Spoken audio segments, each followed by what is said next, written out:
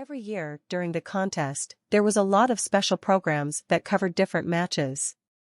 Although Contest Center was just a new program, it was produced by Huaxing Station, which was a prominent TV station. With a celebrity host Fang Mingquan, the program had good ratings and was among top 100 in the alliance. Top 100 may sound less than impressive, but was in fact an amazing achievement. In the entire alliance, each planet had tens of thousands of programs, many of which were from the authority. It was quite something to stand out and be among top 100. And of course, during the contest, a program focusing on the contest itself would naturally have higher ratings. On this day, the content of Contest Center caused an uproar in the alliance. Fang Mingquan had introduced and analyzed dollar's current situation and predicted that this year dollar would become the final champion, which had led to outspread outrage. Fang Mingquan is a retard. Look at dollar's performance, how can he win? We know that you are famous because of dollar's video. But there is no need to kiss dollar's ass like this. Rubbish. If dollar is the champion, I will live broadcast myself eating #T. What do you think of Dongmu if you think dollar could win? Haha, Fang Mingquan is so dumb. Dollar will meet Dongmu before he gets to top 10. He'd be lucky to survive. To win? LMAO. My Tang Jinliu would never let him. My Lin Feng would never let him. Stupid, stupid, stupid. Although I also like dollar, he didn't do that well in the contest so far. Fang Mingquan, you are too subjective about this. I can't even watch this stuff and I am a fan of dollars. You call yourself a fan? Go be other people's fan, please. Dollar is nothing compared to E. E must win. Dollar little angel, I will always support you. Contest Center and Fang Mingquan had been made a hit by all the criticism. Many peers were satirical about Fang's grandstanding, too. Some even asked him to quit journalism. Except for a few hardcore fans of dollar, all comments on Fang was negative. Even many dollar's fans thought Fang's report was over the top and didn't dare to support him. Fang, I'm sorry you are wronged. In the conference room of Huaxing Station, Su Kangyan grinned from ear to ear. Although Contest Center and Fang Mingquan were severely criticized, the ratings had risen a lot, sending the show in top 50. A large number of other contestants' fans flooded into Contest Center, especially those who supported Lee Dongmu, this year's dark horse who would encounter dollar before becoming the chosen. The Skynet community of the show had almost burst.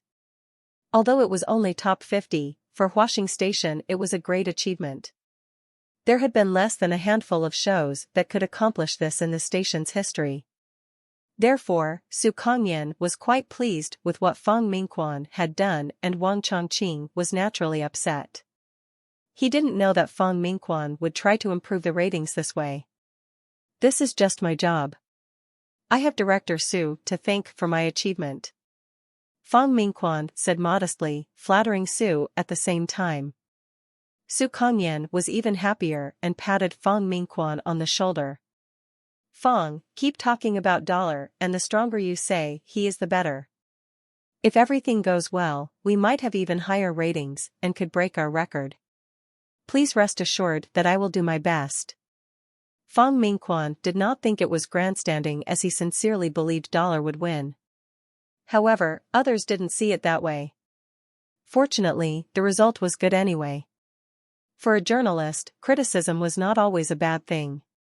Su Kangyan praised Fang Mingquan some more. After the meeting was over and Su had left, Wang Chongqing said coldly, "You are ignoring the facts for fame. You might be popular now, but the reputation of the program would be ruined by you. Which station would hire you in the future?" Su's compliment means nothing. You think you can get away with it when he finds out the show was discredited? Of course, Fang Mingquan understood that as well. Someone had to take the fall when the fad passed. He himself would be that someone in this case. Su was just trying to keep him on board now, to raise the ratings. Fang had been in this industry long enough to know that. Smiling, Fang Mingquan looked at Wang Chongqing and asked, "What if dollar really wins?" Wang Chongqing paused. If dollar really wins, then contest center would become famous for real and Fang Mingquan's name would become a household name. Su Kongyan would treat Fang like the god of wealth. Keep on dreaming, Wang Chongqing scoffed. Anyone could see that dollar did not have what it took to win. He was just average and far from top 10, let alone winning. Whether you believe it or not, I firmly believe that dollar will be the champion. Fang Mingquan got up and went away. Idiot, Wang Chongqing whispered. He was waiting to see how miserable Fang would be. Han Sen did not go on the Skynet, so he was not aware of the debate about contest center. At the moment, he was practicing with Tang Jinliu in Fang Jingqi's villa. Although Tang Jinliu would not meet Yi Dongmu before top 10, he felt like they were going to meet when they were both top 10 eventually. So, he was still practicing with Han Sen when he had time. Only Han Sen knew that Tang would not encounter Yi Dongmu because he would eliminate Yi himself before he rose to top 10. But a sparring partner like Tang was so precious that Han Sen was happy to oblige. Having practiced for 2 days, Tang finally let Han Sen go just before the next round of match began. Han Sen knew who his opponent was and did not panic. He had made up his mind to practice in the match and gain some practical experience from his opponent. After all, these were the champions of different shelters and it was such a rare opportunity to fight them one-on-one. Han Sen had not much experience in this kind of matches and was happy that he got a chance to gain some. Han Sen had made up his mind to practice Bladestorm in the contest by using Bladestorm only when facing his opponents. If others dared to do this, they might have died a million deaths already. But Han Sen was in Sacred Blood armor, so hardly any attack was fatal to him. That was why he could practice in the contest. Han Sen had given up on using his mutant soffish spear. Without good spear skills, this weapon was useless in front of these champions. Fighting opponents of different styles, Han Sen had made great progress and his Bladestorm got better and better as long as his opponent was not too fearsome. He could always cope with using just Bladestorm, but it was always the Bloody Slayer that got him the victory. This way, Han Sen's matches had become very hard to watch. He was always winning by a narrow margin and there were times it seemed that he was about to lose. And there were 2 matches in which his opponents had already been seriously injured in their last rounds and were thus easily defeated by Han Senator. Everyone thought he got lucky. The negative reports about dollar were overwhelming. And in particular, the high praise Fang Mingquan sang in contest center fanned the flames. Fang Mingquan was talking through his hat. As an evolver who could not even enter First God's sanctuary, he managed to analyze so much from his reporter's oral account alone. In general, he was saying dollar was invincible, everything was in control and dollar would be the final winner. This of course had attracted much hatred toward Fang Mingquan and Contest Center. It chanced that although dollar's matches were never fun to watch, he had never lost either, which supported Fang's claim. The criticism got worse and worse. Especially those who were optimistic about Yi Dongmu were sniffy about everything Fang said and objected each day. Yi Dongmu was still keeping a formidable record. In 2 consecutive rounds, he was able to kill his opponents in 1 blow, causing many of his following opponents to quit the matches against him. In 3 consecutive rounds, all his opponents threw in the towel, which made Yi's fame peak. Many media were running lengthy features about him and many predicted he would be the final champion this year. He had even stolen Tang Jinliu and Lin Feng's thunder. As for the contest center, Fang Mingquan and dollar, they had become a big joke in the press. Dollar will win had become a popular spoof this year, as an irony, of course. Some people found that Yi Dongmu and Han Sen would meet before one became the chosen and posted the finding on the Skynet, which caused a heated discussion. I sincerely pray every day that dollar had to keep winning so that he could meet Yi Dongmu, who will teach him what a master looks like. Haha, funny. I agree, God bless dollar. Bless dollar. Bless dollar. Bless dollar had also become a buzzword, and was seen everywhere in the comments of all sorts of programs about the contest. Especially in the online community of Contest Center, $, would flood the screen every day. Hansen knew about this, but did not react at all. He never thought of E as his equal. In the Hansen's view, the likelihood of Yi Dongmu winning Tang was less than 30%, and if he met Lin Feng, he would stand no chance. The opponent Hansen really cared about was Lin Feng. These days he had seen many matches and had a general understanding of most contestants, among whom he felt Lin Feng was the most formidable. This quiet and gentle man made him feel unpredictable. His every move seemed very natural, but followed a strange rhythm. Hansen's prejudgment was quite good, but he was unable to predict Lin's rhythm, which scared him. Hansen had seen every match of Lin Feng's, and almost all the matches were closely fought. Lin was always winning by a small margin. Almost all Lin's opponents performed outstandingly, and they all lost nonetheless. It felt so strange that Hansen cringed. "Formidable guy," Hansen commented. He knew his techniques and strength were both weaker than Lin. Luckily, he would not meet Lin before top 10, or else he was not sure if he could become the chosen. Tang was still practicing how to avoid Hansen's attacks in a close fight. He was not making much progress though. But Lin Feng said if Tang met Yi Dongmu, Yi would not be much of a threat to Tang, which was close to Hansen's judgment. Yi didn't get the essence of the art of assassination, so he could hardly beat Tang. Perhaps the phrase, $, played a role here. In the next rounds, Hansen's opponents either were badly injured or lost important beast souls in the previous rounds, and some even had accidents in the alliance. It took Hansen no effort to keep rising. Even Hansen himself felt quite incredible. Those fans of the Yi Dongmu gave Hansen another nickname, Lucky D, taunting his lack of real skill. One day, after the end of a match, Hansen came down from the stage and saw Lin Feng finishing his match as well. Their stages were close, so Lin saw him and to his surprise, walked toward him. Many around them had noticed this scene. After all, Lin Feng was the runner-up last year. Although his performance was not that brilliant this year, he was still a favorite. Also, Hansen had been the center of attention for a while. Lin Feng approached Hansen. He smiled and reached out a hand. "Always wanted to say hello to you, but never had a chance." "Same here." Hansen shook his hand. Lin seemed to be satisfied with this, and said, "See you at the final." Lin turned away, but his words stunned everyone who was listening, as if they had seen a 12.0 magnitude earthquake. It turned out to be a 12.0 magnitude earthquake in the press indeed. Lin Feng had asked someone to meet him in the final, yet that someone was not Yi Dongmu, but $, who was considered an imposter. All major media had reported this, and Fang Mingquan from Contest Center was especially excited about it and had analyzed it from all angles. His conclusion was that $, was simply great. But obviously the major media and fans didn't share his enthusiasm. They thought Lin Feng wanted to gain popularity by participating in the grandstanding because he was no longer the center of attention. Rubbish.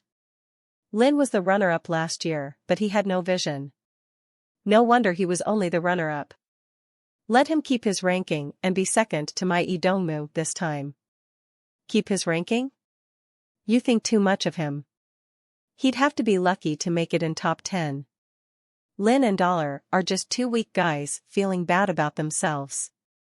Haha, Yi Dongmu will get rid of $, in seconds before he beats Lin to show them who the real king is. What the heck? If Lin was going to see someone in the final, it should be Yi Dongmu. Even if it is not Yi, at least it should be Tang Jinliu, right? How is Lucky D relevant? The Skynet had exploded for this matter.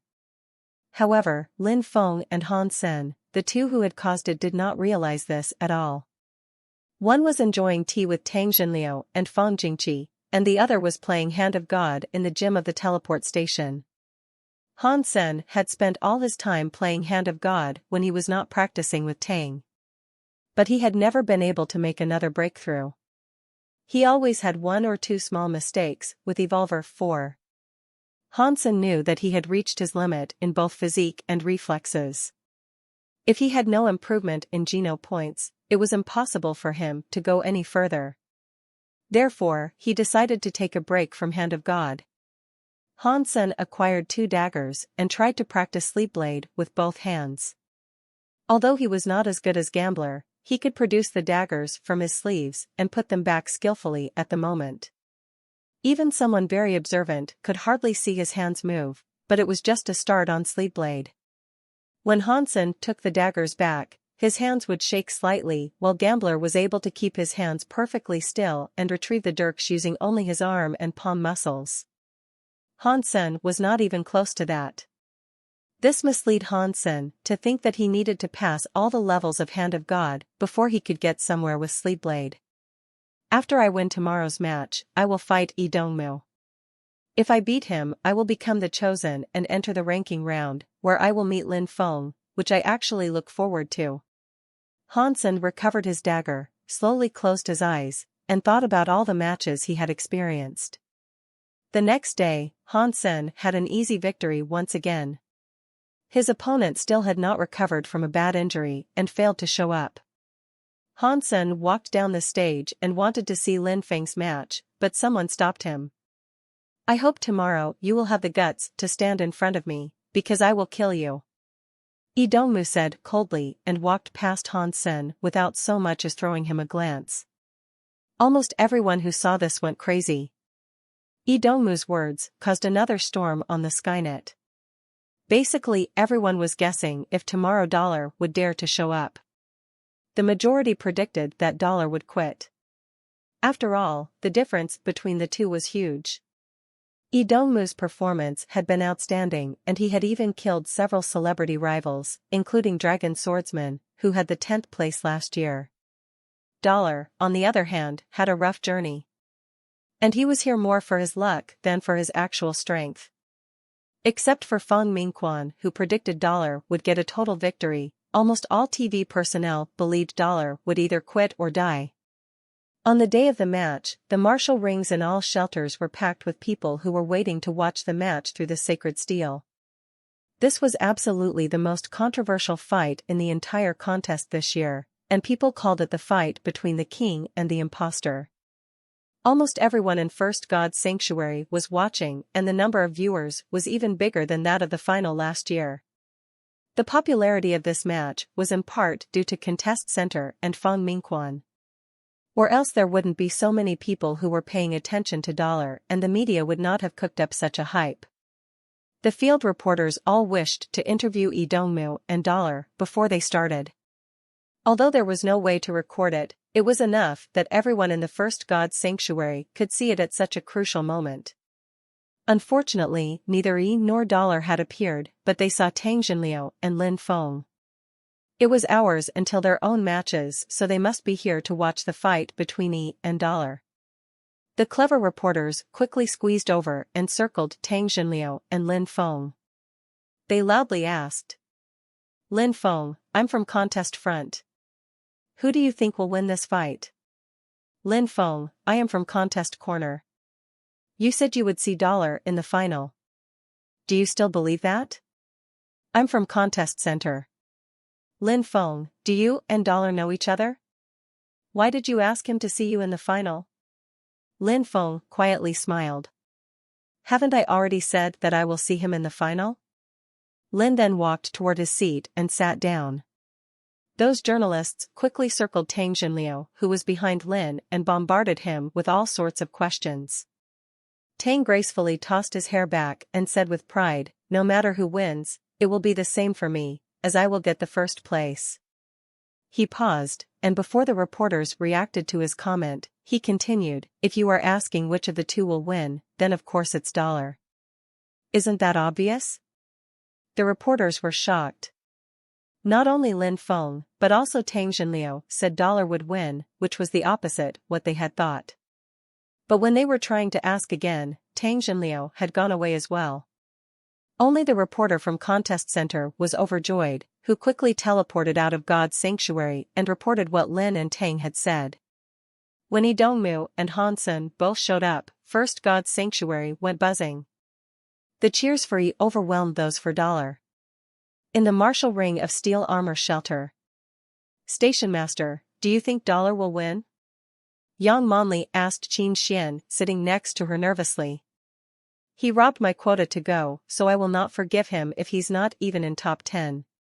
Qin Xian said fiercely, while knowing that it would be difficult to beat Yi Dongmu, who had shown incredible skills in previous matches. He will lose for sure. He was simply not on the same level as Yi Dongmu. Son of Heaven said in a cold voice. I do not want to listen to these words. My dollar is the best. Displeased, Qin gave his mouth a downward twist and said. He and Yuan had been going to all dollars matches. Whether you like it or not, it is the fact, Son of Heaven said casually. Didn't you say the same thing last time?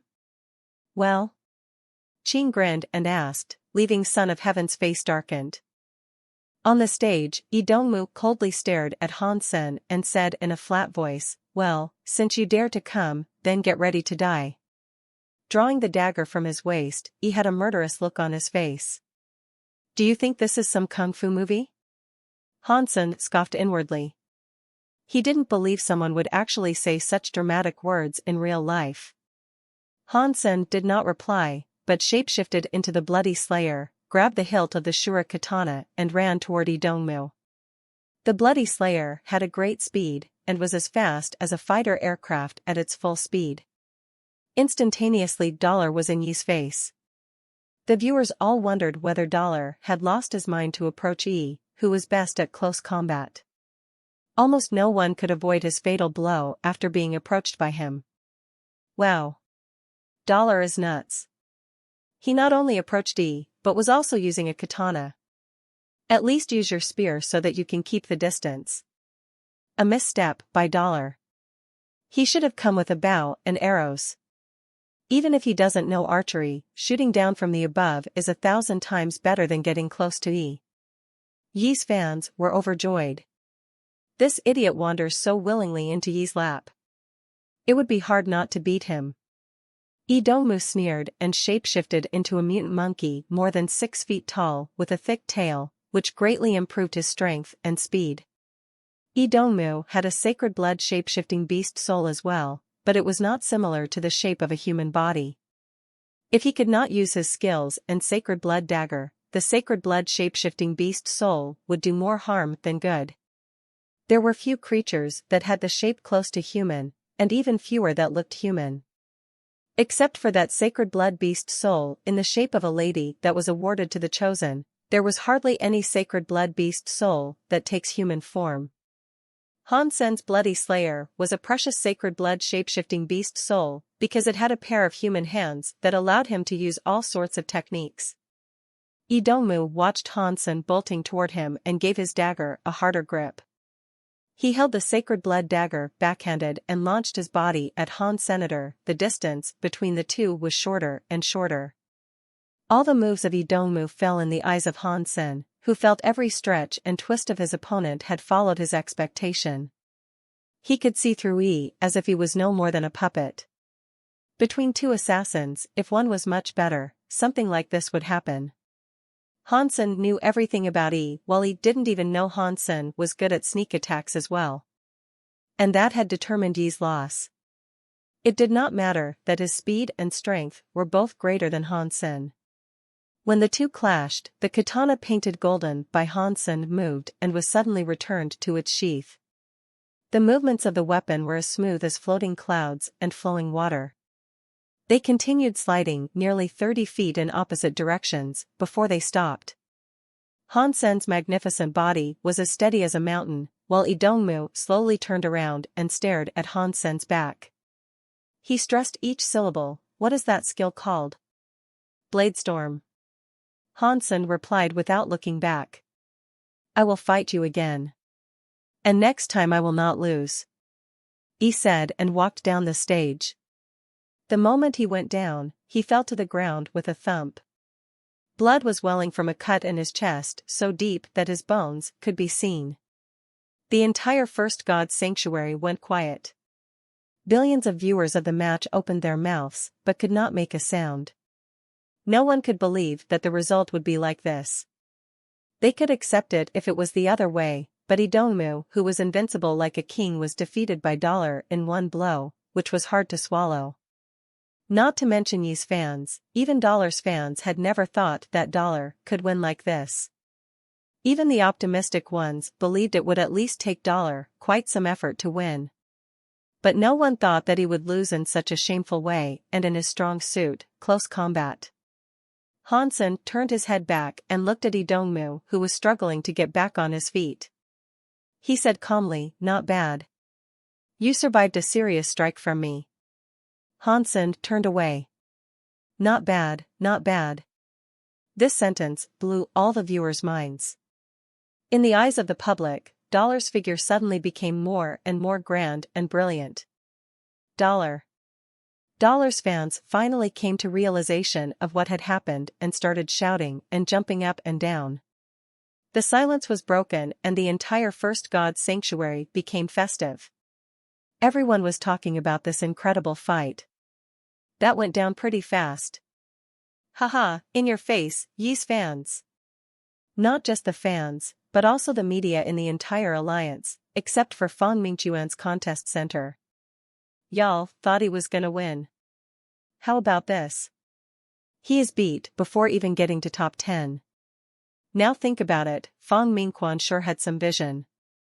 His analysis actually made a lot of sense. We were just blinded by Idongmu's performance and didn't listen. Lin Feng is the visionary one. No wonder he was the runner-up last year. He knew this long ago. Haha, it seems this year it will be between Lin Feng and Dollar. We really owe Fang Mingquan and Dollar an apology. Fang Mingquan was wronged. Not bad, haha, what a line. A match that took less than 10 seconds had changed Dollar's image completely. What a line. Next time I have to try it. Not bad, you survived a serious strike from me. Tang regretted that it was not him who came up with the line. Snap. Wang Chongqing's calm link was smashed by him. Eyes bloodshot, he panted heavily like a hysterical beast. Dollar had beat Idongmu. The public opinion of the entire alliance was suddenly turned over. Contest Center and Fang Mingquan that had suffered lots of criticism were sent to the altar. Lots of people were saying they owe the program and its host an apology. More and more people poured into the Contest Center to watch Fang Mingquan's analysis. The show had made it into the 8th place in ratings, a record high. Huaxing Station had never seen such achievement with any show. In the past, the best record they had was the 19th place. Top 10. No one even dared to dream this big. The host would be proud enough if the show was in top 100, and be thrilled if it made top 50. There was no doubt that Contest Center and Fang Ming had both made it. Although Contest Center was a show that would end after the contest, Fang Mingquan's outstanding performance had won him fame. No matter what show he hosted in the future, he would always have great ratings. Now Huaxing Station considered Fang Mingquan a pillar of the station. Even Su Kongnian was smiling at him all the time and showering him with compliments, making Wang Chongqing so jealous that he wanted to bite Fang with his teeth. After Fang got off work and returned home, he sat in front of the French window and looked at the view of a busy night with a cigarette between his fingers, taking a puff from time to time. His body was still shaking. Now that everything was over, Fang started to sense some fear. He didn't even believe his own analysis as he didn't even watch the matches. He simply believed in Dollar, the man who moved him by saving the girl, and he thought a man like that must do well. So Fang Mingquan was just betting on Dollar to become the chosen. Whether he could get the first place or not, it was no longer important. The fight against Idongmu and Lin Feng's invite had made Dollar's reputation peak, and Fang Mingquan had also succeeded. Dollar, you really are my lucky charm. Fang Mingquan relaxed and celebrated the fact that he had made the right bet. If he had lost the bet, he did not even dare to think of the result. He was not afraid to lose, but this time too much was at stake. If he had lost, he might have to leave his favorite industry. The puff reached his lungs and an intoxicating feeling started to spread from there. Fong silently looked at the nightscape and his excitement gradually subsided. When all the excitement was gone, Fong Mingquan got up to turn on his smart device. He wrote an article titled "A King Marches in Loneliness." A king is always lonely. When others are laughing with friends to show off their humor, he is sweating in silence. The king is always lonely. When others are chasing fair maidens, he is bleeding on the battlefield. A king is always lonely. When the whole world is against him, he stared into the front. A king is always lonely. When he is abandoned by all, he is still firmly marching forward, only to realize his dreams afar. I just want to say, dollar, please accept my allegiance. A loner like me wishes to follow you who are lonely too. You win, I will be with you. You lose, I will be with you. Fong Mingquan finished the article and did not leave his own name under. Instead, he wrote "From a loner to the king." When Fong Mingquan uploaded the article on the Skynet, it went viral at an incredible speed, triggering a huge response. Damn, I cried reading this. It reminded me of when I trained hard to be admitted to a military school. Others admired me for being admitted, while they had no idea about the effort I made. I had to train even when I had a fever. It was tough. Fong Mingquan wrote well. I was reminded of the days I struggled in God's sanctuary. This is simply my true portrayal.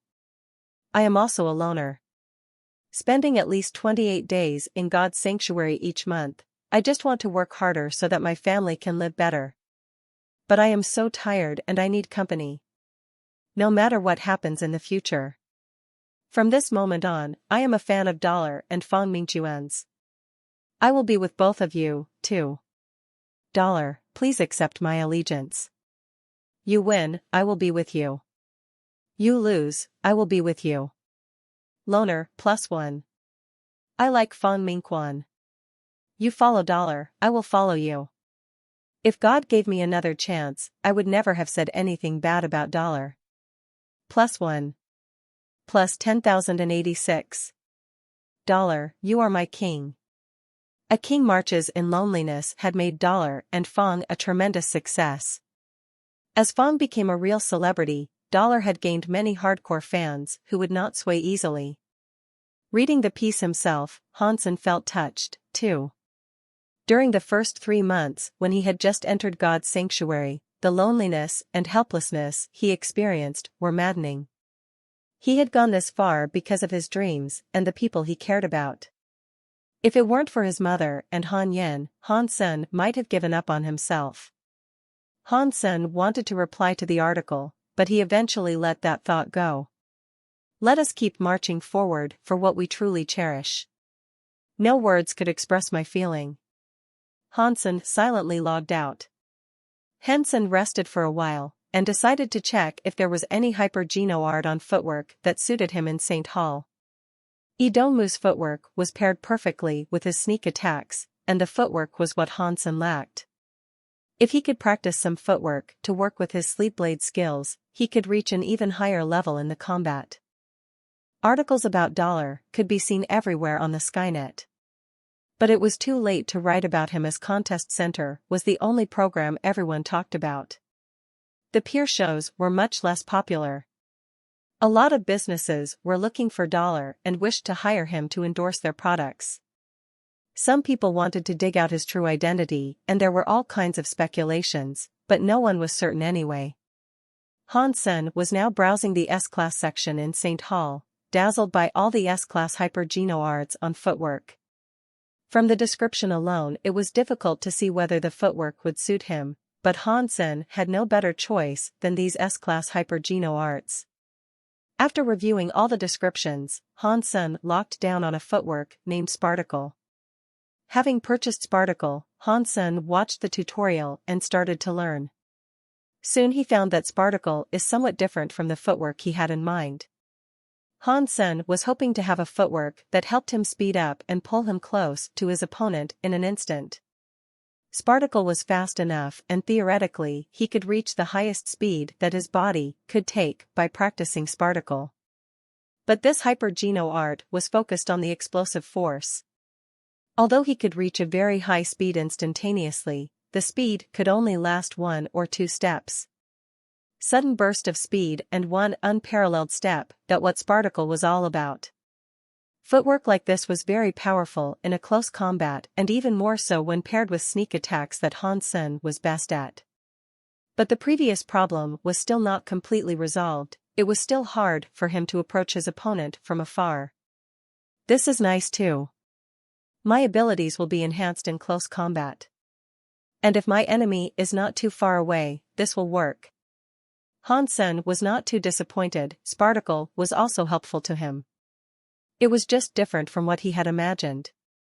Originally, Han Sen thought that he should learn a footwork like the one used by Lee Dongmu, which involved erratic and rapid steps, but this would do as well, just in a completely different style than Yi's. Han Sen drank a bottle of Geno solution for Sparticle and hurried to start practicing. Hopefully it would make a difference in the ranking rounds that was to begin in 10 days. In the afternoon, Fang Jingqi suddenly sent him a message to ask him to meet about something important. Han Sen went to Fang Jingqi's villa and found out that Fang was asking him to join Fist Guy's team to hunt a sacred blood creature. Fist Guy could not deal with the creature with his own men, but he did not want to team up with Son of Heaven or Qin Xian. He did find the weakness of the creature and have a plan that calls for a good assassin. He did not know someone like this, but he did not want to share the meat of the creature with the other gangs either. I know you are also in Steel Armor Shelter, so I've recommended you to him. If you join them, you won't get a share of the meat but will be paid with a mutant three-eyed beast mount. As for the beast soul of the sacred blood creature, we will follow the tradition, whoever gets it could keep it. Fang Jingqi paused and said, the pay is very good. If Fist Guy does not insist on having the meat to himself, the share you get could not possibly be of the same value as a mutant beast soul mount. Han Sen nodded, Fang Jingqi's words were reasonable. The share of meat he could potentially get was probably less than half of what a mutant mount was worth. When and where? Han Sen was secretly calculating the time needed for this trip. It was 10 days until the next round, and he wondered if he could make it back. I cannot tell you the specific location, and you will need about 6 or 7 days in total, Fang Jingqi said. Han Sen certainly understood that no one would leak the information of a sacred blood creature. With Fang Jingqi's estimate, he felt reassured as even if there was a delay, he could still make it back in time. In fact, Han Sen did not care for the ranking matches. It did not matter to him how he ranked among the chosen as long as he could have the reward, which was the same for everyone in top 10. He was really looking forward to fight Lin Feng though, to see how good Lin actually was. Han Sen promised he would join Fist Guy. He had always wanted a mount and here came his opportunity to get a mutant one. Plus, he had a chance at the sacred blood beast soul as well. So why not? Fang Jingqi gave Han Sen a coin and said with a smile, I only said that I would recommend someone good, but didn't name you. Take this to the agreed place and he will know. Han Sen nodded and took the coin. Fang Jingqi took him to dinner before letting him go. The next day when Han Sen entered Steel Armor Shelter, almost all the people were talking about Dollar's match against Lee Dongmu and a king marches in loneliness, but they preferred to call the piece from a loner to the king. After all, Dollar was from Steel Armor Shelter and everyone in the shelter felt honored about it, except for Son of Heaven's gang. I am a celebrity now, but unfortunately I cannot tell anyone that is me, Han Sen thought. First, he went to find Yang Monli and took a leave, explaining that he wanted to hunt an important creature, hiding the fact that he was in fact joining Fist Guy's team. Hunting was crucial and Han Sen's training results were fairly good. Yang Monli did not give him any trouble before she granted his leave. Han Sen came to the agreed place and saw Fist Guy and his gang under a tree enjoying the cool, obviously waiting for someone. As freak, what are you doing here instead of following Qin Xian around? A gang member saw Hansen and ridiculed. Hansen did not speak, but fished out the coin from his pocket and flicked it with his finger. The coin drew an arc and fell in the palm of Fist Guy. Holding the coin, Fist Guy looked at it and felt incredible. He asked Hansen, "You are the person Fong mentioned?" "No way, Fist Guy. This is the guy you told us about? Ass Freak is the master your friend recommended? Brother, are you kidding us? Brother, are you playing with us?" Fist Guy's men were talking at the same time as none of them believed Ass Freak was the man. Fist Guy was also upset. Fong Jingqi said he would send him a master of assassination, but he did not expect it to be Hansen. Fist Guy knew Fong Jingqi well and knew that he would never mess around. Since Fong had recommended Hansen, he must have his own reason. Fist Guy regarded Hansen and said, "Fong said that you are skilled in assassination?" "Better than average," Hansen said. "Better than average? We are going to kill a sacred blood creature. Can you manage that?" Little Finger said with distrust and curled his lips. This gang was different from the Qin Xian's gang and Son of Heaven's gang. It had no military background and Fist Guy did not pay for the gang members. Fist Gang was formed by a group of friends and Fist Guy was their leader. The members all referred to each other with nicknames. Thumb, Index Finger, Middle Finger, Ring Finger and Little Finger, plus Fist Guy were the backbone of Fist Gang. All six were here today, which showed the importance they attached to this sacred blood creature. Fist Guy had almost maxed out on his sacred geno points and all he needed was the meat from this one creature to get there. After that he could enter Second God's Sanctuary with max sacred geno points. That was why this time they were not sharing the meat but chose to pay with a mutant beast soul mount. Fist Guy gave Little Finger a wave to stop him, gazed at Hansen, and said, "I trust Fong, but this is very important for us and I have to be responsible for my brothers. Please show us what you got." Drawing a dagger from his waist, Fist Guy handed it to Hansen. Hansen was not offended as he knew his reputation in steel armor shelter was not great. He had thought this might happen and did not really blame these guys for it. Hansen reached out a hand and grabbed the dagger. When Fist Guy was about to withdraw his arm, Hansen's hand moved. Just when Fist Guy wanted to dodge, the dagger he just gave Hansen was already on his neck. Suddenly Fist Guy froze and his hands were still in the air as he was not even able to put them up for defense. The rest of the gang were all dumbfounded with their face stern. They knew well Fist Guy's skills. Although it was a sneak attack from Hansen, the guy was still able to catch Fist Guy off guard and put a blade to his neck. None of the Finger brothers thought they could do the same. Hansen moved the dagger away, stepped back, and threw it back at Fist Guy. He asked with a smile, "Do I need to do another test?" "No, let's hit the road," Fist Guy said simply.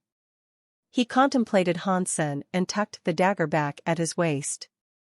Little Finger and other members were curious about Hansen, not expecting the infamous Ass Freak to have such skills. But they did not say much either and summoned their mounts to go. Not having a mount, Hansen was invited to sit together with Fist Guy on his mutant mount, which was as strong as a rhinoceros. The gang marched toward the southern mountains. Along the way, the gang had never stopped unless necessary. On the third day, they finally stopped at a Grand Canyon. Hansen estimated that if it were not for the mounts, it would have taken them half a month to get here. They could no longer ride in the canyon, so Hansen followed the gang on foot. Along the side of the valley, they walked down and saw a billowing river, which was still not their destination. Having walked for more than 2 hours, they finally saw a large cave on the side. It was dark inside and they lit torches before going in. Once they were in the cave, columns of stalactites caught their eyes. "Be careful. Although we have cleared them up last time we came, the cave has a complex structure, so there is no guarantee that we've got them all. Also there could be some new creatures hidden somewhere." "Everyone pay attention," said Fist Guy solemnly. All answered. Eye and Thumb led the way holding a mutant beast soul shield in his hand. The rest followed him into the depths of the cave. Littlefinger was walking on the end with a pair of beast soul cuddles in his hand, vigilantly looking around. Inside the cave, water was dripping from above, the sound of which was particularly clear in the cave. The stones under their feet were slippery and held puddles of water more than an inch deep here and there. People were very careful, not because it was difficult to walk, but for fear of dangerous creatures that might appear any time. Along the way, Hansen saw a lot of old bloodstains, which must be left from when the gang was here last time. Obviously, their worries were unnecessary as they had encountered no danger on the way. The gang must have done a good job last time as there was not even a primitive creature. Pay attention, guys. We are about to see it. Do not make a noise, whispered Fist Guy, who was directly behind Thumb after they had walked for 4 or 5 hours. In fact, these words were meant for Hansen, as everyone else had been here before and knew that they were approaching the creature. They were tiptoeing like cats, making absolutely no sound. Hansen nodded to Fist Guy, who then signaled Thumb to keep going. In a short while, they were at the end of the path and the space suddenly became huge. A stone hall appeared in front of their eyes. The stalactites hanging from the ceiling were about 30 feet long, which were not even 1/10 of the height of the cave. Unknown black vines were growing everywhere in the cave and the leaves on the vines were as black as ink. There were even black flowers dotted on the vines. Where they came from was like a tunnel that was connected to the hall's wall, and there were many entrances like this one. Fist Guy indicated silence to Hansen with his finger and then pointed underneath them. Hansen looked down and his eyes lit up.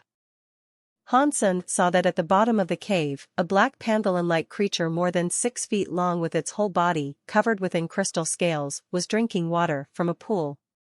That is the creature. Its hearing is no good, but it has got excellent eyesight.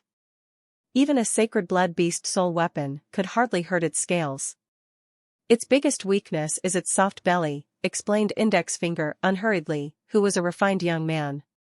Even if its stomach is its weakness, it is on all fours and I can't really flip it over and stab there, Hansen said. Of course not. As long as there is a sign of trouble, this guy will roll itself into a ball. And then it would be like a snail hidden inside the shell and its belly would be protected. Its scales could also flip up and become circular saw blades. When it rolls, it's like a spiked wheel and even the thickest armor would be cut open by that. And no one's body could stand that either, Littlefinger cut in. How is this a weakness then? Hansen could not help but frown. Certainly we cannot attack it head-on. Its strength is formidable and its speed is too high. No one could afford taking a hit from it. Fist Guy hesitated before he pointed at the pool at the bottom and said, Our plan is that in a while, we will go out to drive it away and you can take the opportunity to hide underwater in the pool. When it goes to drink again, you make the attack from below the water at its soft chin. It would be great if you could leave the weapon in its chin so that it could no longer curl up. At that time we could kill it however we like. Fist Guy, no wonder you are willing to pay me a mutant mount. I'd be risking my life. Hansen said to Fist Guy. If it is easy, we will not pay such a big price. Can you do it or not? Littlefinger whispered. Everyone awaited Hansen's decision, looking at him. I can try. But since I am putting my life on the line here, I have to get paid first in case I die there. Hansen pondered and said. Okay, Fist Guy agreed readily and transferred the mount to Hansen. Now that they were here already, as long as Hansen got into the water, they did not worry he would run away. So, it was fine to pay him first. Index Finger took a small oxygen cylinder and respirator from his bag and gave them to Hansen, so that Hansen could stay in the water longer. After everything was ready, Fist Guy looked at Hansen and said, We'll go out to lead it to one of the tunnels and you should quickly go hide underwater. You don't have much time, 30 seconds at best. Is that fine? No problem, Hansen checked the distance to the pool and then confirmed. Well, although its bare skin is relatively vulnerable, you would still need at least a mutant beast soul weapon to pierce that. Do you have one? Fist Guy was a bit concerned. Hansen nodded again. His Shura katana was comparable with a mutant weapon, but he was not dollar now, so he did not bring it along. But Hansen still had a mutant black stinger arrow, and that would do. Everything was ready. Fist Guy and his gang members exchanged a look, and everyone except for Little Finger climbed away using the vines. They carefully climbed to other entrances to the hall and then threw fist-sized iron balls at the drinking creature from each entrance. Dang! Dang! Dang! The balls hit the creature's black crystal scales and made noises of metal, not even leaving a white mark on the scales. But the sacred blood creature was obviously angered. In just a moment, it curled up its body and suddenly looked like a snail, a spiked one. The black scales were turning up and sharp as blades. The creature started rolling with a thudding, and even the stone was cut deeply by its scales. It was fearsome indeed. In just an instant, it rolled several dozen feet. Not only its speed was incredible, it could also roll itself onto a steep stone wall. Like a spiked wheel, it rolled upward on the wall and was behind Fist Guy's men in an instant. They could not afford to relax and all hid in the respective tunnel next to themselves. The sacred blood creature followed Thumb into the tunnel closest to it. Come on. Thumb can't hold very long, Little Finger urged Hansen to go down. Hansen took a deep breath, grabbed the vines, and quickly slid down to the bottom. He ran to the pool, but did not jump in for fear of making too much noise. Instead, Hansen went to the waterside, slowly slid himself into the water and sank. Seeing Hansen diving in the water with the respirator in his mouth, Little Finger was relieved and wiped off the cold sweat on his forehead. When he was about to check on the sacred blood creature, he saw a shadow rushing from the tunnel where it was and rolled to the bottom. Its eyes on the side of its body twirled for a while and detected no danger. It then slowly spread its body and crawled around to chew on the black vines.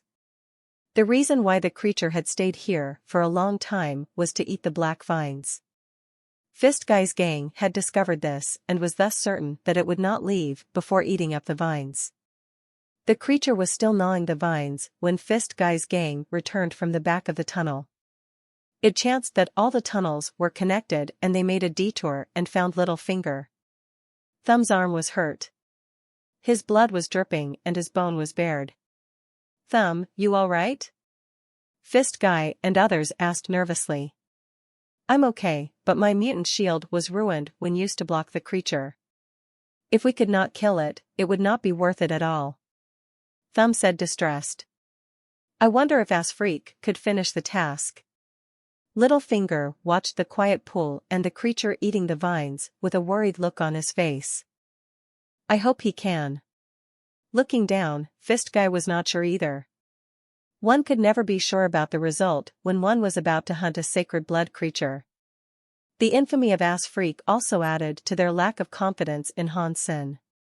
The gang watched the creature nervously, but it did not have any intention to drink. After chewing on the black vines for more than half an hour, it lay down on a stone and fell into sleep.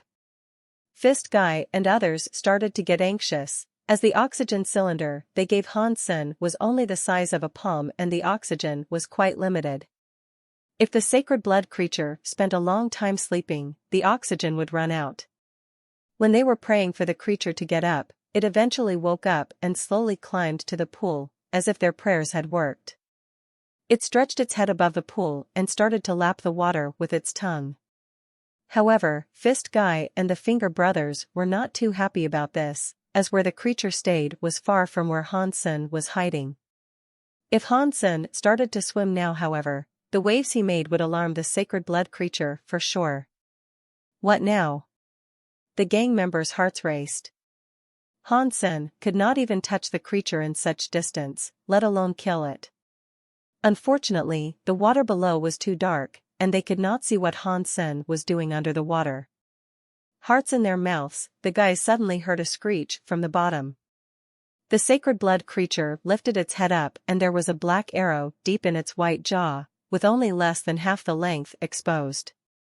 Blood was flowing along the arrow shaft. Not able to find its enemy, the creature wanted to curl up after being injured. However, since its jaw had an arrow in it, it could not curl itself into a perfect ball. Instead, it looked like a jagged tire in an accident, bearing much of its white belly. Overjoyed, the gang summoned all kinds of weapons and rushed out.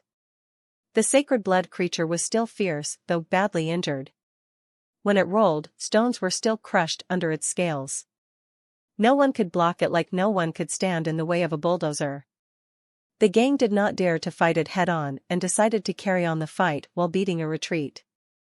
Then they saw the creature rolling itself into a tunnel and ran away as fast as it could. Only then did Hansen appear from the pool holding Doomsday. The rest paid him no mind and rushed to the cave and chased after the creature. Hansen quickly followed them. The creature's injury did not affect its speed. It soon disappeared in the cave. Fortunately, it had shed a lot of blood, so the gang was able to follow it. There were toxins on the mutant black stinger arrow, and the creature would surely pressure the arrow deeper and deeper as it rolled. Hence, its wound had not healed and blood could still be spotted from time to time. Having chased for more than 2 hours in the tunnels, they finally saw the light as they had come out of the cave and entered a forest of hoodoos. The ground was still stained with blood, so apparently the sacred blood creature had fled among the hoodoos.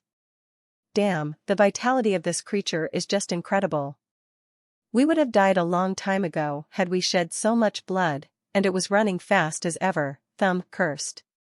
The terrain was rugged so they could not use their mounts. Everyone kept chasing on foot. As they were running, Hansen suddenly heard a voice in his mind, sacred blood creature scaled armadillo killed. The beast soul of scaled armadillo gained. Eat its meat to gain 0 to 10 sacred geno points randomly. Hansen paused and could not believe the scaled armadillo had already died. What was more surprising was that he even gained its beast soul. Seeing Hansen suddenly stopped, the rest looked to him and asked, "What happened?" "The scaled armadillo is dead," replied Hansen.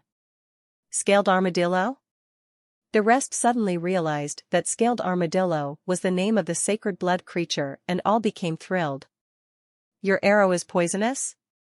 Fist Guy quickly asked. "Yes, but the toxicity does not seem to be strong enough to kill a sacred blood creature."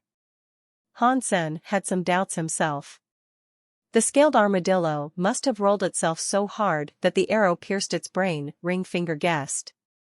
"Yes, that is quite plausible." "Let's hurry," Thumb said eagerly. The gang followed the blood stain and turned around a corner before they saw the dead scaled armadillo. However, they all paused. What they saw was different from what they had imagined. The scaled armadillo was dead indeed, but it did not seem to die because of Hansen's arrow. A gorgeous bird more than 9 feet tall with silver body and ruby eyes was using its silver hook-like claws to tear the scaled armadillo's body and peck at its flesh. The scales that even a sacred blood weapon could not break were torn apart like they were made of paper. Hansen now knew that it was indeed not his arrow, but this silver bird that had killed the scaled armadillo. For some reason, it was still counted as his doing. *T. Another sacred blood creature, with wings. Thumb screamed out loud. His voice turned all faces dark. The bird that was enjoying its meal suddenly cast its ruby-like eyes in their direction. The moment it spotted them, a murderous look appeared in its eyes, and it spread its wings like clouds that blocked the sky and flew toward them. "Scatter!" Fist Guy shouted, turned and bolted. This silver bird was so strong that they were by no means its match. Since even the scales of the scaled armadillo could not withstand its claws, they simply had nothing to fight it with. Hansen was also running as fast as his legs could carry him.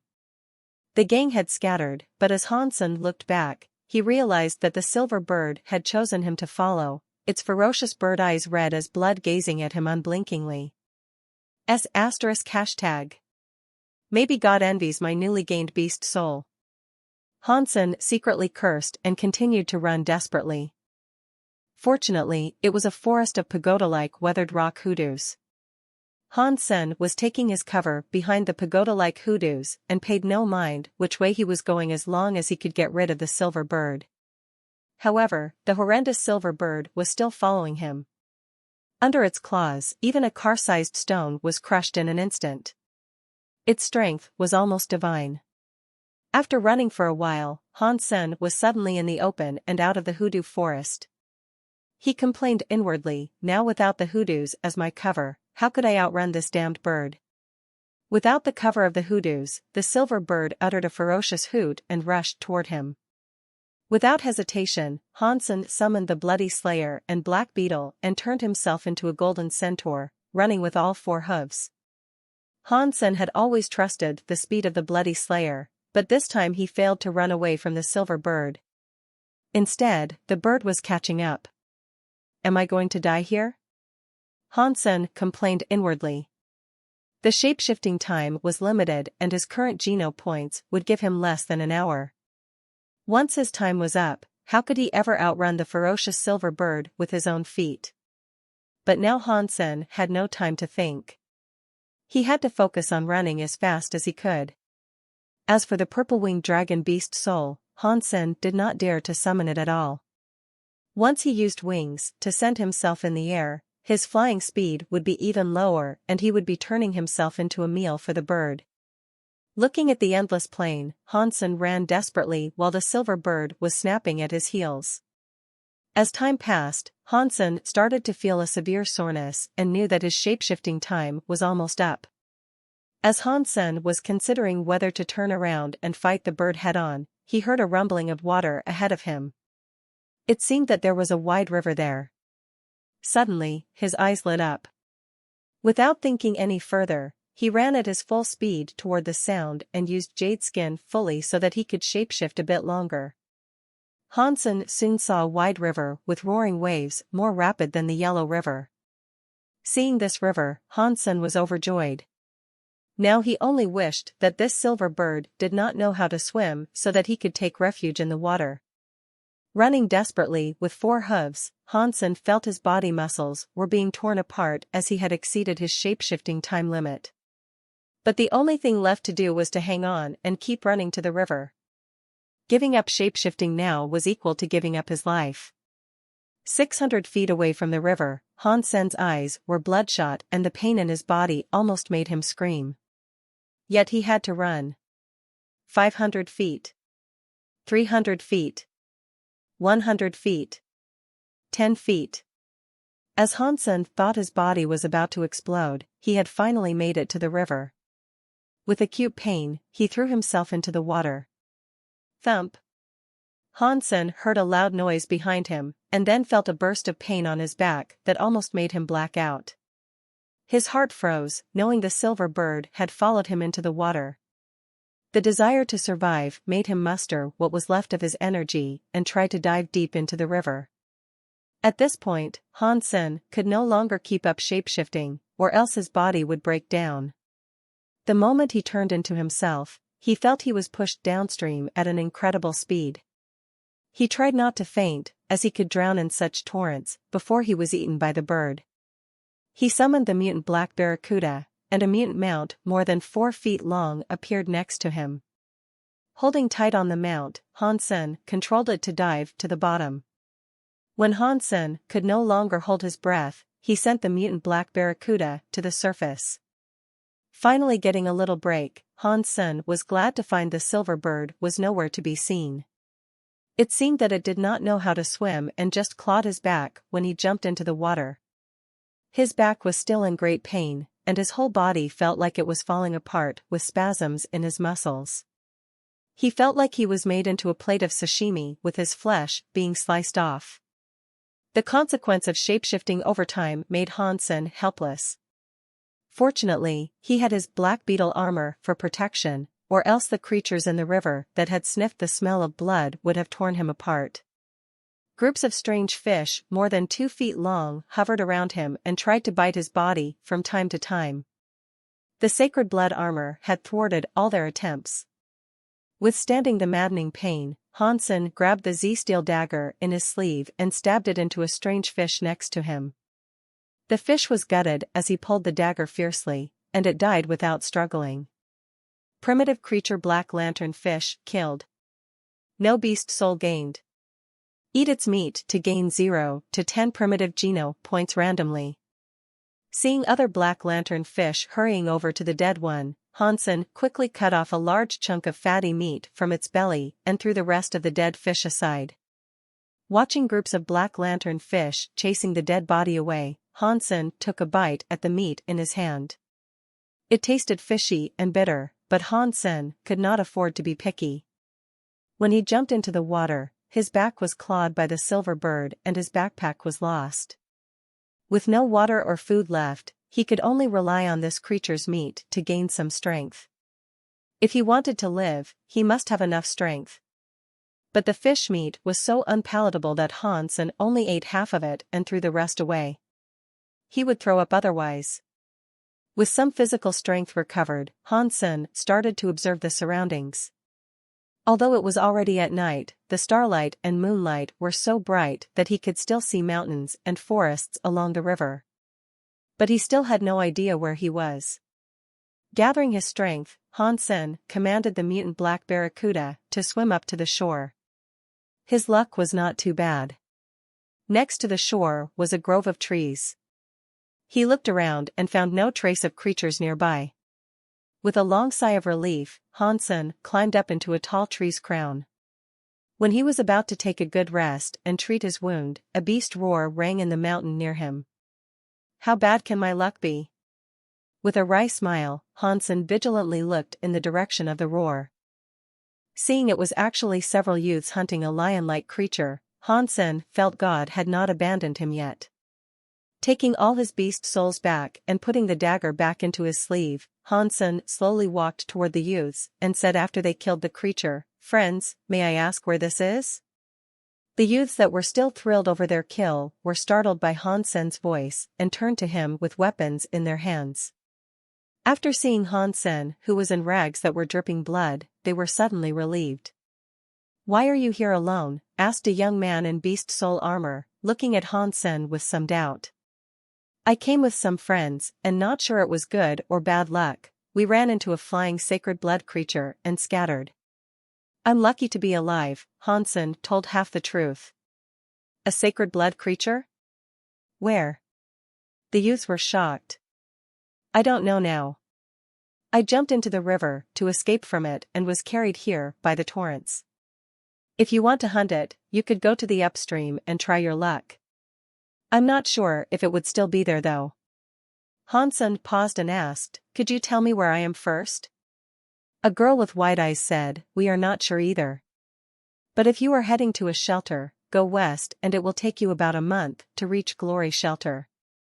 Hansen was a bit surprised. Glory Shelter was where Shui Longyan and Lin Beifeng came from. It chanced that he was near Glory Shelter now. He wondered how far the river had carried him. It was fortunate that he did not encounter any great danger on the way. The young man who spoke first suddenly said, "You don't look like you are in good shape. It so happens that we are heading back. So if you are willing to pay, we could take you with us." Hansen smiled. "Does it look like I have money with me?"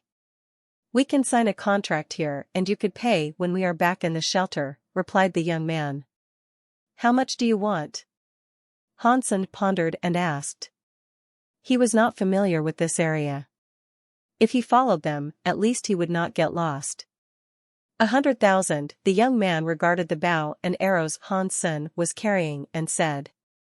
"It looks like you are injured. We can give you some medicine and food meat of primitive creatures." The rest of the youths were a bit shocked by this price, as 100,000 was not a small amount. "Okay. But I would have to pay after we reach the shelter," said Hansen, spreading his hands out. This trip was fruitful enough and it was most important that he could reach a shelter safe and sound. 100,000 was not much for him at this point. It was a shame that he probably would not be able to make it to the ranking rounds of the contest. It did not really matter to him though. Even if he did not show up, he would still have the 10th place and would have an equal right to a random sacred blood beast soul. The only pity was that he would miss the opportunity to fight against Lin Feng. Although he would miss the match, he had gained another sacred blood beast soul, which was far more attractive to Han Sen than his ranking. Even if he got the first place, there would be no extra material reward. Therefore, if Han Sen could choose again, he would still have come along. It would be nice though if he had not been thrown in such panic. Deal. The young man happily took out pen and paper to draft a simple contract. After Han Sen signed, he gave Han Sen some food and water. After some self-introduction, the girl with wide eyes helped treat Han Sen's wound. Once she lifted his shirt up and saw the wound left by the silver bird, she almost let out a yelp of surprise. A foot-long wound spread across Han Sen's back, with flesh ripped apart. The bleeding had almost stopped. Han Sen thought it was fortunate that he was already in the water and both his backpack and sacred blood armor provided some protection when the bird attacked, so that his spine was not hurt. Or he would have died a long time ago. The injury looked scary. However, he had great physique and jade skin. Even with no medicine, his wound would not get any worse. The girl cleaned his wound with alcohol and bandaged it.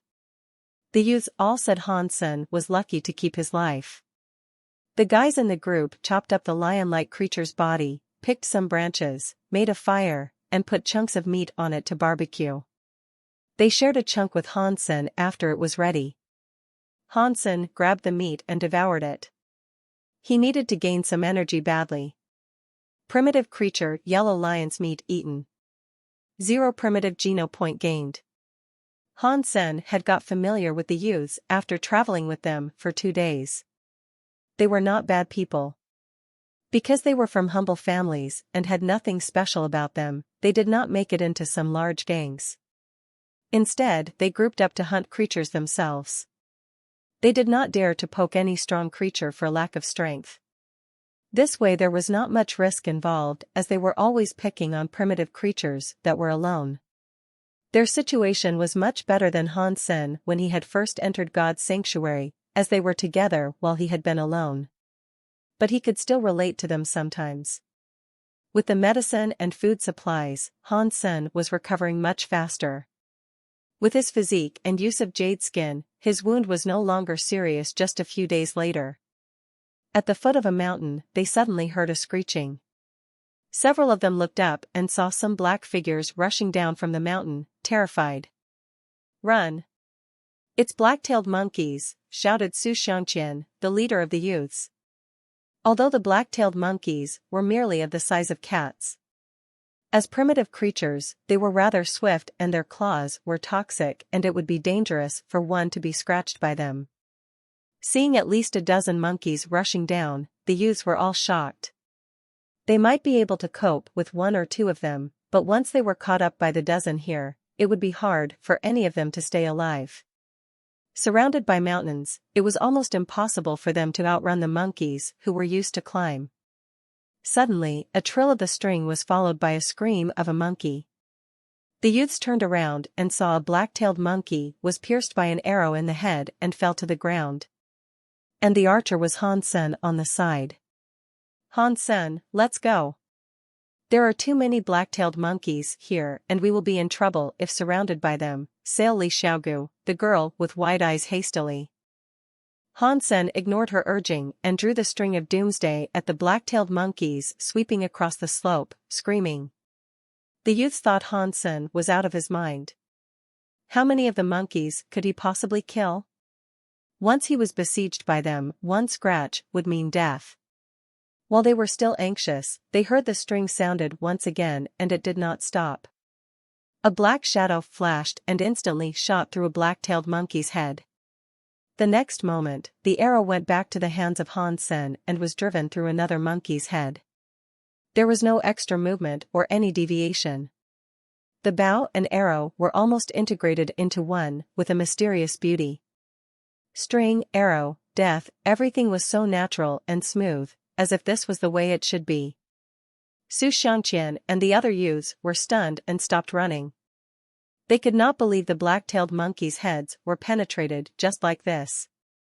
More than half of the 20-some black-tailed monkeys were shot dead by Hansen before they could make it to the foot of the mountain, and the few survivors screamed and fled back to the mountains. The youths were still frozen and looked Hansen up and down as if they had seen a ghost. Suddenly, they heard a screech of anger from the mountains and soon saw a black-tailed monkey more than twice the size of the normal ones reaching the foot of the mountain in an instant like a whirl of wind. A mutant black-tailed monkey. Li Xiaogu was shocked. Following her cry, an arrow flew across with a firm sound of string. Whoosh! The mutant black-tailed monkey was suddenly shot in the head, with its whole body carried away and nailed on a tree behind it by an arrow. Li Xiaogu and the rest were looking at the monkey nailed on the tree astonished. And when they looked to Hansen in a few seconds, he had put the bow back on his back as if he just did something quite trivial. On the day of the ranking rounds of the contest, almost everyone was watching the matches, the match that they were most looking forward to being Dollar versus Lin Feng. But until the start of the match, Dollar was still nowhere to be seen. Because a total point system was used in the ranking rounds, every contestant must fight all 9 others. Whoever won the most matches would have higher ranking. So in the beginning, when it had not been Dollar's turn yet, the viewers were still hopeful that he might show up later. However, Dollar did not even show up at his own rounds and ended up losing by default. There was an uproar among the viewers, as they were very disappointed in Dollar's absence after waiting for such a long time. All kinds of speculations and gossips began trending. Some said Dollar was injured when hunting a sacred blood creature and thus could not make it. Some said Dollar was an active duty soldier and was executing orders on the battlefield, so he could not participate in the contest. Of course, some said Dollar was afraid of Lin Feng and did not dare to come. However, this argument was relatively unpopular. After all, Dollar's strength had been recognized by the vast majority in his fight against Yi Dongmu. With all kinds of speculations in the alliance, people first thought of Feng Mingquan and Contest Center and wished that Feng would have a satisfactory answer to why Dollar did not show up at the ranking rounds. Naturally, Feng Mingquan had no way of knowing that. So he simply wrote an article, "You are my uncrowned king," to indicate the Dollar was his only king and champion forever no matter which place he ended up having. Getting no answer from Feng Mingquan, people were still curious. But there was no one who knew the reason why Dollar did not show up no matter how many analyses there were. Until the end of the contest, Dollar still did not make his appearance. He was considered lost by forfeit in all his matches and ranked number 10 in the end. But no one doubted the strength of Dollar. At least he would not be number 10. And the champion was highly predictable. Lin Feng still allowed all his opponents to perform wonderfully before defeating them. It was the same in every match of his. The focus of the ranking rounds was not the ranking. There was not even much discussion on who the champion would be. The hottest debate was if Dollar had come, who would the champion be? In an interview with Lin Feng, a female reporter asked him, "Did Dollar choose not to come because he fears you?" Lin Feng replied casually, "Just like I will never be afraid of any opponent, neither will he." He then ignored all other interviews. Unable to reach Lin Feng, reporters then turned to chase his buddy Tang Jinliu. This made Tang really depressed. He was the runner-up this year, which was the best ranking he had so far, and no one cared about that. They might congratulate him on that in the beginning, which was always followed by questions about Dollar.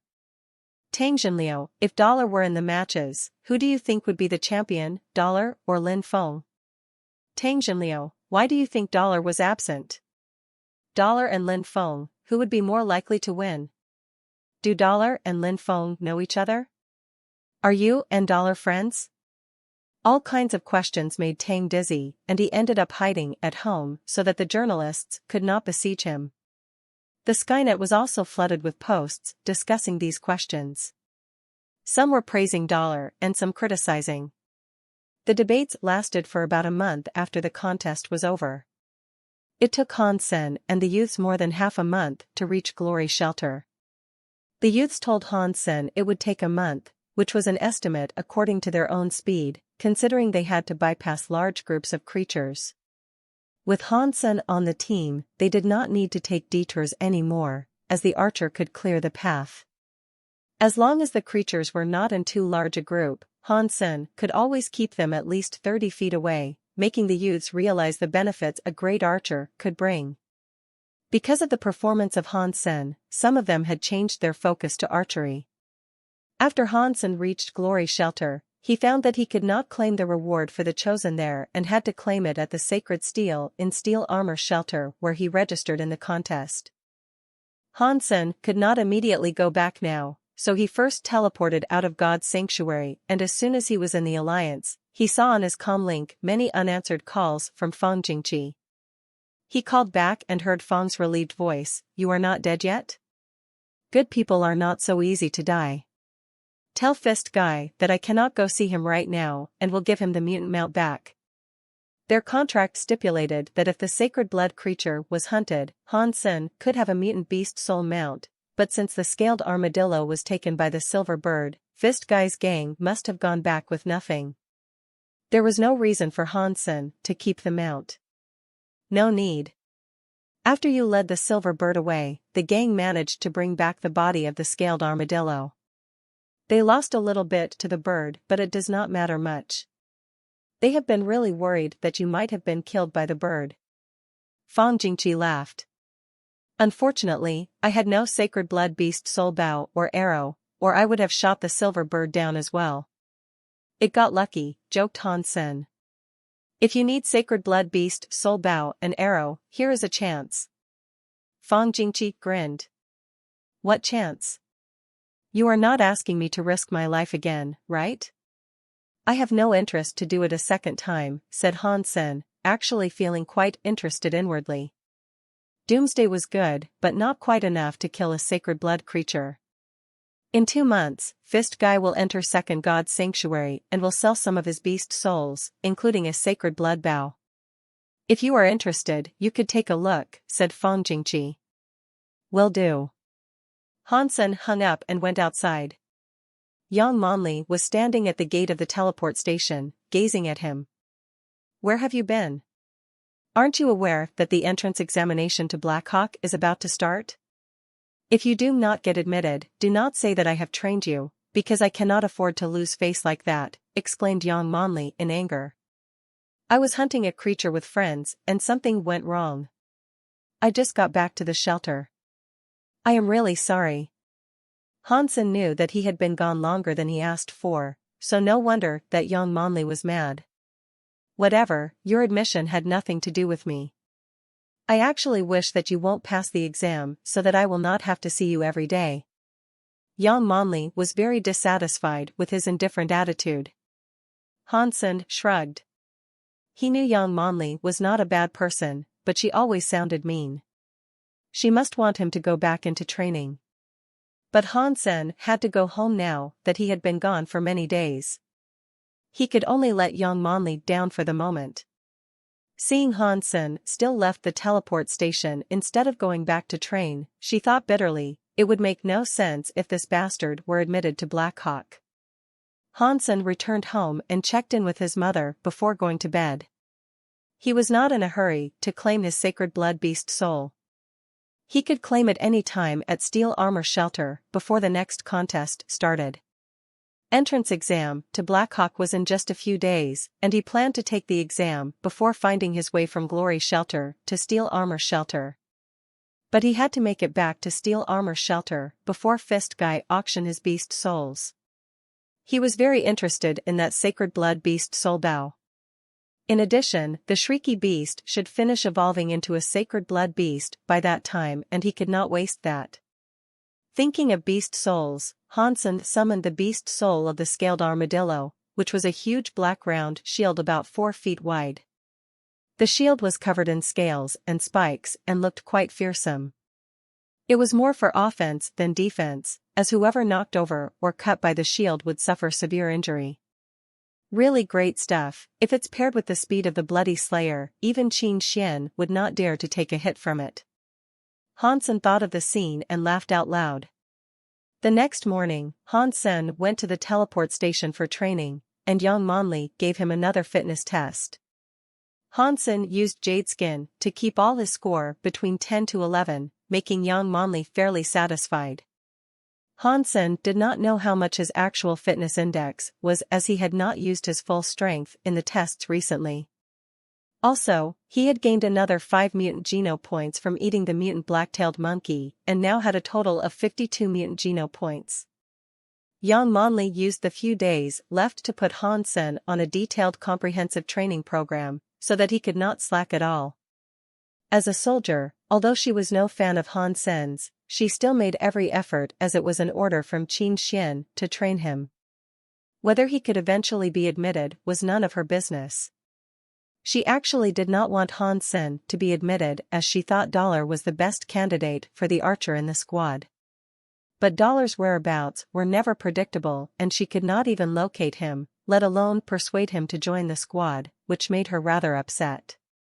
When the entrance exam was about to begin, Qin Xian, as the station master, could not leave the teleport station to accompany Han Sen to Plant Hawk, where Black Hawk Military Academy was.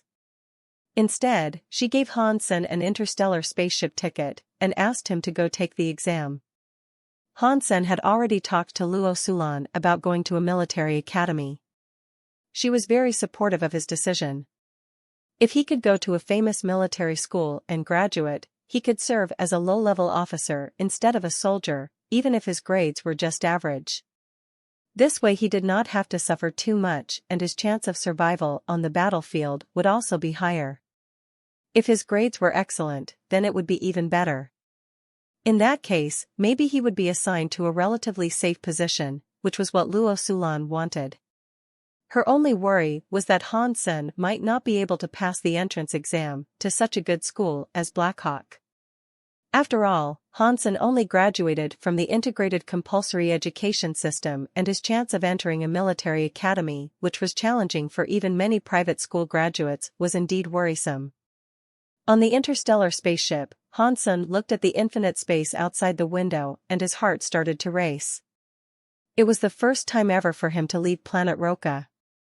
At this moment, Han Sen suddenly remembered a line from a book he once read, "My conquest is the sea of stars." Long interstellar travel was very boring. Many people would choose to go to the gym or go on the Skynet to kill time.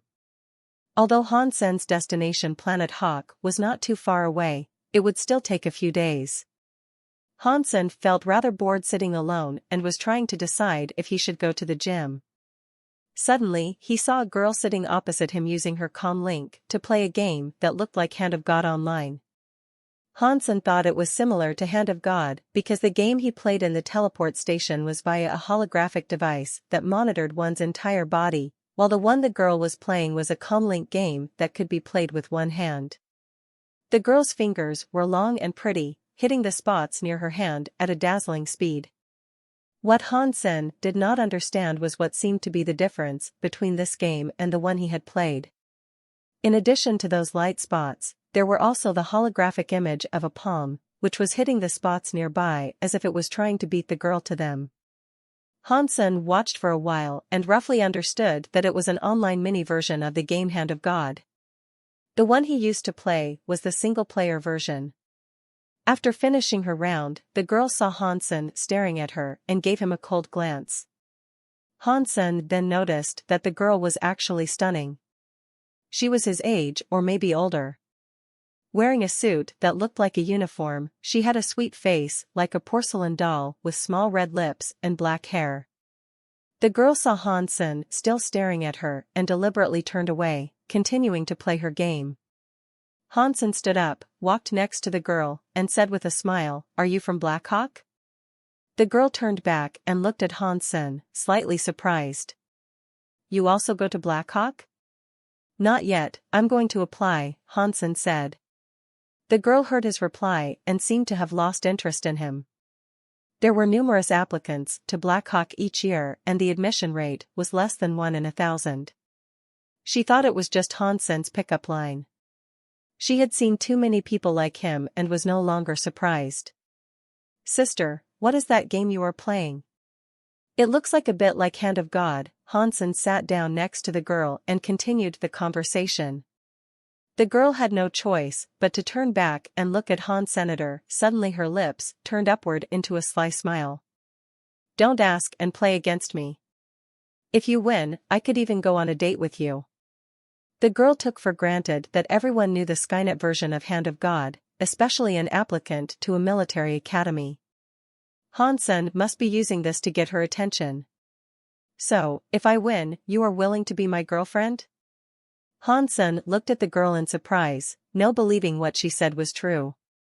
This girl had a sweet face and a nicer body. Her long legs and plump bosom were accentuated by her small waist. She was a beautiful girl indeed. She was still a bit young at this time, but in a few years, once she became a woman, she would be as attractive as, if not more alluring than Qin Xian. A girl like her would become his date as long as he beat her in Hand of God. It was a great deal for him either way. Of course, Ji Yanran always keeps her words. If you are admitted to Blackhawk, you could ask around and everyone would tell you so. Ji Yanran grinned. She was a junior at Blackhawk and the president of Hand of God Society. She was definitely among the top 10 at this game in Blackhawk. Not even too many professional players had the confidence to beat her, let alone Hansen, who had not even made it to the military school yet. Great. Let's begin now. Hansen felt he could not miss such a great deal, to get himself a pretty date before even going to school. He would not have too many opportunities like this one. Ji Yanran gave him a sweet smile. Since it is a showdown and you could potentially have me as your date, what would you offer if you lose? If I lose, I will be your boyfriend. Is that fair? Hansen said earnestly. Ji Yanran gave him a stare and said, save it. Your lines don't work on me. If you lose, you cannot show your face in front of me from now until the moment we arrive at Planet Hawk. Deal. Hansen nodded. He saw Ji Yanran play and thought she was much slower than himself. He was confident that he could win. What is your game ID? I will add you and invite you into my group. Ji Yanran wanted to get rid of him as fast as possible. I'm sorry, sister, I have never played this version of Hand of God. Could you show me how to play first? Hansen spread out his hands helplessly and said. He used to play on the device in the teleport station and had never tried using his comlink. You really don't know how to play? Ji Yanran did not believe him. Which name should I search? Hansen turned his comlink on. Well, I will see how long you could keep this up. Ji Yanran did not trust him at all, but she was not angry either. She wanted to see how long he could keep his pretense, so she told him how to enter the game. She saw Hansen using his comlink number to enter the game and was quite shocked, because the pop-up window on his comlink was a tutorial, which would only appear when the game was installed for the first time. You really have never played Hand of God? Ji Yanran threw a surprised look at Hansen. Not this version. I have only played the single-player version, replied Hansen. The two versions are quite different, and you dared to play against me when you have never played the versus mode? Ji Yanran felt both shocked and amused, as she thought this guy was driven purely by passion indeed. Should be similar. Hansen began to play in training mode, which could not be skipped and was meant to show new players how to use the versus version. Hansen used to play the single-player version and had no opponent. In training mode, there was a hand trying to beat him to the spots, which took some effort for him to get used to, so he looked a bit clumsy. Sometimes, Hansen only found a spot gone when his finger moved over, which was quite different from when he was playing alone. In addition to paying attention to the spots, he also had to pay attention to the action and intention of the other hand. Ji Yanran saw him playing in the training mode and was rendered speechless. He was such a rookie that she had no idea where he gained the nerve to challenge her, president of the Hand of God Society. It looks a bit challenging indeed. Can I practice a bit before playing against you? Hansen asked. Sure, anytime. Ji Yanran believed a rookie like him would not be her match even after practicing for a semester. She wanted to show him some grace, so that when he lost, he would have no excuse to bother her again. Hansen got Ji Yanran's permission and returned to his seat to play online. He soon discovered that versus version was much more interesting than the single-player version. Playing alone simply required him to be fast, while more factors were added to the versus version, including what and when the opponent would move, which made the game more fun. Hansen played a few rounds and gradually mastered the versus version. In fact, as long as one had the skills and ability to judge correctly, the versus version was actually easier. After all, the single-player version was all about speed, and in the versus version, all you had to be was faster than your opponent. If your opponent was weak, it would be really easy to win. Hansen was only trying to study the game itself and did not care about the result, so he lost 5 games in a row. Hansen played a final round when he had fully grasped the tricks. His opponent was not even able to hit a single spot, and he had a complete victory. Feeling that he was ready, Hansen went to Ji Yanran and said, "Sister, I am ready. Would you add me? What is your ID?" Ji Yanran was not about to make any comment. She would win anyway, and all that was left to do was to drive this annoying fly away. Win a girlfriend, Hansen told her his ID. Ji Yanran stared sharply at Hansen, but did not say anything. It did not matter. He could not beat her no matter what ID name he used. Hansen saw a friend request and the ID name was Souvenir.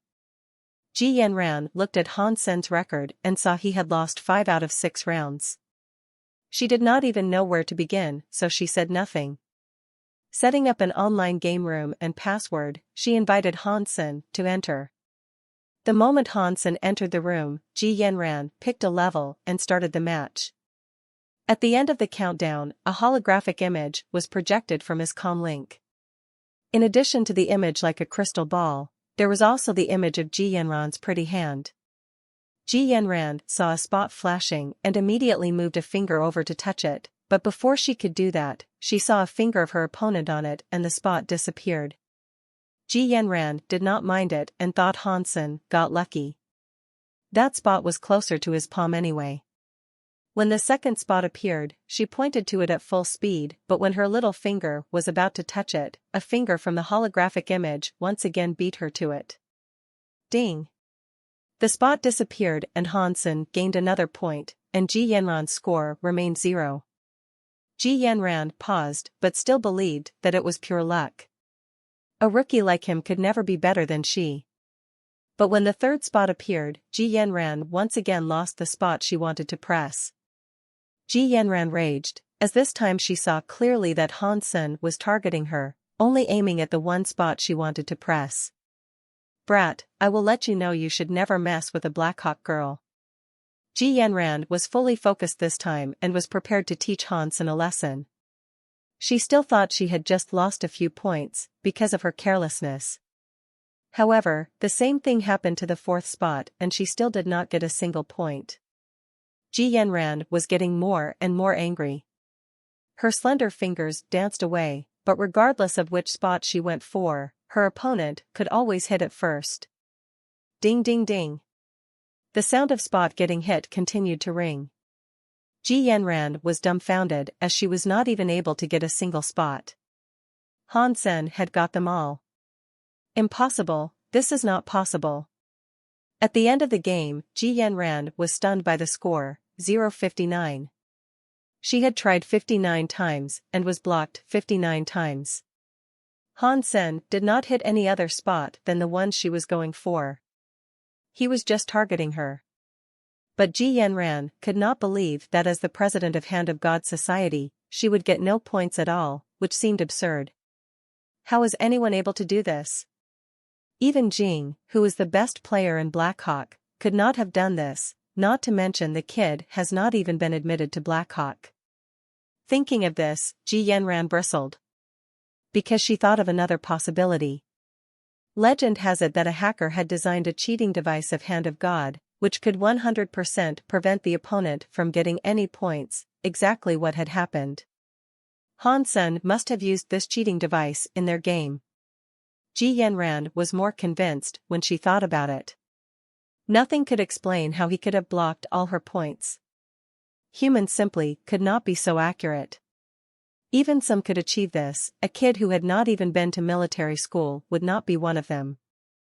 Sister, so I won, right? Hansen walked over with a smile. Having such a pretty girlfriend when he just entered the school was something he would be quite proud of. You used a cheating device, so it does not count, Ji Yanran said angrily. Cheating device? Hansen was a bit shocked. Stop pretending. You blocked all my points and it simply looked fake.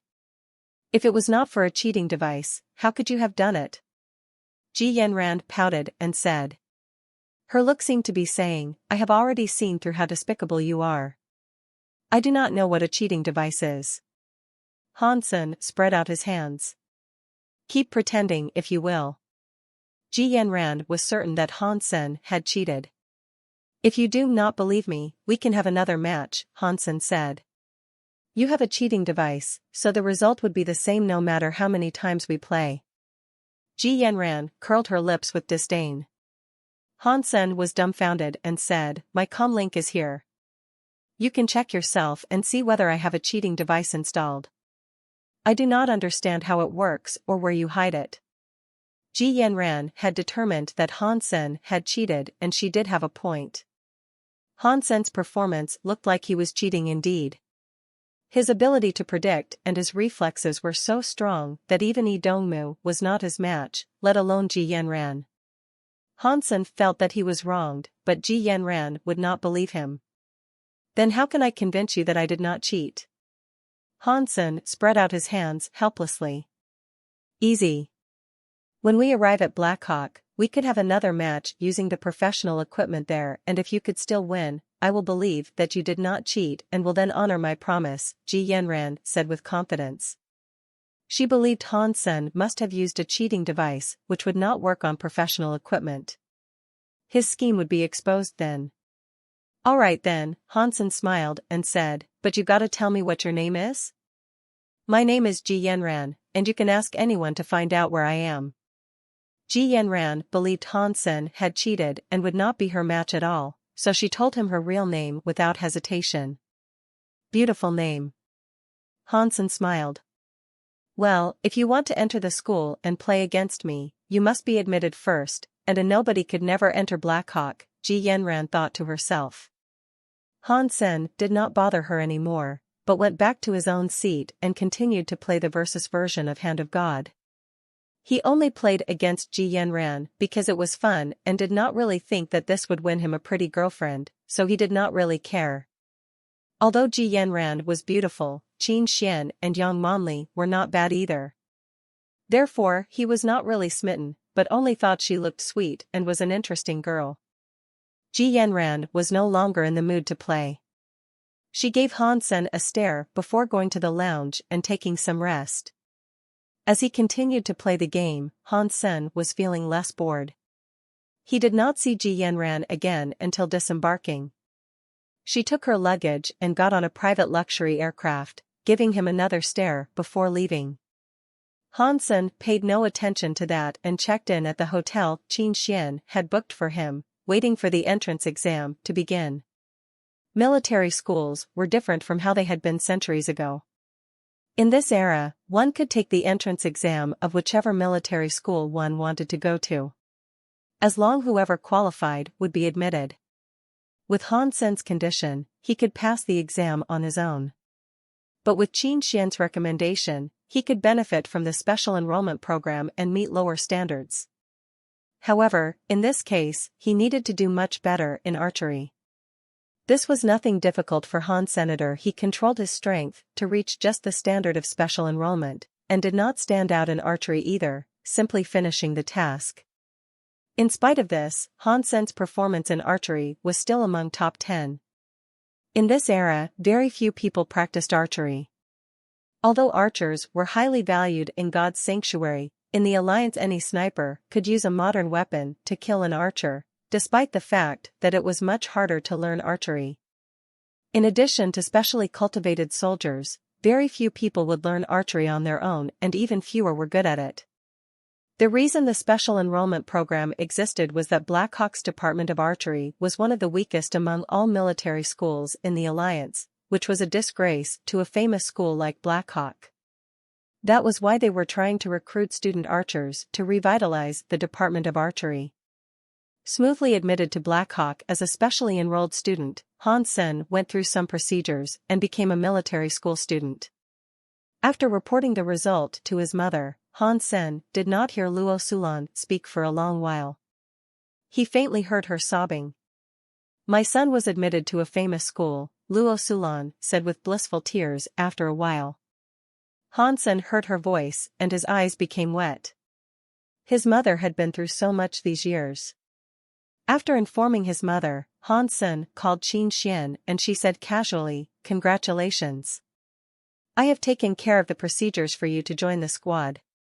From now on, you are my guy." "Station master, what does the squad do?" asked Han Sen curiously. "Babysit," Qin Xian said in a strange voice. "Babysit?" Han Sen was shocked and did not understand what a special squad would have to do with nurse or nanny. "Our task is to take care of some special kids, such as Yuan and Qing, whom you already knew. They are also our clients. By taking care of them in God's sanctuary, we can gain handsome rewards. For example, S-class licenses of St. Hall that can't be bought would be paid to you if you finish certain tasks." Qin Xian explained and then told him, "There are some formalities where your signatures are needed and you need to keep some things in mind. But let's go into details later in the shelter." "My family." Han Sen wanted to ask the most important question. "The report has been submitted. Within a week, your mother and sister will be under the protection of the military. Unless you kill Son of Heaven's father or marry his wife, he probably will not be so desperate that he risk doing something stupid. Your family will be safe in the Alliance, about which you can absolutely rest assured," Qin Xian solemnly committed. "What if he really is desperate?" Han Sen asked again. "He does not dare," Qin Xian said casually, sounding full of confidence. After completing all the admission procedures, Han Sen did not go directly to school. He must return to Steel Armor Shelter before school was in session. Otherwise, he would never have such a long period of free time. He needed to participate in various training programs and could not spend half a month or even longer in God's sanctuary. Han Sen got in touch with Lin Beifeng and asked him about the route he took when coming to Steel Armor Shelter from Glory Shelter. Then Han Sen also did some research on the Skynet. Because Glory Shelter was closest to Steel Armor Shelter, there were quite a few people that had traveled between the two. With all the information and his own experience, Han Sen soon figured out a way to go back to Steel Armor Shelter. This route was very dangerous for others, but for Han Sen it was fine. According to his judgment, the hardest part in this route was to travel through dark swamp, which he was familiar with and could fly across. "Sen, you are still in Glory Shelter, right? Can you do me a favor? I will transfer some money to you and can you acquire some beast souls of Jade Shell in Glory Shelter?"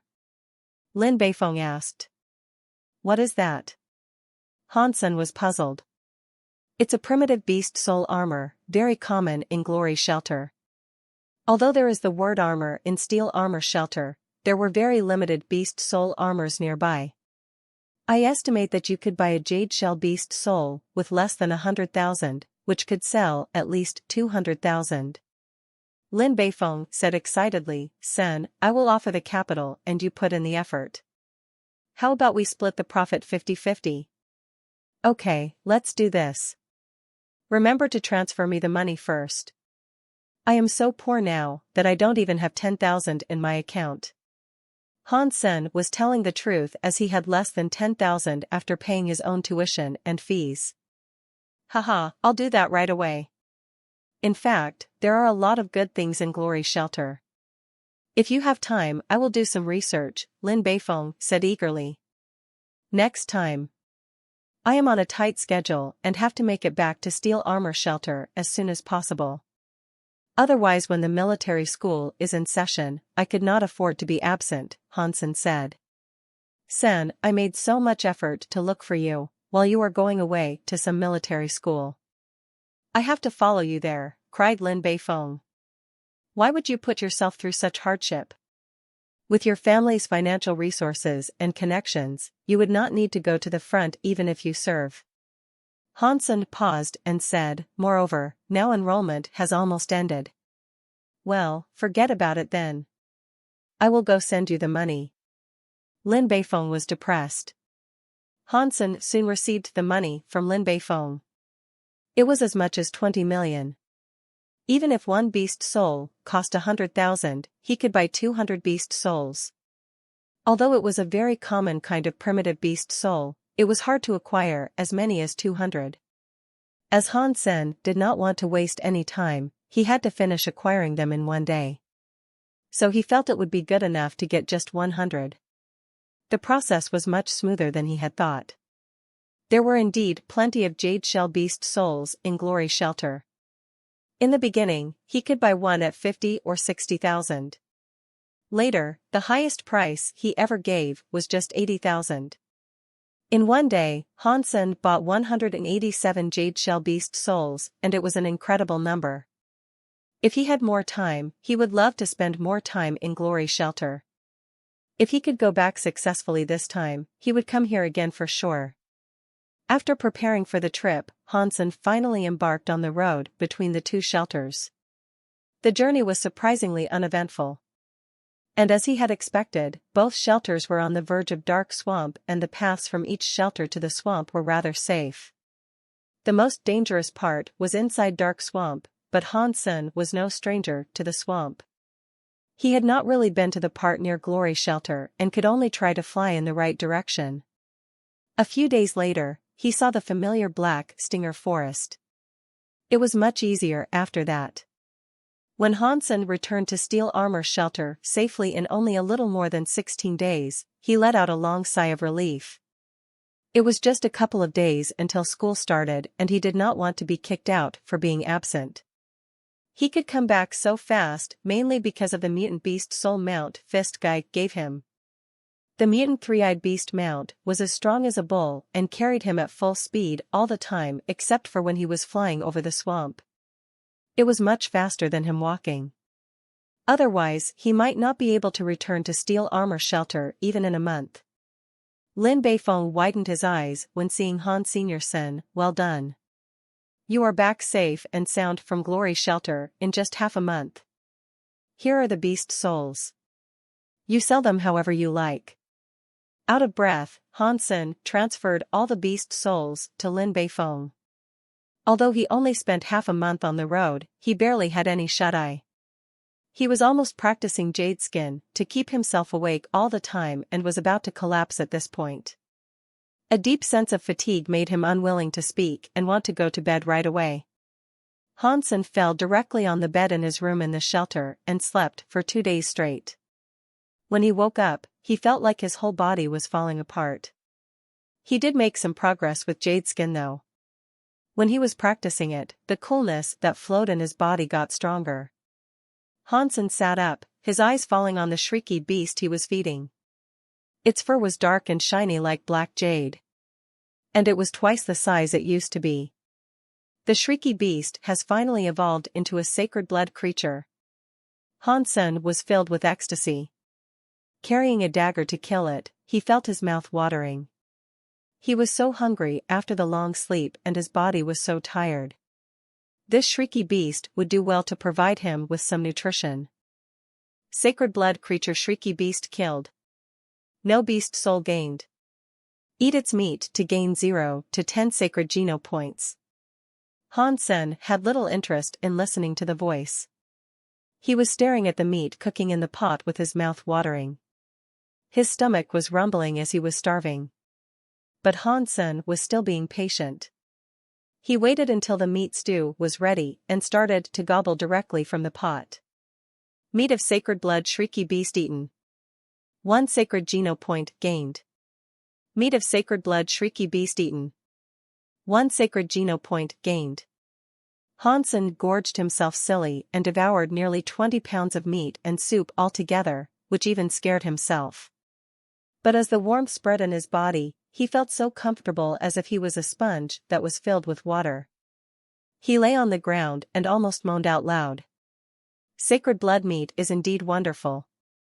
If I could have such a pot every day, I would be so healthy and strong. Hansen licked his lips. Unfortunately, he only had such a blessing every 3 months. With the 5 sacred Geno points gained from eating the shrieky beast, he now had 34 sacred Geno points. It had only been half a year and he had 1/3 the maximum count of sacred Geno points. No one would believe him even he told people the truth. He went to the plaza and bought a primitive creature the size of a chicken and fed the black crystal to it. While doing this, Hansen had something else on his mind. He could finally claim his beast soul reward from the contest. No matter what kind of beast soul he got, it would be a sacred blood one, what many people could only dream of. What is the best? A bow? A mount? Or a humanoid beast soul? Hansen thought it would be difficult for him to choose, because he wanted everything. However, he had only one chance and it was not even up to him. At midnight when there was no one around, Hansen quietly entered the martial ring, which had been closed after the contest. Except for him, no one could enter before next year's contest started. After he had claimed his prize, he would not be able to enter either. Standing in front of the sacred steel, Hansen placed his palm on the steel and suddenly all kinds of images of beast souls started shifting rapidly on the steel. Hansen removed his palm and the images were still changing and slowed down after a while. Hansen's heart was racing with the images. When the image froze on one beast soul, Hansen was completely attracted by it. A seductive blonde woman with hourglass figure and scarlet pupils in red-fitting armor and a ruby crown, walked out from the steel and smiled at Hansen, almost stealing his soul away. Then she became a shadow and entered Hansen's mind. He suddenly heard the voice say, "Sacred blood beast soul fairy queen gained." Hansen was ecstatic and quickly checked the details of fairy queen. Type of sacred blood beast soul fairy queen, shapeshifting. Shapeshifting?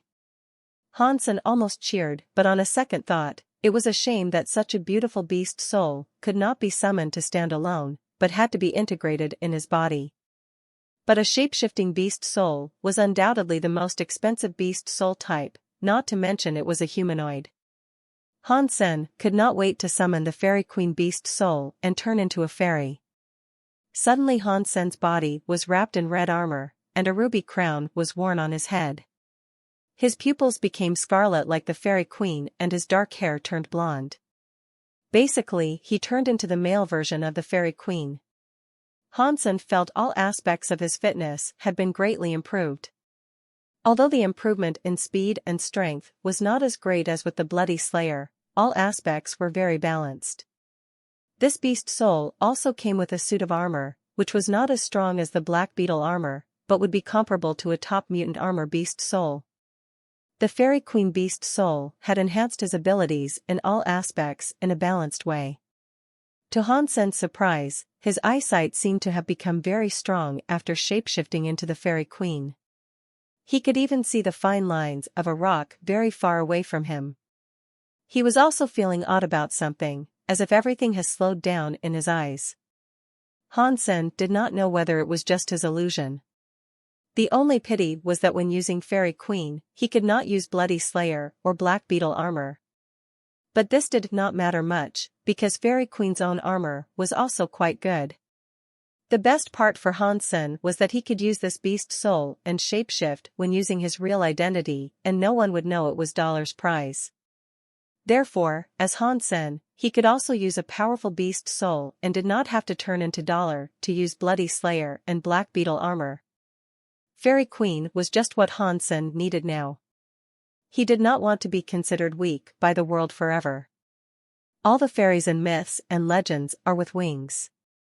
If Fairy Queen also has wings, it would be perfect, Hansen thought greedily. After the excitement, Hansen sneaked out of the martial ring. The day after tomorrow was the first day of school. He had to go register and then go to his dormitory. Black Hawk was a military school, so the rules followed military standards. Once enrolled, a student could not go out of the school and had to stay in the dormitory, except for holidays and special occasions.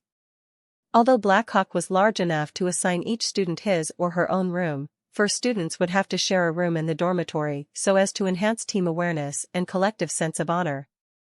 Han Sen's roommates were all specially enrolled archery students like himself. Han Sen was the last one to arrive in the dormitory. The other three had moved in for several days. "Brother, why are you so late?" "We cannot wait." When Han Sen had moved into the dormitory, his three roommates surrounded him like a bunch of hooligans trying to tease a maiden. "What do you want?"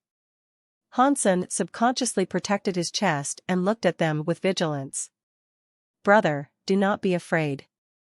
We just want to discuss with you who our leader should be. I think we should go by age. The oldest should be the leader. As you all know, wisdom grows with age. So, I will make a great leader." The speaker was a big man more than 6 feet tall. The rolling of his eyes suggested that he might not be so trustworthy, unlike what was suggested by his muscular body. To enhance team spirit among students, Black Hawk always trained students by room. So the leader of a room would have more say in most things.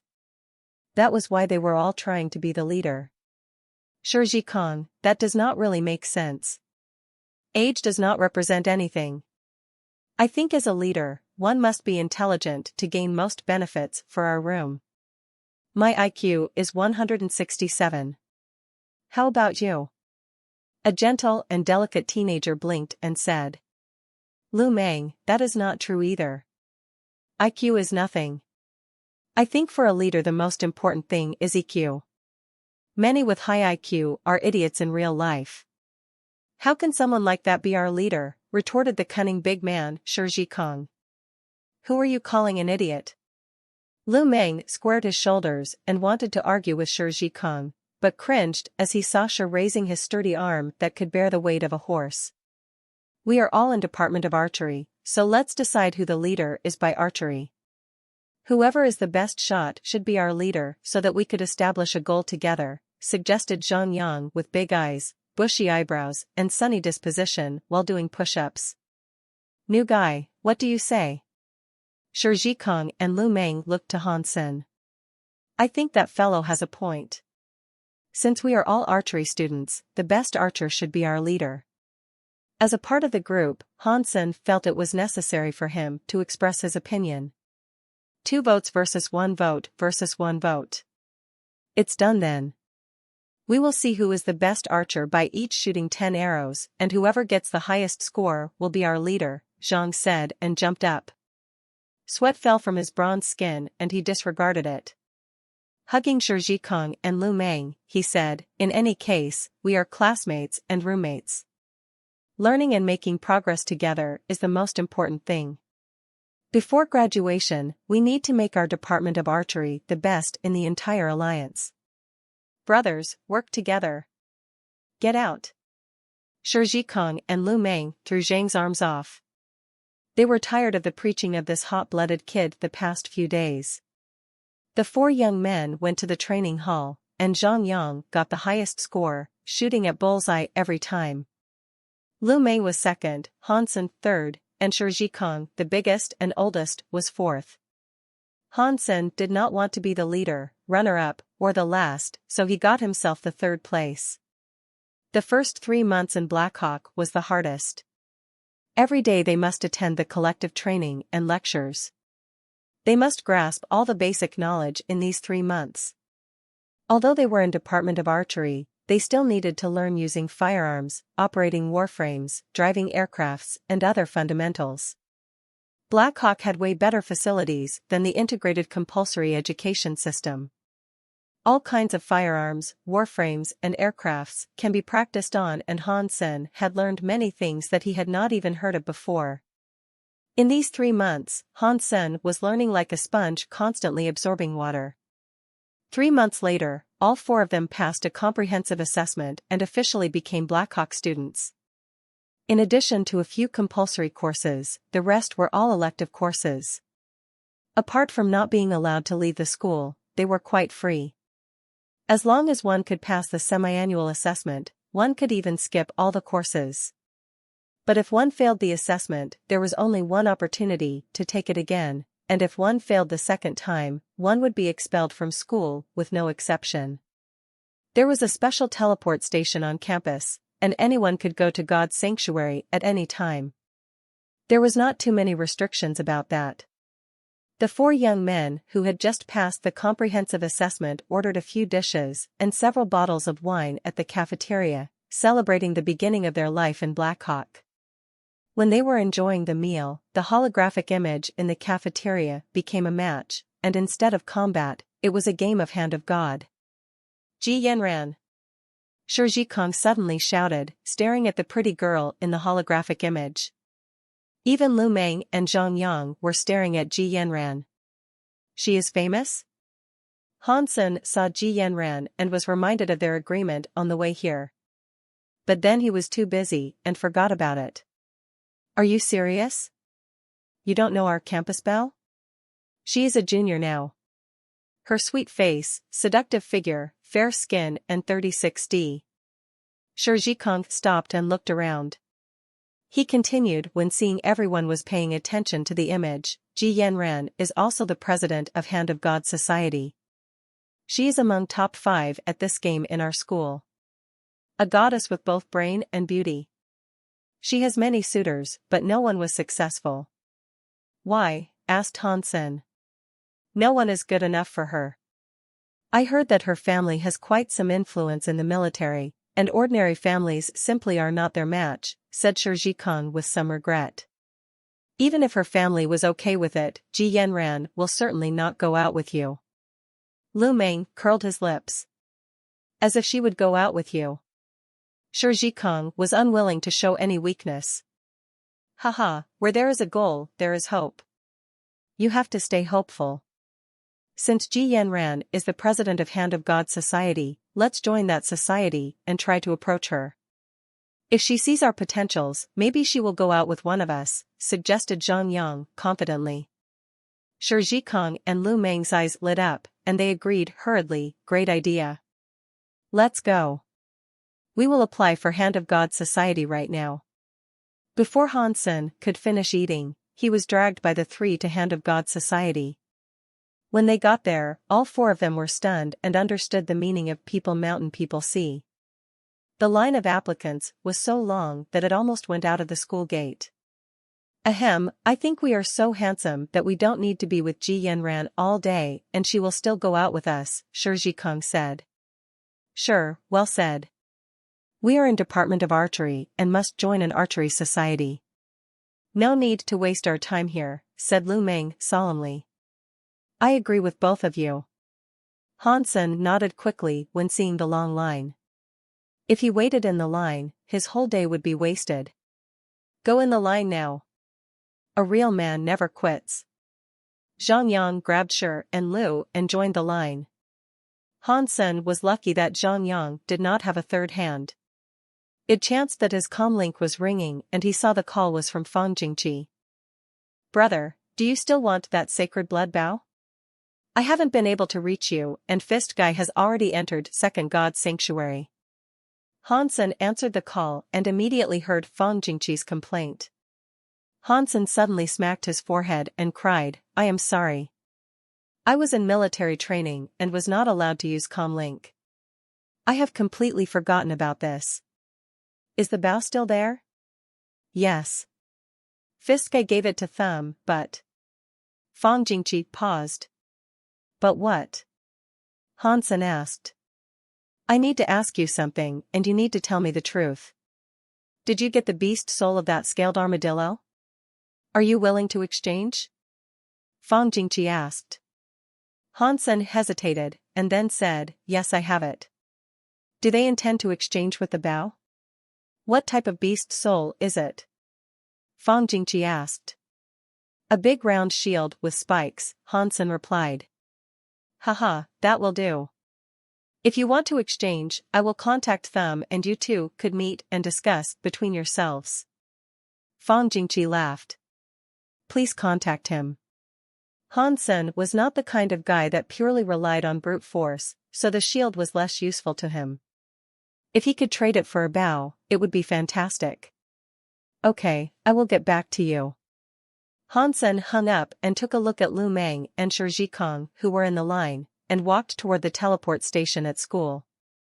The creature he started feeding before the military training should have evolved into a sacred blood creature by this time. That would provide some nutrition for him. Before Han Sen reached the teleport station, Fang Jingqi called him again and asked if he had time to meet them right away. Han Sen entered God's sanctuary knowing the time and place to meet. Good shield, it really is a masterpiece. In a grove, Thumb caressed the shield as if it were his lover. The bow is also a wonderful bow. Holding a large black horn bow, Han Sen was also obsessed.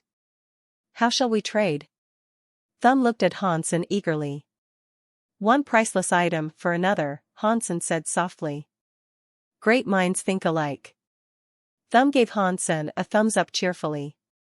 Brother Thumb, I wish you will be unstoppable anywhere you go with this shield.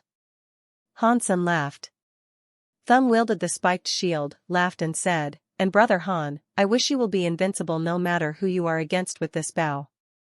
The two smiled at each other, put away their treasures and left the grove, both very satisfied with the transaction. Han Sen returned to his own room in the shelter and played with the horn bow. This horn bow was the beast soul of a magic horned snake. Its effective range was nearly 6,000 feet, and that was not yet its maximum range. The strength required to draw the string of this bow was even less than that for Doomsday, so this was an archer's ultimate dream. Han Sen even believed that he could use it to shoot a fly 6,000 feet away dead with the eyesight of the Fairy Queen. A good horse should be paired with a good saddle. If I could get a sacred blood beast soul arrow, it would be perfect. Han Sen stroked the curves of magic horned snake and thought blissfully. Of course, a sacred blood beast soul arrow was not so easy to find. Luckily, the cloud beast that Han Sen had been feeding had evolved into a sacred blood creature, so he killed it to cook a pot of stew. Han Sen regretted that his cooking skill was not up to par. All he could make was stew, and even it tasted good. He got tired of the same food after all this time. But when the voice said he was gaining sacred Geno points, Han Sen was still very excited. In the end, the sacred blood cloud beast contributed 5 more sacred Geno points, and Han Sen's sacred Geno points had reached 39. Qin Xian knew that his schedule would be rather full as he was just enrolled and did not come to him, which gave Han Sen some time to relax himself. Han Sen returned to his dorm at night and saw his 3 roommates playing Hand of God. Seeing Han Sen back, Shi Zhikong ran over, threw an arm around Han Sen's shoulder, and grinned, Sen, we are playing Hand of God. Join us. Good brothers should share everything. Lu Meng curled his lips and said, your skills are so bad that even if he joins us, he would still beat you. Cut it. You won only twice, and it was because I was not paying attention. When I get serious, you would lose so bad. Shi Zhikong smiled and said to Han Sen, Son, let's play together. You don't have anything to do anyway. Practice with me. Okay, on the Skynet? Han Sen smiled. Our school has a special BattleNet designed for Hand of God. You can register an account and add me. My ID is Optimus Prime. Shi Zhikong carefully taught Han Sen how to register. Han Sen registered a BattleNet account and named his ID My Girlfriend is Jianran. He registered successfully and Shi Zhikong hurried him to enter the game. Han Sen entered the game and sent a friend request to Shi Zhikong. *T, Sen, UID's got some swag. Shi Zhikong saw Han Sen's ID and called out. Lu Meng quickly took a glance and gave a crooked smile. Sen, you are asking for trouble on the BattleNet with this ID. All the players playing this game think of Ji Yanran as their goddess. I didn't know you have such ambition. I like it. Zhang Yang looked at it and patted Han Sen on the shoulder, feeling satisfied. Well, cut the crap. Let me beat you, no. Let us practice. Shi Zhikong was so excited that he had a slip of the tongue and quickly corrected himself. Coming. Han Sen accepted the invitation of Shi Zhikong and entered his game room. Shi Zhikong chose the difficulty and started the game. After the countdown ended, the game officially began. Lu Meng and Zhang Yang were not in the mood to watch the match and each found another opponent online and started to play against. Shi Zhikong was very excited as he kept losing to Zhang Yang and Lu Meng in the game all afternoon and could eventually gain some self-confidence back by playing with Han Senator. He was thinking that he should go easier on Han Sen the first round in case Han Sen gave up too soon. As long as he let Han Sen win by a narrow margin, he could get Han to play with him a few more rounds and settle his craving. A few seconds later, Shi Zhikong's face collapsed. Eyes wide and hands shaking, Shi exclaimed, "Sen, you asshole, are you the reincarnation of Takakato?" Seeing Han Sen's hand quickly moving as if he was having spasms, Shi Zhikong was more and more shocked and panicked, as he had not touched many spots near him. "Shi, you are yelling like a pig being slaughtered." "Stop being so dramatic," Lu Meng, who was in the middle of a game, protested. Shi Zhikong had completely given up. Watching Han Sen's hand dancing, he lost all desire to play. Shi Zhikong rolled his eyes and told Lu Meng, "Sen's skills are strong. I believe in our room, no one is his match except for the leader." Lu Meng replied, "Shi, your loss is on you. Don't bring other people into it. Lu, you are not even as good as me. If you play against Sen, you would lose all the same." Shi Zhikong deliberately raised his voice and said, "I'll show you who the real master is, but if I win, this month you need to do the cleaning," said Lu Meng. Shi Zhikong's face suddenly showed a trace of joy, but he then immediately suppressed it. He looked hesitant and said after a long while, "All right. But if you lose, you need to do the same." "Okay, no problem. Let me finish this round first." Lu Meng believed in himself. He had passed unevolved 9 in Hand of God, which was quite good among all freshmen. Maybe he was not the best player, but he could easily join Hand of God society. In addition, they were all in the department of archery, which had no high demand for speed, so normally archery students were weaker at this game in general. Except for Han Sen, Lu Meng did not think any of his roommates could beat him.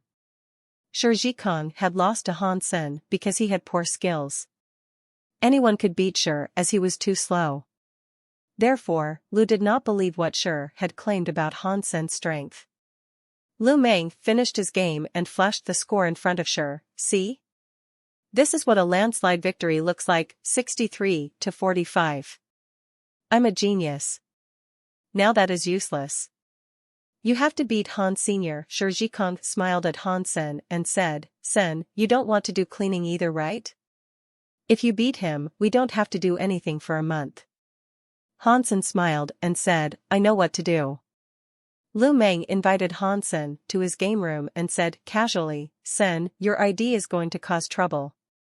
If you don't believe me, try looking for a match on BattleNet. The boys will line up to kick your ass." "I'm used to it," Han Sen smiled. "Failure is good. It helps you make progress." Lu Meng began the game, slowly drinking from a bottle of water at the same time. While drinking, he provoked Shi Zhikong, "Shi, check out how I beat Sen single-handedly. Don't deny it when you lose." "Awesome. Lu, you are just awesome." Shi Zhikong curled his lips with his arms folded, waiting to enjoy the show. He thought, everyone is only allowed to use one hand in the versus mode anyway. Boast all you want now, you will cry later. "So I am," Lu Meng answered proudly, unaware of Shi's sinister intention. At the end of the countdown, the spots popped out and Lu Meng did not plan to put aside the water bottle. Reaching out to touch the spots while drinking, he paid no attention to Han Sen's hand. He felt as long as he played normally, he could certainly beat Han Sen. Only a few spots down, he caught a glimpse of the other hand and felt its speed was abnormal, so he looked up. One look and Lu Meng was suddenly stunned, forgetting even to reach for the spots. The water bottle froze on the edge of his lips. He maintained that position and did not move for a long time. Han Sen's palm was shaking at a dazzling speed as if it had a secret engine installed. All the spots were gone. Lu Meng had picked unevolved 10 for this round and he could not even clear the spots on his own side, while Han Sen had cleared them up for him, while looking quite relaxed. Lu, what happened to beating Sen single-handedly? How about you try with both hands now? Shi Zhikong saw Lu Meng stunned and laughed. Try your ass. Sen, you must have passed unevolved 10? Lu Meng cried. That's about right, said Han Sen casually. In fact, he had already passed Evolver 4, which was much higher than unevolved 10. *T. Lu Meng cursed and cried, sure, you are so devious. There is no way our leader could beat Han Senator, you were setting me up deliberately. You are the one who suggested cleaning, not me. Shi Zhikong grinned and spread out his hands to show his innocence. Unevolved 10? Sen, let's have a go. Zhang Yang overheard their conversation and flames were burning in his eyes. Han Sen went into Zhang's game room and beat Zhang easily. Zhang's level was about the same as Lu Meng, or maybe slightly better. They should both be around unevolved 9. Play again. Zhang Yang was not discouraged. Once again he was defeated. Play again. Zhang Yang wanted to play even more. Defeated again. Again. Zhang Yang was almost burning. Brother, let's stop here. You can even consider me the loser. Han Sen was really afraid of Zhang, a masochist who took pleasure in losing. I finally found my destined opponent. Sen, happy fighting. Zhang exclaimed excitedly and dragged Han Sen into his game room one more time. Lu Meng and Shi Zhikong chuckled when seeing this. Such a person as Han Sen could only be contained by someone like Zhang Yang. Han Sen was scared of Zhang. Ever since they played that time, he would drag Han Sen to play Hand of God whenever he had time. He was happy but Han Sen was hysterical. This is not the way to go. I must curb his desire to fight me. Han Sen's eyes were sparkling. Boss, today I'm free. Do you want to play a few rounds of Hand of God? When Lu Meng and Shi Zhikong went out, Han Sen took the initiative and suggested to Zhang Yang. Sure. Zhang Yang entered the game and sent Han Sen an invite. Han Sen clicked on agree and entered Zhang's game room with eyes glaring and a hint of smile on his face. When he was playing with his roommates, he usually only focused on the spots on his own side instead of stealing the ones on the other side. In order to make Zhang look for someone else to play with, Han Sen was ready to disarm him completely and see if he could keep being happy. From lunch to dinner, Han Sen and Zhang Yang had played numerous rounds in 4 or 5 hours. The preparation time included, one round would take a little more than a minute. And the two were at it the entire afternoon. From the beginning to the end, Zhang had not even touched a single spot. Literally zero. Even so, he still hung in there the entire afternoon. Han Sen was almost driven out of his mind, but eventually Zhang Yang gave in first. It seemed his blood had cooled down. Ahem, Sen, it's time for dinner. Zhang Yang's words almost moved Han Sen to tears. Okay, boss, we will go to dinner. Han Sen quickly turned off his comm link. He would throw up if he kept playing. He really admired Zhang Yang for being so committed. If Han Sen was in his place, Han would probably have lost interest within an hour, while Zhang played in excitement the entire afternoon. But since this afternoon, Zhang Yang had stopped bugging him to play Hand of God, which gave Han Sen some relief. This was curious to Lu Meng and Shi Zhikong, who did not know what had happened in the afternoon that could stop Zhang Yang. But Han Sen and Zhang Yang remained silent about what had happened that afternoon, and it was referred to by Lu Meng and Shi Zhikong as the most mysterious afternoon in room 304. And Lu Meng and Shi Zhikong nevered play with Han Sen again, who could even put a stop to Zhang Yang's enthusiasm. Han Sen did not play the versus mode of Hand of God often. There were too many limitations, and he preferred the single-player version, which could better exercise his arms. Han Sen had been very interested in operating warframes recently. A warframe was a semi-mechanical semi-biochemical humanoid weapon. Compared with tanks, warframes had excellent maneuverability and could adapt themselves better to different terrains, while the requirements for their operation were also very high. When Han Sen was in the integrated compulsory education system, his school did not have a warframe for students to operate.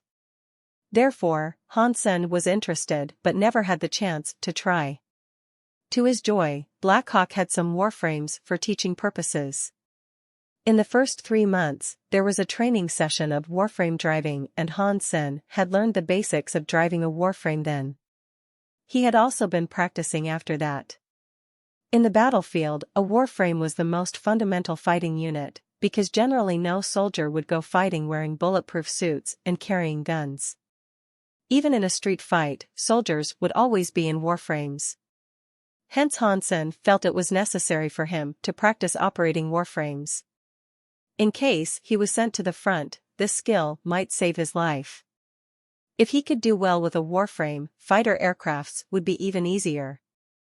As for interstellar warships, Black Hawk had but an old one for show, and the operation of warships could only be practiced using virtual reality. Ding! While Han Sen was still practicing on a warframe, he suddenly heard the tone of money transfer. Checking through his comm link, he saw 10 million added to his account, which shocked him. Before he could see who it was from, his comm link rang. "Sen, did you get the money?" It was Lin Beifeng's voice. "So much?" Han Sen was slightly surprised, not realizing the jade shell beast souls were worth so much. Originally, he thought it would be nice if he could make 3 or 4 million. "We earned about 20 million, so I rounded it up for you. Sen, next time you go to Glory Shelter, we will buy some beast souls in steel armor shelter to sell there. This way we could make money on both ends and earn even more," said Lin. "I'm not going anytime soon. When I do, I'll call you." Han Sen thought about the hardships of going back and forth and temporarily dispelled the idea of going to Glory Shelter. At the moment he really had no time to go. His curriculum was intense at this point, and he was still working on the semi-annual assessment. He would only go when Steel Armor Gang had a hunting campaign and when someone asked him to hunt mutant or sacred blood creatures, as it was too hard for him to hunt a sacred blood creature alone. Even if he was just trying to hunt mutant creatures, he had to go to places like Dark Swamp. As it was too hard to walk in Dark Swamp, he had to fly in and out, which made it difficult for him to carry larger creatures' meat out. Thus, he would not have much gain there. Mutant black stingers were useless to Han Sen at this point, and all he could do was to sell them. Meowth still had not finished eating what was left for it. But Han Sen was in no hurry. The black crystal could produce a sacred blood creature every 3 months, which was much more efficient than hunting on his own. He can wait. He hung up, transferred 1 million to his mother and texted her to explain it was his earning in the shelter. He did not dare to give her too much, afraid that it might scare or worry her. He planned to transfer a part to her each month so that she could get accustomed to it. It was time for her to enjoy life after so many years of suffering. Back to the dormitory at night, Han Sen saw Shizhikong in the room alone, cursing while playing the game. Han Sen did not know what had happened but sure looked mad. Seeing Han Sen back, Shizhikong yelled angrily, "Sen, perfect timing. Enter the game and kick this asshole's ass for me." "What is it, sure?" Han Sen walked next to Shizhikong and saw him in a game room, but the game did not start. There were 2 more players in the game. One's ID was Birdie and the other player's ID was Mangod. Shizhikong and Mangod were calling each other names, and Birdie would throw in a bitter comment at Shir here and there, making Shir flushed. With the explanation from Shizhikong, Han Sen got the gist of things. In the beginning, Shir was playing against Birdie. Shir was rather poor at this game and hardly ever won on Battle.net, so he bragged a little after he had won several rounds against Birdie. Sure had good manners, so he just bragged about himself and said nothing bad about his opponent. Even so, Birdie was mad and asked Mangod to avenge her. That was fine as well. Sure did show off, and that was the consequence. However, Mangod cursed and said Sure was a dumbass. And Birdie ridiculed Sure as well. Sure was not the type to let it go easily and was thus involved in a quarrel against the two. But after all, his gaming skills were limited and had no confidence when talking back to Mangod, which made Sure simmer with anger. Sen, help me destroy this disgusting couple. I'm so mad, Sure raged. Right away. Hansen turned his comlink on and entered the game. Just you wait. I called my brother to kick your ass, and we will see who the dumbass is. Sure saw Hansen entering the game and said to Mangod. Haha, whoever comes will be equally useless. The brother of a scum must also be scum. I can beat as many scums as I want, Mangod said arrogantly. Well, just you wait. Sure urged Hansen to log in. The reason Sure was playing was that his application to join Hand of God Society was turned down. Although Zhang Yang and Lu Meng were accepted, they did not join either for his sake. Feeling sorry, Sure wanted to improve through practice and try to apply again later. After all, in addition to Ji Yanran, there were lots of pretty girls in that society, and it would be a shame if they did not join. That was why he was spending quite a lot of time on this game. Not expecting something like this to happen, he was furious and was counting on Hansen to avenge him. Haha, it does not matter who you called. Brother Long is the backbone of Hand of God Society, and top 20 in the contest last year, said Birdie proudly. Sweet sister, we have to be low-key and leave them some hope. Haha. Wang Long grinned. It was a rare opportunity for him to show off in front of a girl, so he had to do well. Wang Long was full of confidence. He was a key member of Hand of God Society and knew every good player on campus. Even if he didn't know them in person, he would recognize their ID. If someone better than him showed up, he would know, and the person would probably recognize his ID as well and show him respect. Soon, Wang Long saw someone enter the room and checked the ID name. He almost burst out of laughter. My girlfriend is Jianran, what a loser. What kind of loser would name himself that? He's asking for trouble. Wang Long asked, this is your friend? Yes. You got a problem? Sure was not that confident. Last time when he was trying to register, Hand of God Society did have a good player named Wang Long. Although he knew Hansen was good, Wang Long seemed to be one of the leaders in the society and was in top 20 on campus, so he could be considered a pro. Sure was not sure if Hansen could beat him. Nothing. I intended to play casually, but now I see his ID, I have to kick his ass. Wang Long then sent Hansen an invite. Hansen did not hesitate to click on agree, and the two entered the game. Birdie, who was watching, ridiculed, he must be so horny that he named himself that. What a shame. We still don't know who the shameful one is, rebutted Sure. Although he was not certain about the result, he would not let a woman throw mean comments at his brother. The result is clear. You scums could never win Brother Long. Well, maybe you can in your dream in another lifetime, Birdie said contemptuously. Sure gritted his teeth and did not speak. If he cursed, he would be stooping to her level. And Sure was not entirely sure about the result. Wang Long was a top 20 player after all, it was questionable if Hansen could beat him. Wang Long was ready to teach Hansen a lesion. And since it was a lesson, he could not limit his hand to the spots on his own side, but must make his opponent unable to touch any spot. Boy, it's not your day. With such an ID, I will change my surname if I don't beat you up. Wang Long saw the spots appear and reached out to the spots on the other side. But just when his hand was out, he was surprised to see his opponent already hitting that spot. He soon decided it was just pure luck and he just needed to keep going. But then everything happened after made his face freeze. And Birdie was simply dumbfounded. Each time Wang Long reached out, Han Sen had already hit the spot he was aiming for. And he had got 0 point after a dozen attempts. Damn, I met a master. Being anxious, Wang Long gave up on hitting Han Sen's spots and focused his own side.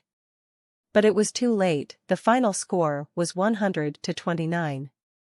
Han Sen got everything, and Wang Long only got 29 on his side and missed 71. Seeing this score, Bertie's face darkened while Shi Zhikong laughed and texted, "This is what you call top 20? Sister, you are fooled." 100-29. If such a player could be top 20, then Hand of God Society must suck as well. Sister, listen to me. If he is lying to get money from you, that's okay. When you haven't lost your body to him, just stop. Bertie was quiet and Wang Long was pale. He immediately invited Han Sen again and thought maybe he simply used a bad strategy last time. Maybe he lost because he was aiming for the spots on the other side. He wanted to prove himself, otherwise it would be too big a shame. Han Sen clicked on agree and the two were at it again. Wang Long used all his efforts on his own spots and did not even look at Han Sen's side. However, as Bertie observed, the difference in speed was so great that it was like bicycle versus motorcycle. Even an idiot could tell the two were not on the same level. Wang Long felt that this time he was even faster than usual and felt complacent about his performance. When he felt that he must have won, the game suddenly ended and he was stupefied. A neat figure, 100:80. 80 was the score of Wang Long, which meant his opponent got all 100 spots when he just hit 80. A huge gap. Who are you? Wang Long was shocked for a long while, and then texted his opponent. He thought it must be some famous player's alternate account. There were few on campus that could beat him by 20 points anyway. No reply from his opponent, but an invite to continue playing. Wang Long's face turned red, but he could not decline. Wang bit the bullet and agreed. Once again, Wang had no chance of winning. Han Sen did not even try to steal Wang's spots and was only focusing on his own side. The result was again 100:80. Wang Long did not know if it was a coincidence or design. If it was deliberate, he could not believe how strong his opponent actually was. Another invite, and Wang Long agreed again. The result was the same, 100:80. Another difference of 20 points, Wang Long felt a chill and did not know what to say. Boy, not so insolent now? You call yourself top 20? Shi ridiculed and Bertie left the game room quietly in the middle of their third game. Do you dare to wait 10 minutes? I will find someone to knock you over. Wang Long sent a message. Okay, whoever comes will lose anyway. If you call two, we will beat a pair. Shi gave him a confident answer and forgot about the displeasure before. Wang Long did not reply. He must be calling someone. Shi said excitedly, Sen, you are so wonderful that you totally beat Wang Long. You should become a professional player. Don't exaggerate. It was because he was too weak and did not deserve his reputation, Han Sen shrugged and said. I like it when you beat such weak scums, Shi said in excitement. Wang Long left the game window open and ran to the room next door. Seeing a guy who was talking in that room, he was overjoyed and said, Brotherly, here you are. What's the panic about? Lu Ku cut in impatiently.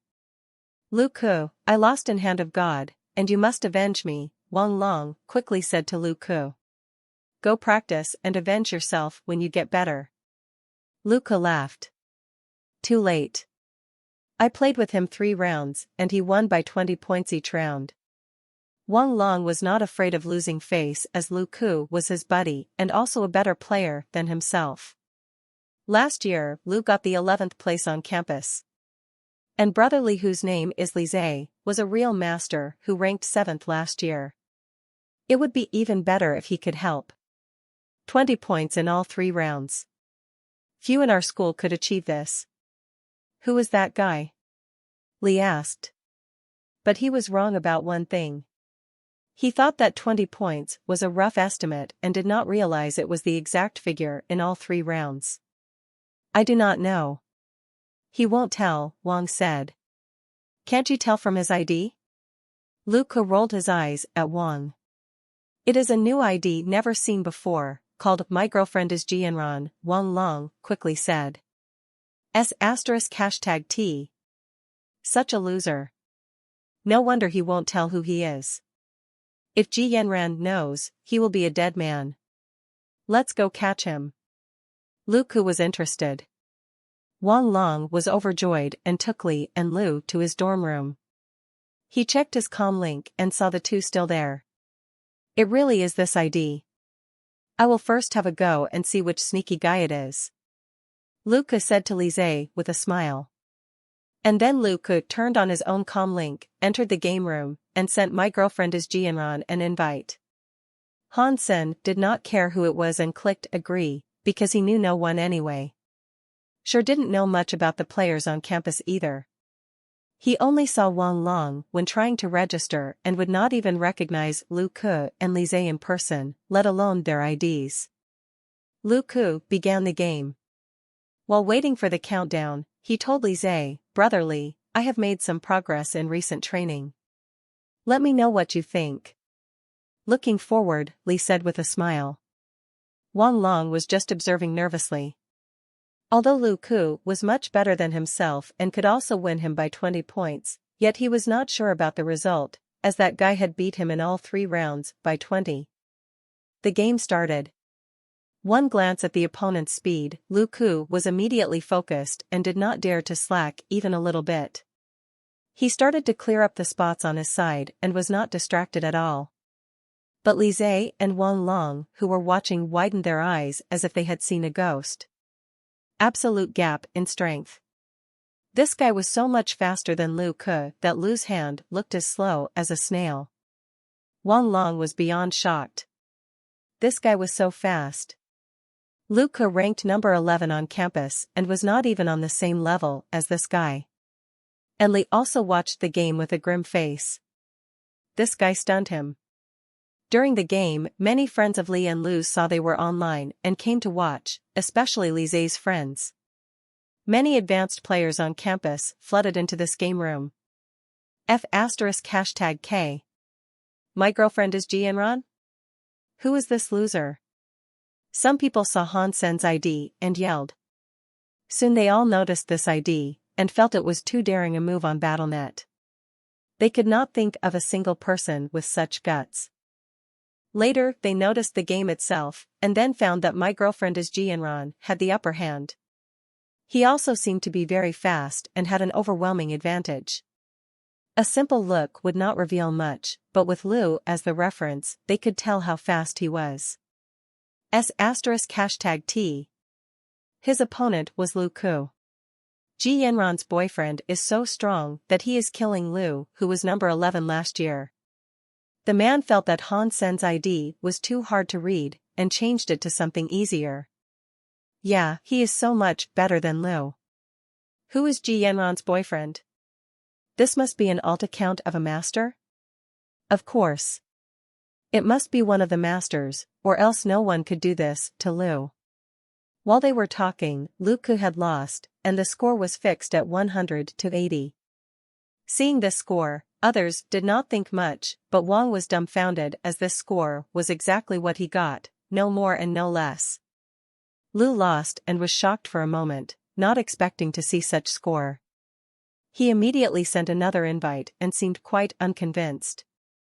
Han Sen agreed. Another game started, and everyone was discussing who this mysterious guy was. When the game ended, all of them widened their eyes to see the exact same score. The score was still 100-80, no more, no less. Lu Ke could not believe it himself. He asked Wang Long, when you said you lost by 20 in all 3 rounds, was it like this? Wang Long nodded yes bitterly. He did not expect this to happen with Lu again. I have to try. Li Zhe looked serious, and sent an invite to My Girlfriend is Jianran. Lu, who is the guy? He must be a master player using an alt account? I do not know. Luca had a wry smile on his face and shook his head. He really could not think of anyone who would do this to him. He knew less than 5 could, but none of them would. How do you not know? His friends refused to believe him. But soon, their eyes fell on Lisé's game. Lisé, the 7th best player last year, a celebrity at Hand of God, was falling behind in this game by a lot. It looked the same as when Lou was playing. If they had not seen Li's ID and hand, they would think it was still Lou's game. Complete wipeout. Lisé had even no way to fight back. Ji Yanran's boyfriend is so impressive. Is this real? Li could lose like this? Is there anyone on campus who could do this? Ouyang Xiaosan and Li Yufeng should be able to do this? Ji Yanran's boyfriend is Ouyang Xiaosan or Li Yufeng? As the crowd was gossiping, their chin almost fell to the ground when seeing the score. Wang Long was the only one to feel relieved. 100 to 80, again. But if even Lisé has the same score, then my loss did not matter at all, Wang Long thought. Li saw the score and his face twitched. Once again, he sent an invite calmly. He knew he was no match to his opponent, but wanted to make sure whether this score was not a coincidence. His opponent accepted the invite and the game started again. At this time silence fell in the game room and no one was typing. Watching the game in silence, all wanted to know if the 20 points was deliberate. If someone deliberately controlled the difference to be 20, it was maddening just to think about it. They could not imagine what kind of people could do this to Lisé. When the score was again at 100 to 80, all thought themselves must be insane. Lisé was beaten, or insulted, completely. His opponent was not even making every effort, but was simply playing with Li. They could not imagine the gap in strength. Now everyone suspected that it was either Ouyang Xiaosan or Li Yufeng behind that ID. In the entire school, they were the only two that might have such capability. Maybe. Li sent a message to my girlfriend is Ji Yanran, who are you? After a while, Hansen replied without answering Lisé's question, anyone wants to game? Everyone was silent. Seeing even Lisé lost like that, who would dare to go? Whoever going would lose miserably. Luca could not help but ask, who are you? Ji Yanran's boyfriend, replied Hansen and logged off. After Hansen quit the game, Sher went offline as well and laughed, haha, Sin you are great. You were smoking out there. It was so cool. Do not worry, I will not tell anyone your ID, or you will be murdered by Ji Yanran. They are too weak. I was just warming up, said Hansen casually. Such difficulty was not comparable to Evolved 4 and he was currently trying to pass Evolved 5. This was indeed like a warm-up for him. Sure despised Hansen, Sen, you are just like me. What do you mean? Hansen looked puzzled. Fake it until we make it, Sher said solemnly, and then could not help but laugh. Hansen and Sher had no idea whom they had beaten or what kind of storm was triggered in Blackhawk. Soon everyone on campus knew that Ji Yanran's boyfriend had beaten Lu Ke and Lisé by 20 points in every game. People were all guessing who Ji Yan's boyfriend was and if he was actually her boyfriend. None had assumed that in the beginning, but now that people knew what a master player he was and thought someone like that should cherish his reputation and would never make such a joke. When going out the gym, Ji Yanran felt the world was crazy when people started to ask her who her boyfriend was. Yanran, we have been roommates and sisters for 3 years. It's okay you did not tell others, but why didn't you tell me? Chu Lily asked Ji Yanran, grinning. Tell you what? Ji Yanran was confused. Who is your boyfriend? How is it confidential to me as well, said Chu Lily, pouting. Ji Yanran was suddenly upset and said, who told you I have a boyfriend? Everyone on campus knows now. Your boyfriend beat Lu Ke and Lisé in Hand of God by 20 points. Chu Lily loved gossip. Leaning toward Ji Yanran, she said, tell me, is your boyfriend Ouyang Xiaosan or Li Yufeng? Ji Yanran was even more confused, what are you talking about? I don't understand any of this nonsense. You really do not know? Chu Lily stared Ji Yanran in the eyes. What happened? Asked Ji Yanran grimly. Chu Lily told her what happened, and it was the edited version by Wang Long, who did not talk about his own loss, but only about Lu Ke and Li Zhe. Yanran, he was not your boyfriend? Chu Lily asked with some disbelief. I swear, I really do not have a boyfriend and do not know who that person is. He is so daring to joke like that, Ji Yanran bristled. It had been a long time since the incident in the spaceship, and Ji Yanran had already forgotten about it. In her memory, Han Sen was merely a guy who cheated and probably never entered Blackhawk. Or he should have come to her already. So, Ji Yanran simply did think of that and thought some master player was playing a prank. But more and more people started to ask her who her boyfriend was. She had to explain that she wanted to know who that loser was as well. Ji Yanran intended to scold him for being so insolent, but she could not think of anyone who could have done this. Blackhawk's Hand of God Society barely made it into the top 10 in the entire alliance, and it was only because they had Li Yufeng. Another master player, Ouyang Shaosan, was not interested in joining the society. And Ji Yanran was still considering whether she should personally invite him. Only these two could have been able to do that to Li Zhe. Ji Yanran knew Li Yufeng would never do that, but she was not sure whether it was Ouyang Shaosan. Who is it? Wondered Ji. Although the school already knew that ID had nothing to do with Ji Yanran herself, they had already gotten used to referring to him as Ji Yanran's boyfriend, which made her quite upset. After this, there was a trend on BattleNet and even Skynet to name one's ID as my boyfriend is XX, my husband is XX, my girlfriend is XX, etc. Han Sen and Shi, who had caused this, were unaware. Shi was sleeping while Han Sen was reading materials on Warframes. Lu Meng and Zhang Yang pushed the door open and came to Han Sen. Sen, you are killing it. How did you beat Lu Ke and Li Zhe? We know you are good but did not expect you to be this good. Lu Meng stared at Han Sen and said.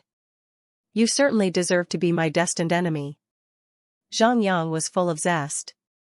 What are you talking about? Han Sen looked at them puzzled. Stop pretending. If I yell that Ji Yanran's boyfriend is in room 304, people will skin you alive, Lu Meng said with a crooked smile. What's up? Asked Shi, who was awakened. Lu Meng told them the gossip they had heard and grinned at Han Sen. Sen, if you don't do anything for us, we would turn against you. Ji Yanran must be so mad at you. Many people out there want you dead now. Shi could not close his mouth. He did not realize Han Sen's opponents were so famous. He thought they were weak. I do not care. Han Sen was not afraid. If Ji Yanran came to find him, he would welcome it. But Shi was terrified and quickly said, Lu, don't mess around. Here's how it happened. Shi told the true story, and Lu Meng and Zhang Yang came to realize what had happened. Zhang Yang patted Han Sen on the shoulder and said, so you were sticking up for a brother. Relax, Senator, I guarantee that no one will know it is you. There is no traitor in our room. Since Lu Meng failed to blackmail Han Sen, he turned to Shi and said, Shi, Sen made such an effort and offended so many people for your sake. Shouldn't you do something? That goes without saying. Let's go to the cafeteria and eat all the white rice you can, Shi promised. Get lost. The other three gave him the finger. In those days, Han Sen had been busy studying Warframes. When he entered God's sanctuary, he was usually with Qin Xian's gang, hunting sacred blood creatures. They had been successful 3 times, but in none of those occasions did he make the final attack, so he gained no beast soul and just had some meat in the end. Thumb had now become the leader of Fist Gang and had invited Han Sen to hunt twice. Both times they were successful and Han Sen had also gained some sacred blood creature meat. All the meat combined gave him 1 sacred geno point and he had 40 sacred geno points at the moment. Han Sen was not satisfied with such progress and started to investigate where he could hunt sacred blood creature alone. he at least needed some mutant creatures. Meowth had also eaten up the black stingers and needed food supply. According to Han Sen's progress in study, he could totally cope with the semi-annual assessment and had enough time for a safari. After continuous research of various information about steel armor shelter and what was written by others, he finally had his eye on one location, Devil Desert. The reason he chose Devil Desert was that there were not many creatures that could fly, hence it was relatively safe for Han Sen who could. Few people would go there, so there was no shortage of mutant creatures, if not sacred blood creatures. Han Sen studied the conditions of the desert and was ready to ask Qin Xian for a leave. Qin Xian smiled and said, "Perfect. Our squad needs to protect someone in hunting, and I was just thinking where we should take her. You could lead the team to Devil Desert then. It is your first task in the squad, make sure you do a good job." "What is the reward for this task?" Han Sen blinked and asked. He did not want to do a job that would not pay well. "If you can make the girl satisfied and designate you as her protector in steel armor shelter, you could get an S-class license of St. Hall." Qin Xian looked at Han Sen and laughed. "Any interest?"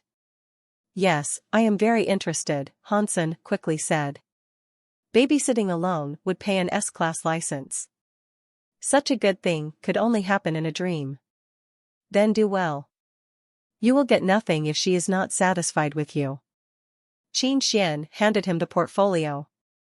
After reading the materials, Han Sen felt he did not learn anything, as these people's personal information was all confidential. All he knew was the name, age and gender. Wang Mengmeng, female, 16 years and 47 days old. "Station master, you are not asking me to take a girl who has just entered God's sanctuary to a place like Devil Desert. I can't guarantee her safety." Han Sen looked sullen. "Of course not. This is your first task, so I will ask Gambler to follow you. You could also pick some people from steel armor shelter." Qin Xian smiled. "About Wang Mengmeng, I can tell you one more thing. She is your schoolmate." "My schoolmate? Blackhawk? You must be kidding me. She just entered God's sanctuary, and with that kind of fitness, she could not even have reached the standard for any special enrollment program." Han Sen did not believe her. Some people do not need to pass the exam.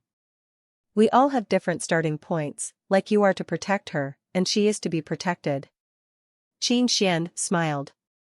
"Remember to keep a good relationship with her." "I'm not interested in little girls," Han Sen shrugged and said. Qin Xian rolled her eyes at him and said, "Go pick some team members in steel armor gang. You can choose anyone but the team leaders. There should be less than 10 members and the fees will be covered by the squad." Han Sen asked Su Xiaoqiao and some others who had a mutant mount. He did not want to waste his time on walking and would not consider those without mounts. As for Gambler, Han Sen was confident in him. He was an old member in the squad and had amazing skills, like Sleepblade. When Han Sen saw Wang Mengmeng, he finally knew what privileges meant. A girl just over 16 who had just entered God's sanctuary for 1 month had mutant shapeshifting beast soul, mutant armor, mutant weapon and 1 sacred blood beast soul mount, making Han Sen and the rest rather jealous. Although Lin Beifeng was rich, he was only an upstart when compared with Wang Mengmeng. The beast souls she had probably could not be bought with money. Fortunately, Wang Mengmeng was not an annoying princess. She was delightful and lovely. She also fought well. Although she had only been in God's sanctuary for a month, it looked like that she had gained quite a few Geno points already. She must have practiced multiple advanced hyper-Geno arts since childhood. Using her advanced beast souls, she could probably beat Su Xiaoqiao in a combat. The team had been traveling all the time and Wang Mengmeng never complained. "Brother Han, I heard from Sister Qin that you are also in Blackhawk." "I'm in Department of Warframe, which department are you in?" Wang Mengmeng called Han Sen brother in a natural and sweet tone. In fact, kids from prominent families like Wang Mengmeng, Qing and Yuan were all quite well-mannered and easygoing.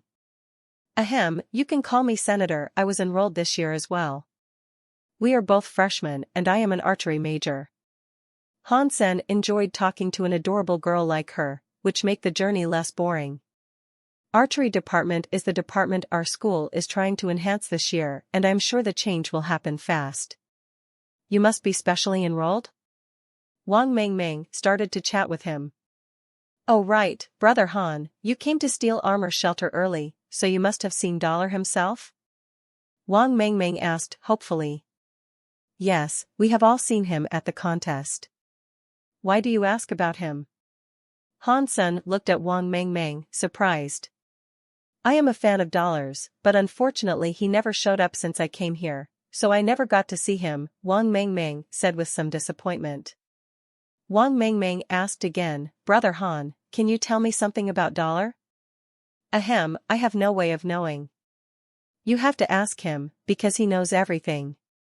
Han-sen pointed to Su Xiaoqiao.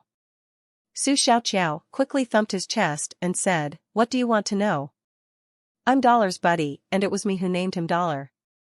Wow, then you must know what Dollar really looks like? He must be very handsome? Wang Mengmeng looked at Su Xiaoqiao happily. Handsome, of course, he is most handsome. He has wide chest, long legs, and nice round bottom. Su Xiaoqiao babbled on and Han-sen almost wanted to kill him. It took them 4 days to reach Devil Desert. Wang Mengmeng had nice skills and was improving very fast in hunting. Han-sen and Gambler were always shadowing her. Even when she was fighting with a creature, Gambler was always following her and Han-sen's bow and arrow were always ready to rescue her. If something happened to her, the entire squad including Qin Xian would be in trouble, so Han-sen did not dare to slack at all. The next afternoon after they had entered the desert, Su Xiaoqiao, who was the scout, cried in surprise, a mutant creature. Everyone quickly urged their mounts on and saw a fox-like, fire-red and golden-horned creature the size of a tiger barking at them. It is mine. It was the first time Wang Mengmeng had seen a living mutant creature. She put away her mount and charged the mutant creature with a pair of mutant beast soul lancets in her hands. Han-sen and Gambler exchanged a look and ran after her, in case of any accident. Wang Mengmeng's fighting skills were impressive. She could even match the mutant creature using several hyper-geno arts. The rest were going in left and right, trying to outflank the creature. The mutant creature seemed to have quite some wisdom and simply fled when seeing through the team's intention. It was also exceptionally fast and was 50 feet away in an instant. Stop. Wang Mengmeng quickly summoned her sacred blood mount, a bear with silver-white fur, and raced off on its back. Then everyone was on the mount, trying to keep up with Wang Mengmeng. But the mutant creature was running quite fast and after a while, they started to fall farther behind. Wang Mengmeng felt anxious and urged her bear to run faster. Wang Mengmeng, do not chase it on your own. It is too dangerous, cried Gambler. It doesn't matter. I could kill this mutant beast. Please hurry up. Wang Mengmeng did not want to let the creature run off, so she raced off at full speed. Han-sen and Gambler exchanged a glance and quickly followed up, but Wang Mengmeng's mount was sacred blood. Although strength was not its strong suit, it was still much faster than their mutant mounts, and soon she was pulling away from them. The team could only desperately urge their mounts to catch up and try not to fall too much behind. They did not worry too much though, as their forces combined were probably enough to kill a sacred blood creature. Wang Mengmeng looked around and see no creature but this one. In addition, she was close enough and did want to lose the prey. So, she kept urge her white bear to chase the mutant creature. Nowhere to run now? She chased the mutant creature to a dune, and the creature stretched its tongue out, panting and lying down, as if it was too tired to run. Wang Mengmeng jumped off the white bear, summoned her lancets and rushed forward. The mutant creature suddenly smiled like a person, strangely, which scared her. And then she saw many creatures that looked like this one though gray in color walking out from behind the dune. They filled the place shortly and were at least hundreds in number. Wang Mengmeng was suddenly shocked and knew that things had gone south. The mutant creature was sly enough to lead her to its nest. Although the other creatures were just primitive ones, they were great in number and she could never handle all of them. Wang Mengmeng immediately got on the back of her bear and ran away, with the creatures chasing after her like a tsunami. Fortunately, Han Sen and Gambler was not too much behind. Han Sen saw Wang trapped in the middle of groups of creatures, so he summoned his horn bow and shot an arrow in her direction. Wang Mengmeng had been surrounded by the creatures. Although the white bear had great strength and rampaged through the creatures, they still managed to throw themselves at her. Wang Mengmeng swung her lancets, but could not get rid of all the creatures close to her. Seeing a claw on her shoulder and teeth biting at her white neck, Wang Mengmeng was desperate that she could no longer fight this one off. At this moment, a whoosh was followed by a whimper. The creature on her back was shot through with a black arrow and fell on the ground. Whoosh! Whoosh! Whoosh! Arrows came from afar and each killed a creature. Soon all 8 creatures surrounding her were killed. Any creature that might endanger her was immediately shot dead with an arrow. No arrow was shot in vain. One even flew by her face and killed a creature behind her without hurting a single hair of hers. Brother Han! Wang Mengmeng saw Han Sen riding toward her while shooting arrows in her direction. All the creatures around her were killed by him. Wang Mengmeng was surprised and filled with joy. At least a mile away from her, Han Sen could have such accuracy, which was something she had never seen even in posh schools. Among the other few people, only Su Xiaoqiao was good at archery. However, he would not even dare to shoot in her direction from so far. Even if his bow allowed it, he would risk hurting her with his skill level. Wang Mengmeng was overjoyed and urged the white bear to run toward Han Senator wielding her lancets. She tried to stop the creatures that came at her. She did not worry about the ones that she could not fight off, as arrows would definitely appear timely to kill them. The distance between the two sides was gradually shortened, and soon they have joined forces. When the team looked around, they were surprised to see thousands of gray creatures flooding toward them. Damn, these beasts are really cunning. They even know how to lure us into their trap. Su Xiaoqiao cried while drawing the string of his bow. It's all my fault, Wang Mengmeng blamed herself. Now is not a good time. There are so many creatures here that we could never kill them all. Let's try to rush out. Han Sen headed forward where they came from. He did not go far before he saw the sand in front of him tremor and sink. A giant worm that looked like a silkworm but with the size of a locomotive came out of the sand and opened its large mouth, trying to devour them. It is a rockworm. Damn, there must be more than one. They are gregarious. Han Sen forced his mount to change the direction to avoid its attack. He felt a bit worried as he had read about rockworms. Although they were just primitive creatures, they are very large and had great strength. In addition, they had great speed when crawling in sand. For sure, they were one of the most scary creatures in Devil Desert. If Han Sen was alone, he could simply summon the purple-winged dragon beast soul and fly up. However, he had Wang Mengmeng to protect and could not do that. Boom! The huge body of the rockworm fell and made a pit in the ground. Sand flying and pebbles rolling, it was more terrifying than a grenade explosion. Even more frightening was that more rockworms were coming out from underground, and as far as the team could see, the ground was covered by these worms, which were at least hundreds in number. In front of them were rockworms, and behind them were the tide of fox-like creatures. They were besieged by the creatures. Han Sen and Gambler looked into each other's eyes and understood each other's thoughts. Gambler gritted his teeth and said, "You protect her, I will clear the way." Gambler took back his mount and rushed toward the fox-like creatures. He was even faster than his mutant mount. "Listen up. Follow Gambler out and whoever falling behind will die," said Han Sen, lifting Wang Mengmeng from the back of her white bear to sit her behind him. He cried, "Game is over. Now hold on to me and we will fight for our lives." Wang Mengmeng fought well and had plenty of beast souls. However, in a melee like this one, an inexperienced girl like her would not be able to survive. When it came to life and death, only the veterans who had developed an acute instinct had a bigger chance at survival. Wang Mengmeng hurriedly hugged Han Sen from the back. Han Sen urged his mutant three-eyed beast mount, and the bull-like mount mooed as it charged the fox-like beasts. Gambler was leading the way with one jambia in each hand. The jambias were flashing in his hands like butterflies, slitting the throats of all creatures near him. Nothing could stop him, and a bloody path was left behind him. Han Sen rushed into that path, and his arrows never stopped, killing all the creatures trying to gather around.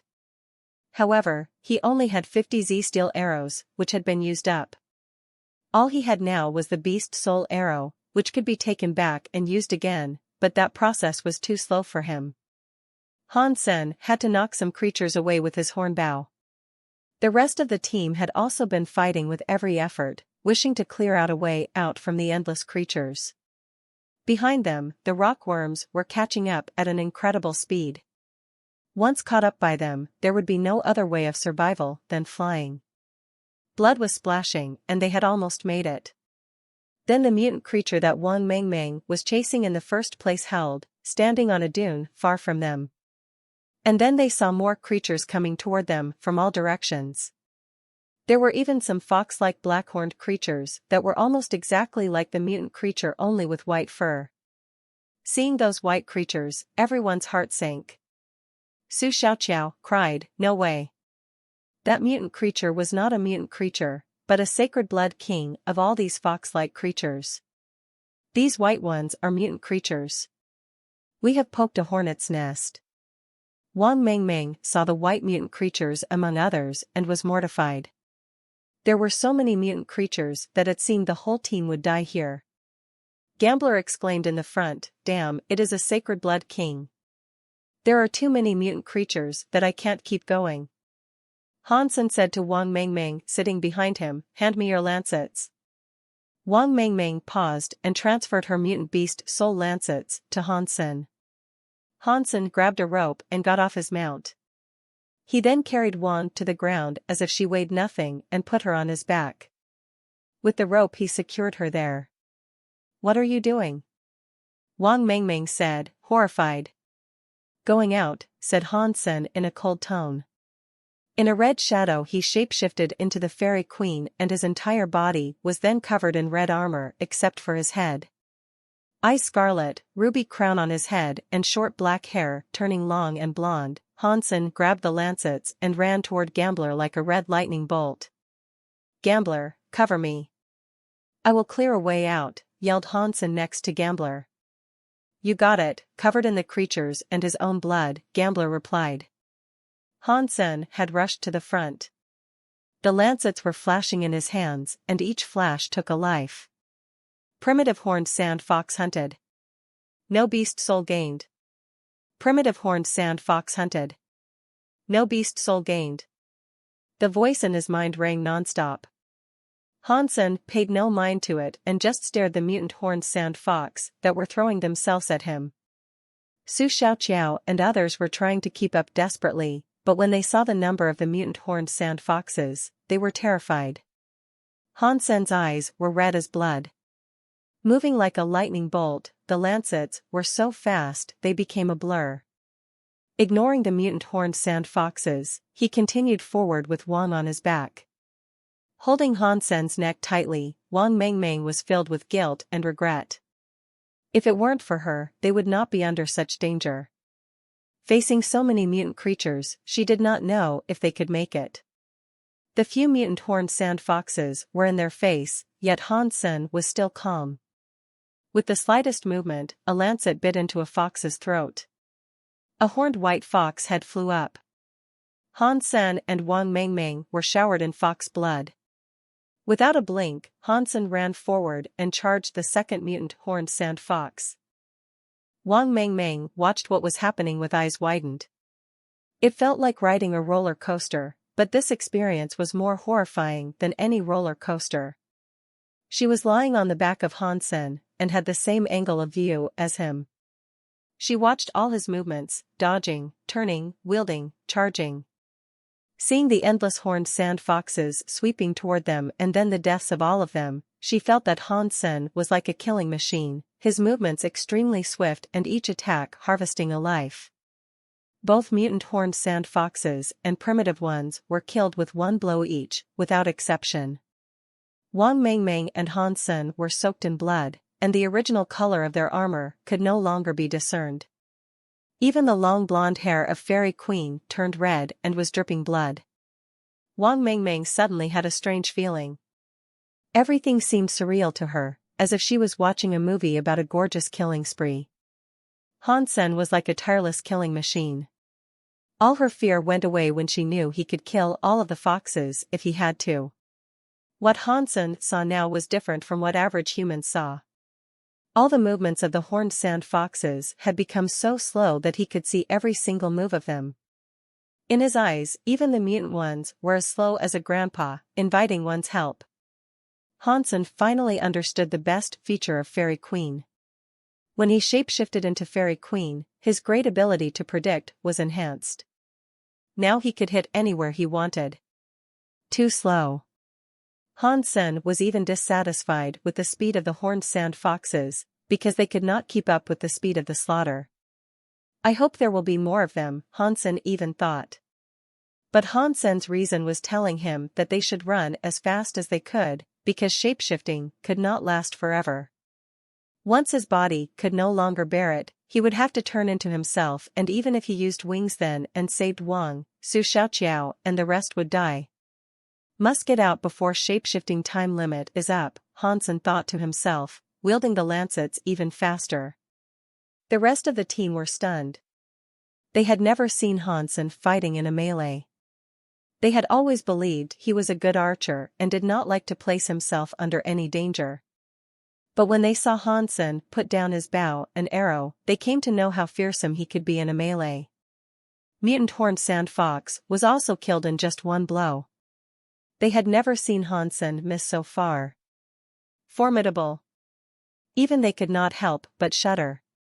Such efficiency in killing was simply a spree, so terrifying and satisfying to watch that it made one want to moan. The sacred blood horned sand fox howled again and the mutant foxes retreated, while primitive foxes rushed to them faster. Just in a moment, Han Sen knew what the sacred blood fox king wanted. It was trying to use the primitive horned sand foxes to consume his shapeshifting time, as it was aware shapeshifting did not last long. It wanted to launch strikes at them when his shapeshifting time was up. Cunning beast, cursed gambler. His jambias slit another primitive horned sofa fox's throat, making it fall to the ground, twitching in pain.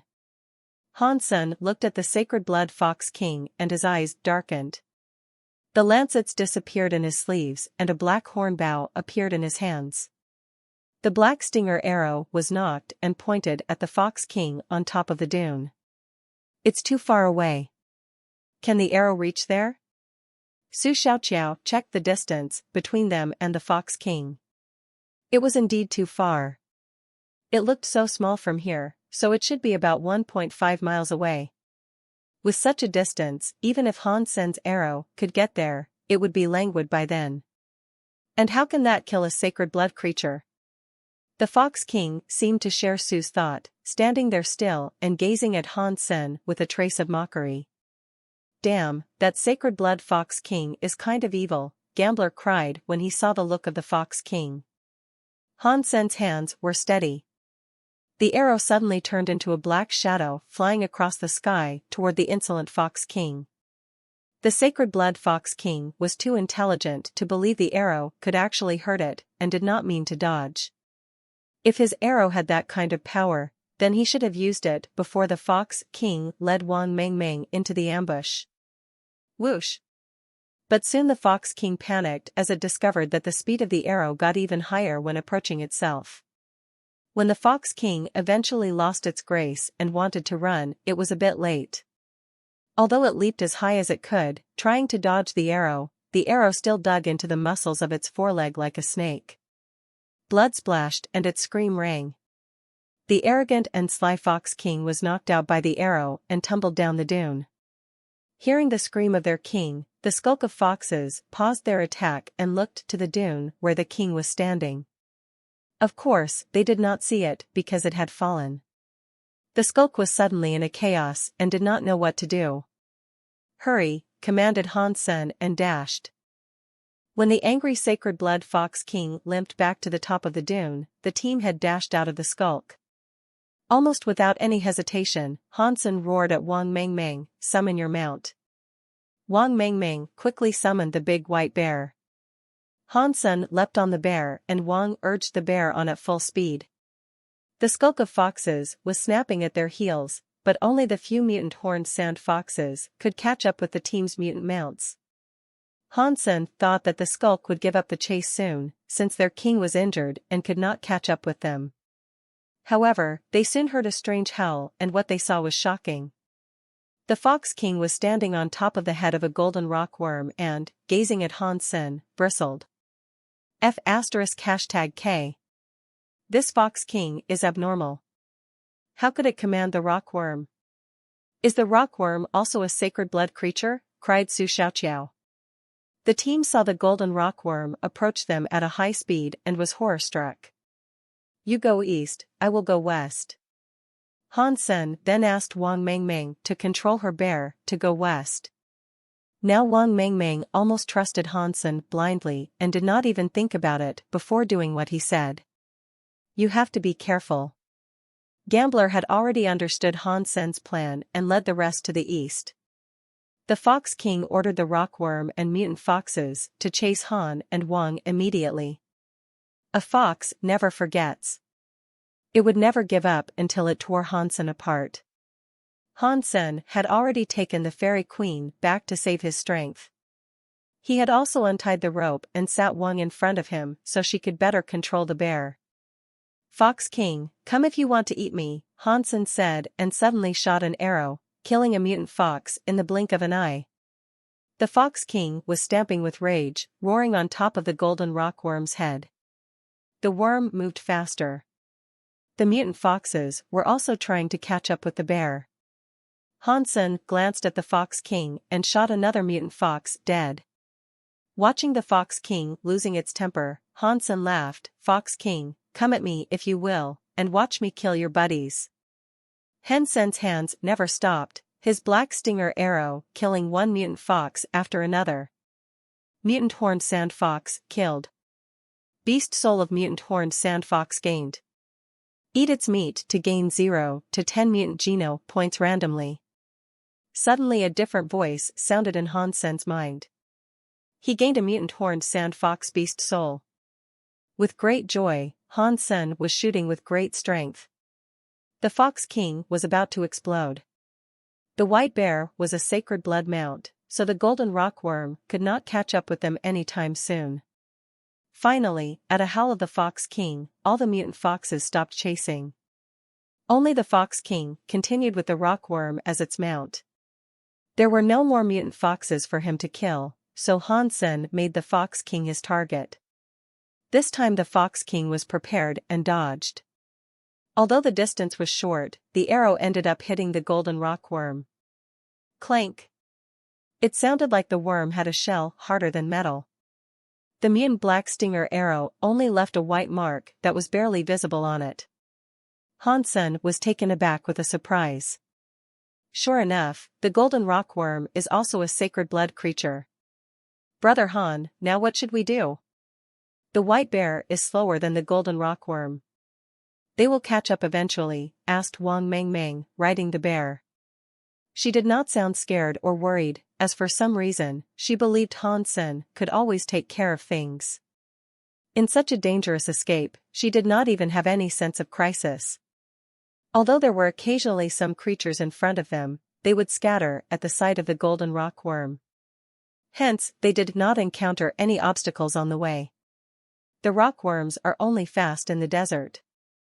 "If we can get out of here, we should be able to get rid of it," Han Sen pondered and said. "It's full of sand and rocks here. I do not see any other color." Wang Mengmeng looked around said disappointedly, "Just dunes and stony hills." Han Sen's eyes suddenly lit up. Pointing in one direction, he said, "Go over there." Wang Mengmeng followed his order and urged the bear on. Soon she found they were on a cliff facing a deep valley. The path ended and the valley was at least 100 feet wide. "Brother Han, we have nowhere to go," exclaimed Wang Mengmeng. "Go over," Hansen said with no expression. "No, the white bear cannot jump so far," Wang Mengmeng quickly said, seeing the big white bear approaching the edge. "Trust me." "Go over," said Hansen firmly, while pointing an arrow at the Fox King. Knowing their despair, the Fox King looked cruel and pleased. "Well, Brother Han, I believe you." "Going over." Wang Mengmeng commanded her bear to rush off the edge at full speed. With her blind trust in Hansen, Wang Mengmeng was trying to make the impossible happen. Behind them, the golden rockworm was getting closer and closer. The Fox King watched the two humans viciously. Pointing the arrow at the Fox King, Hansen did not shoot. "Brother Han!" Wang Mengmeng screamed and closed her eyes as the white bear ran off the edge. Hansen finally shot the arrow, put an arm around her waist, and covered her eyes with his other hand. "Take your white bear back," he said quietly. The Sacred Blood Fox King didn't even move when seeing the arrow approach. It even showed contempt in its eyes. But soon, the Fox King was aghast. That arrow was not meant for the Fox King, but a bean-sized eye of the golden rockworm. Although the golden rockworm had a huge body, its eyes were as small as beans and hidden in its stone-hard shell, hardly noticeable. Hansen not only saw them, but also managed to shoot an arrow in one of them. With a scream, the golden rockworm rampaged toward Hansen, who was in the air. The Sacred Blood Fox King had extremely high intelligence, but golden rockworm solely operated on instincts. Once it was provoked, it would go mad. It was too late for the Fox King to stop it, so it jumped off the worm with its injured leg as fast as it could before the worm fell off the cliff. Wang Mengmeng was held in Hansen's arms and took back the bear. She felt she was falling with him. With a sudden jerk, she felt ground under her feet. The impact was not that strong though. It was as if they had jumped from somewhere 3 or 4 feet above the ground. Wang Mengmeng opened her eyes in surprise to find they were under a cliff more than 300 feet high. But nothing had happened to Hansen and her. When she was feeling incredible, the golden rockworm fell on the ground next to them like a bomb. With a boom, its stone-hard shell was broken in pieces. Worm juice, meat and inner parts were splashing everywhere, staining the cliff wall. Sacred Blood Golden Rockworm King killed. Beast Soul of Golden Rockworm King gained. Eat its meat to gain 0 to 10 sacred geno points randomly. A wonderful voice rang in his mind, almost making Hansen laugh out loud. The Fox King was still lingering on the cliff, gazing at him full of resentment. "Let's go." Hansen summoned his mutant three-eyed beast mount, carried Wang to its back, and went in the opposite direction of the Fox King. "Should we take some of the worm meat with us?" Wang Mengmeng asked. "For such a big worm, there are only 10 geno points in its meat. Even if we eat for a month, we might still end up with no geno points. Also, it is hot in here and the meat will go bad in less than 2 days." "Just forget it," Hansen said with a smile. A creature too big in size was hard to consume, which was just the fact. But he had gained another Sacred Blood Beast soul and a mutant horned sand fox beast soul, so the voyage was fruitful enough. The only pity was that although he had killed many mutant horned sand foxes and a sacred blood creature, he did not even get to eat a mouthful of meat. Hansen took a look at the 2 beast souls he just gained and felt a bit bitter. The beast soul of mutant horned sand fox was a mount, which was fine. Even if he had no use of it, he could still exchange it for something else or just sell it. The disturbing part was the beast soul of the Golden Rockworm King. It turned out to be a sacred blood beast soul pet. Hansen had been feeding Meowth for quite some time now, but it never transformed. This was a sacred blood pet, and God knows how much meat it would take for it to transform.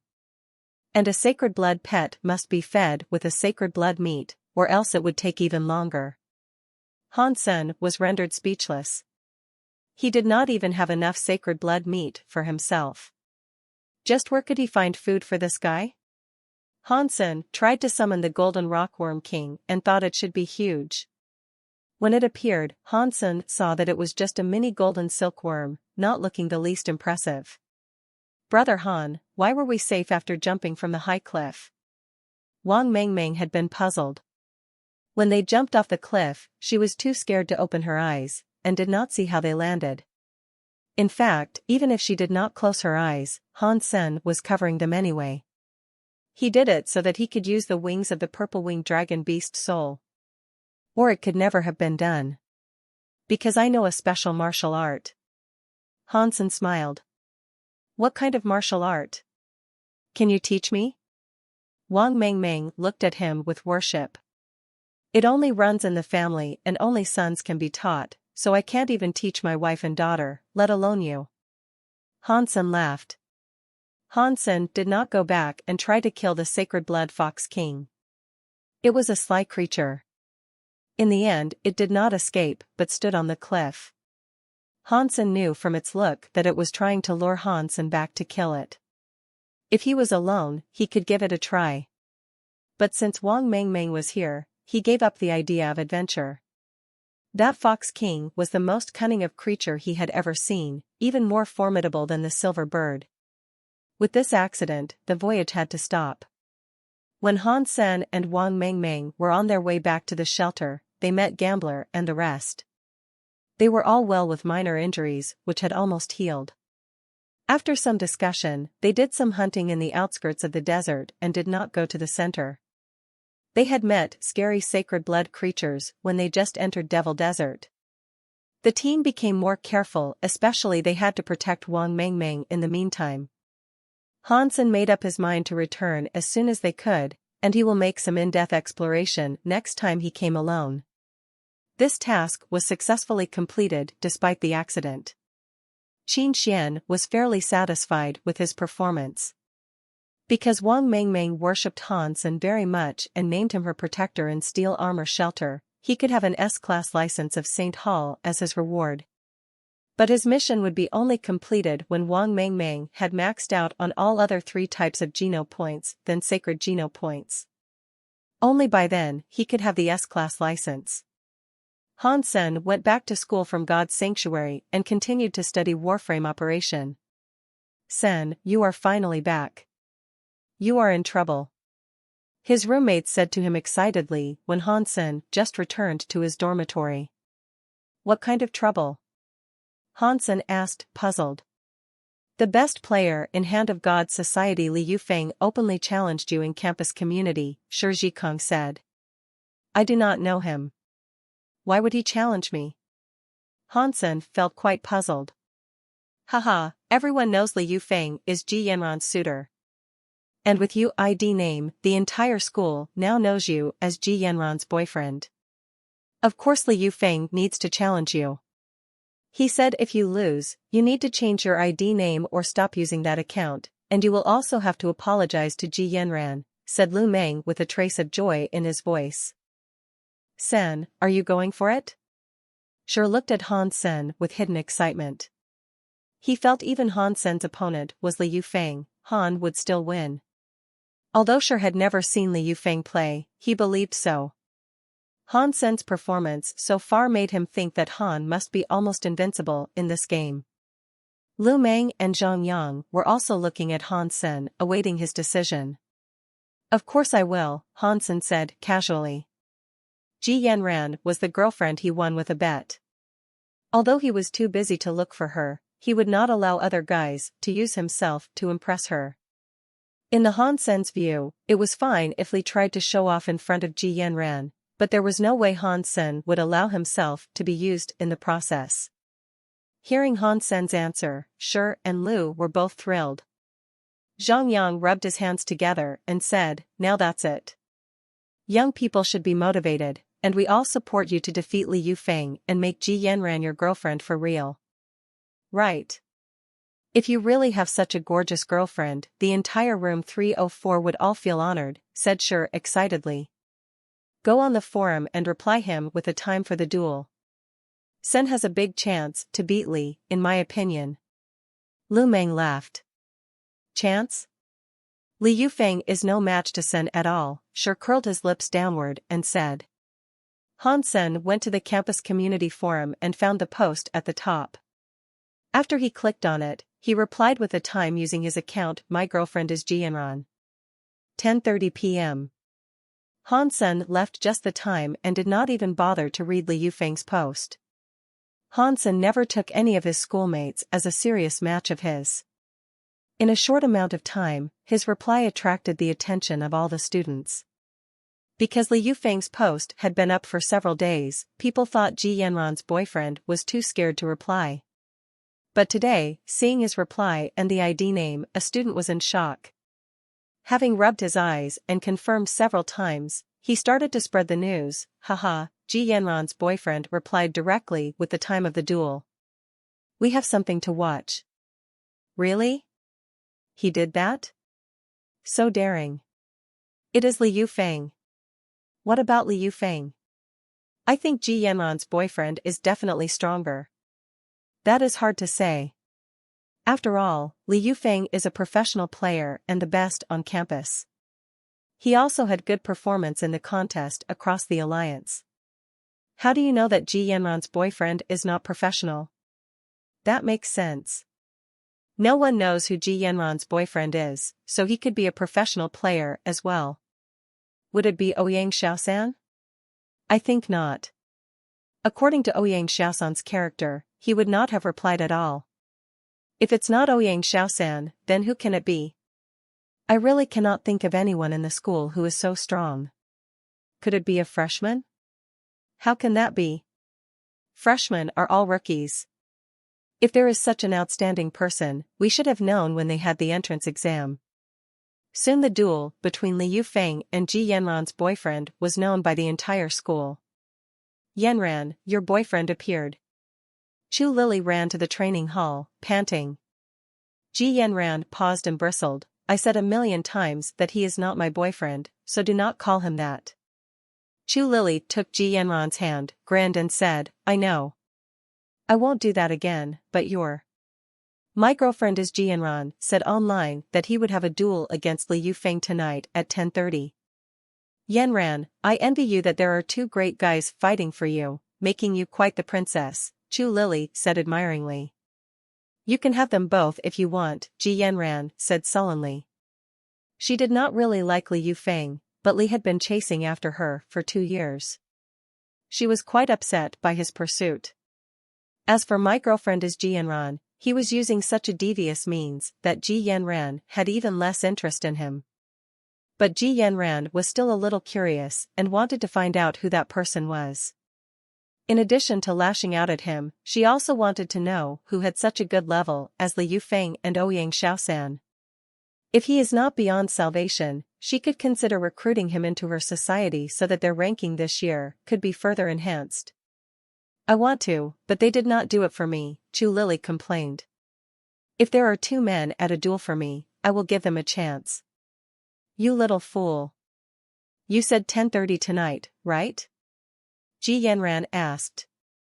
Yes, your boyfriend said that, said Chu Lily. Ji Yanran was speechless, but she was not about to correct Chu Lily. In fact, the entire school called him that and she was just powerless. This time I will find out who you are. Ji Yanran stopped training and went back to get ready to see their duel. As soon as she watched that person play, she should be able to tell who he was from his style. Unless he was not one of the players on campus, she would have an idea. After Li Yufeng saw the reply, his eyes lit up and continued his Hand of God training. Boss, Ji Yanran's boyfriend replied. A thin man rushed in and exclaimed. Li Yufeng suddenly frowned at him, so the thin man quickly corrected himself. No, the despicable guy replied 10:30 tonight. I have seen it. Li Yufeng said casually. Boss, you must kick his ass this time, and prove our society's worth, said the thin man. I will not go easy on him, said Li Yufeng coldly. This duel had caught the attention of the entire school. No one dared to gamble in a military school, but students were betting in private and more were betting on Li Yufeng. After all, Li Yufeng was the best player on campus and his skills were indeed amazing. For the last 2 years, the reason Black Hawk got good ranking in the alliance was him. So students trusted him. At 10:30 at night, the BattleNet had a historical number of students online. Many of those who did not play this game even registered new accounts to watch this duel. Ji Yanran was also watching. When she saw Li Yufeng had a game room set up, she entered the room. In fact, 80% of those online were in this game room to wait for them to start. The rest saw there was still time and started gaming themselves. When it was about time, the number of people in this game room was more than 90% of all the students online, and more people were flooding in. In an office building of Blackhawk, 2 middle-aged men were also in this game room. One of them lit a cigarette and said casually, "Lu, you are too sensitive. You know what kind of students we have. Unless Ji Yanran's boyfriend is Ouyang Xiaosan, his level will not be very high. Maybe we will have some new talent." Lu Jiangwo just smiled. What kind of new talent can there be? This year's freshmen are not that impressive.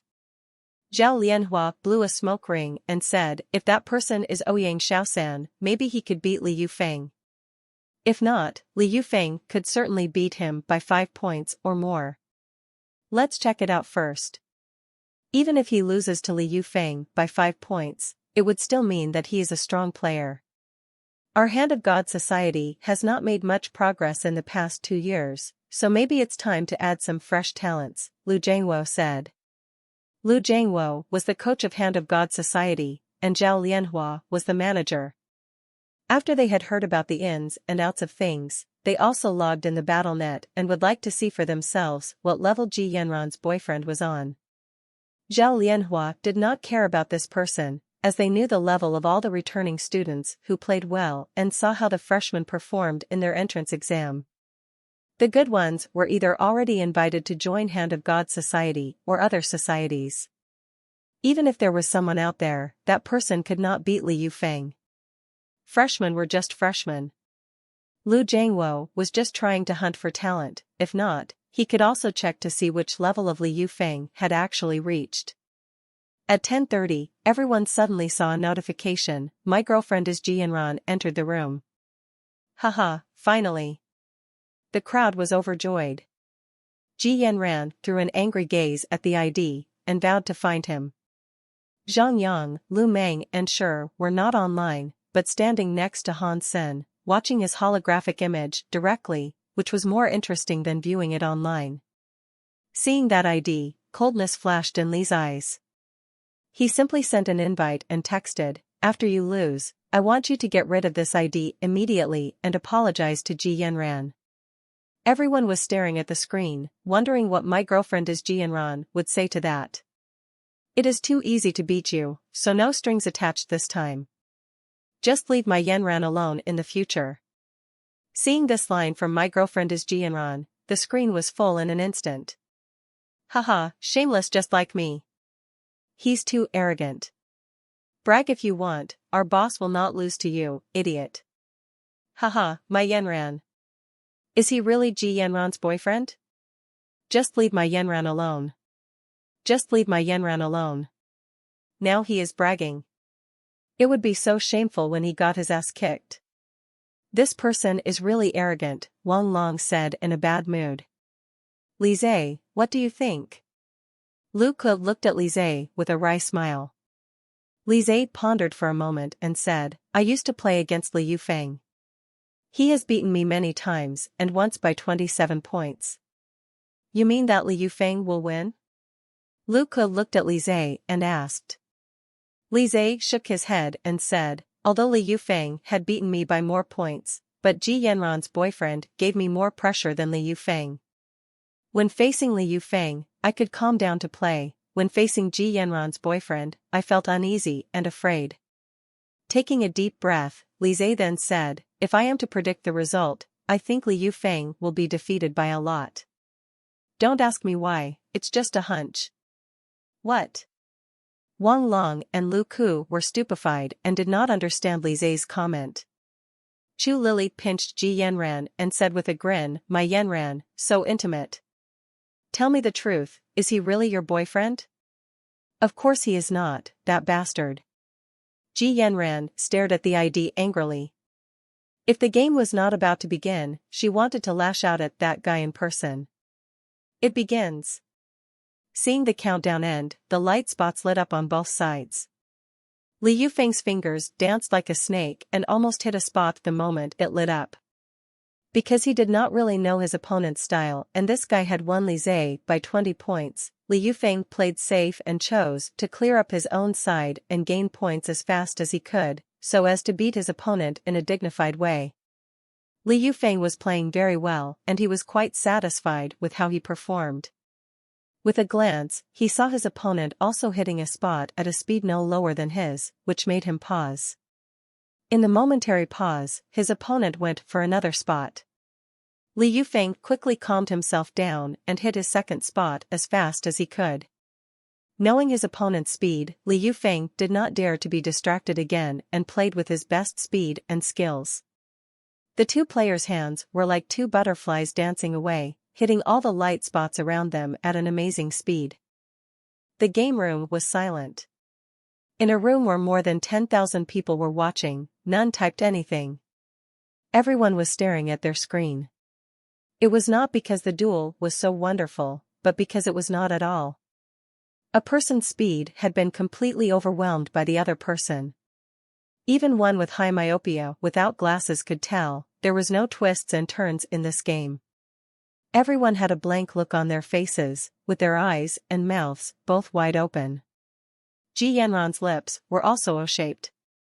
Watching the holographic image of the game, she was so stunned that her pupils enlarged. In the office building, Lu Jiangwo was also stupefied. He almost could not believe his eyes. And Zhao Lianhua did not even realize that his burning cigarette had fallen on his pants. Zhao Lianhua did not even feel that, and kept gazing at the two hands in the holographic image.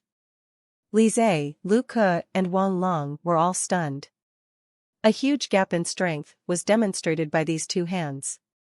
Li Yufeng's hand had a speed and flexibility that were amazing to begin with. But in front of the other hand, Li Yufeng's hand suddenly looked a bit clumsy.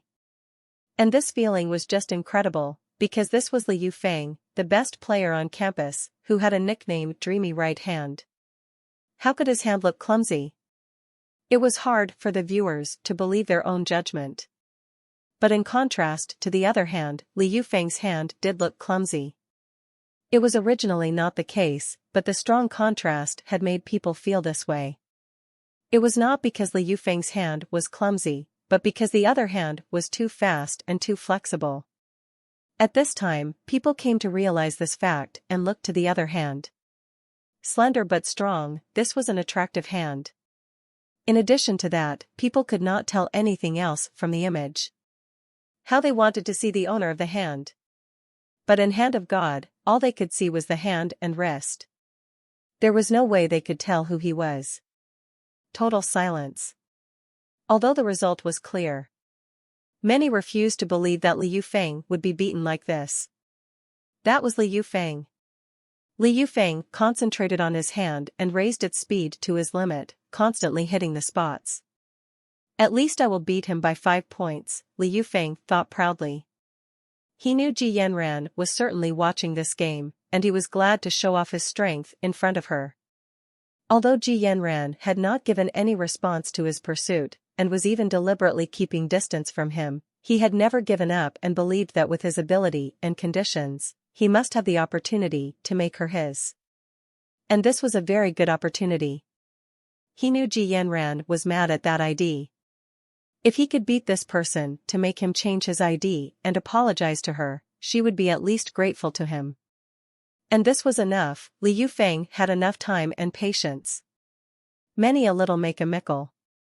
He believed that sooner or later he could make Ji Yanran fall in love with him. But now, first he needed to beat this despicable and shameless bastard to approach his goddess. Li Yufeng was hitting the spots with all he had, thinking that if he went faster and raised the difference to 6 or 7 points, then the effect might be even better. But when Li Yufeng was reaching for a spot again, all spots suddenly disappeared. Is it a server failure? Why did all the spots disappear? Li Yufeng hesitated. With his rich experience, he knew that the 100 spots were not up yet and there could be no other explanation to their disappearance than a technical failure. But when he looked up, he was suddenly stunned. In front of him, the holographic image said "Game Over" and his score was also fixed at 80. He turned his eyes and looked at his opponent's score. 100 points. Li Yufeng could not move. He could not believe that he had been beaten by 20 points. He could not believe this. Nor could anyone who knew Li Yufeng and his skills at this game. Everyone looked blankly at that score, and no one made a sound. What Hansen said just now was interesting when they were thinking back. It is too easy to beat you, so no strings attached this time. Just leave my Yanran alone in the future. At that time, they all felt it was pure insolence. But now thinking back, it was just honesty. Another 20, Li Zhe snapped to attention and said with a wry smile. His remark reminded Lu Ke and Wang Long, making their shocking expression even more twisted. Their mouths were so wide open that they could fit a big duck egg. This number was so familiar, and what it represented was even more shocking. Yanran, your boyfriend is so fierce. Chu Lily just recovered from surprise and said to Ji Yanran, who was still staring at the score. Who is this person? Ji Yanran had now forgotten about her anger and shame, and simply wanted to find out who he was. 20 points. Whoever could beat Li Yufeng by 20 was absolutely top 10 in the alliance. If she could invite him into Hand of God society, Ji Yanran could imagine how much their ranking could be improved. Now she just wanted to find out who this person was, but she just did not know. Now her heart felt like it was scratched by a cat. She wanted to go and look for him, but paused as she had no idea where to look. Ouch! The cigarette burned through Zhao Lianhua's pants, and brought him back from surprise. While he was stamping, a big hole was left on his pants. I must have this person in Hand of God society. Lu Jiangwo looked at the score and yelled excitedly. He knew what this score meant.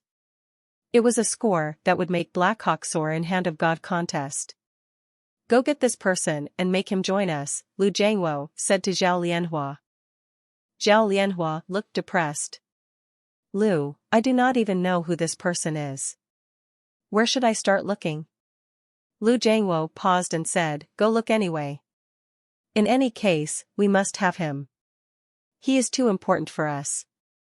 With him, we would soar and it would be much easier for you to seek sponsorship in the future.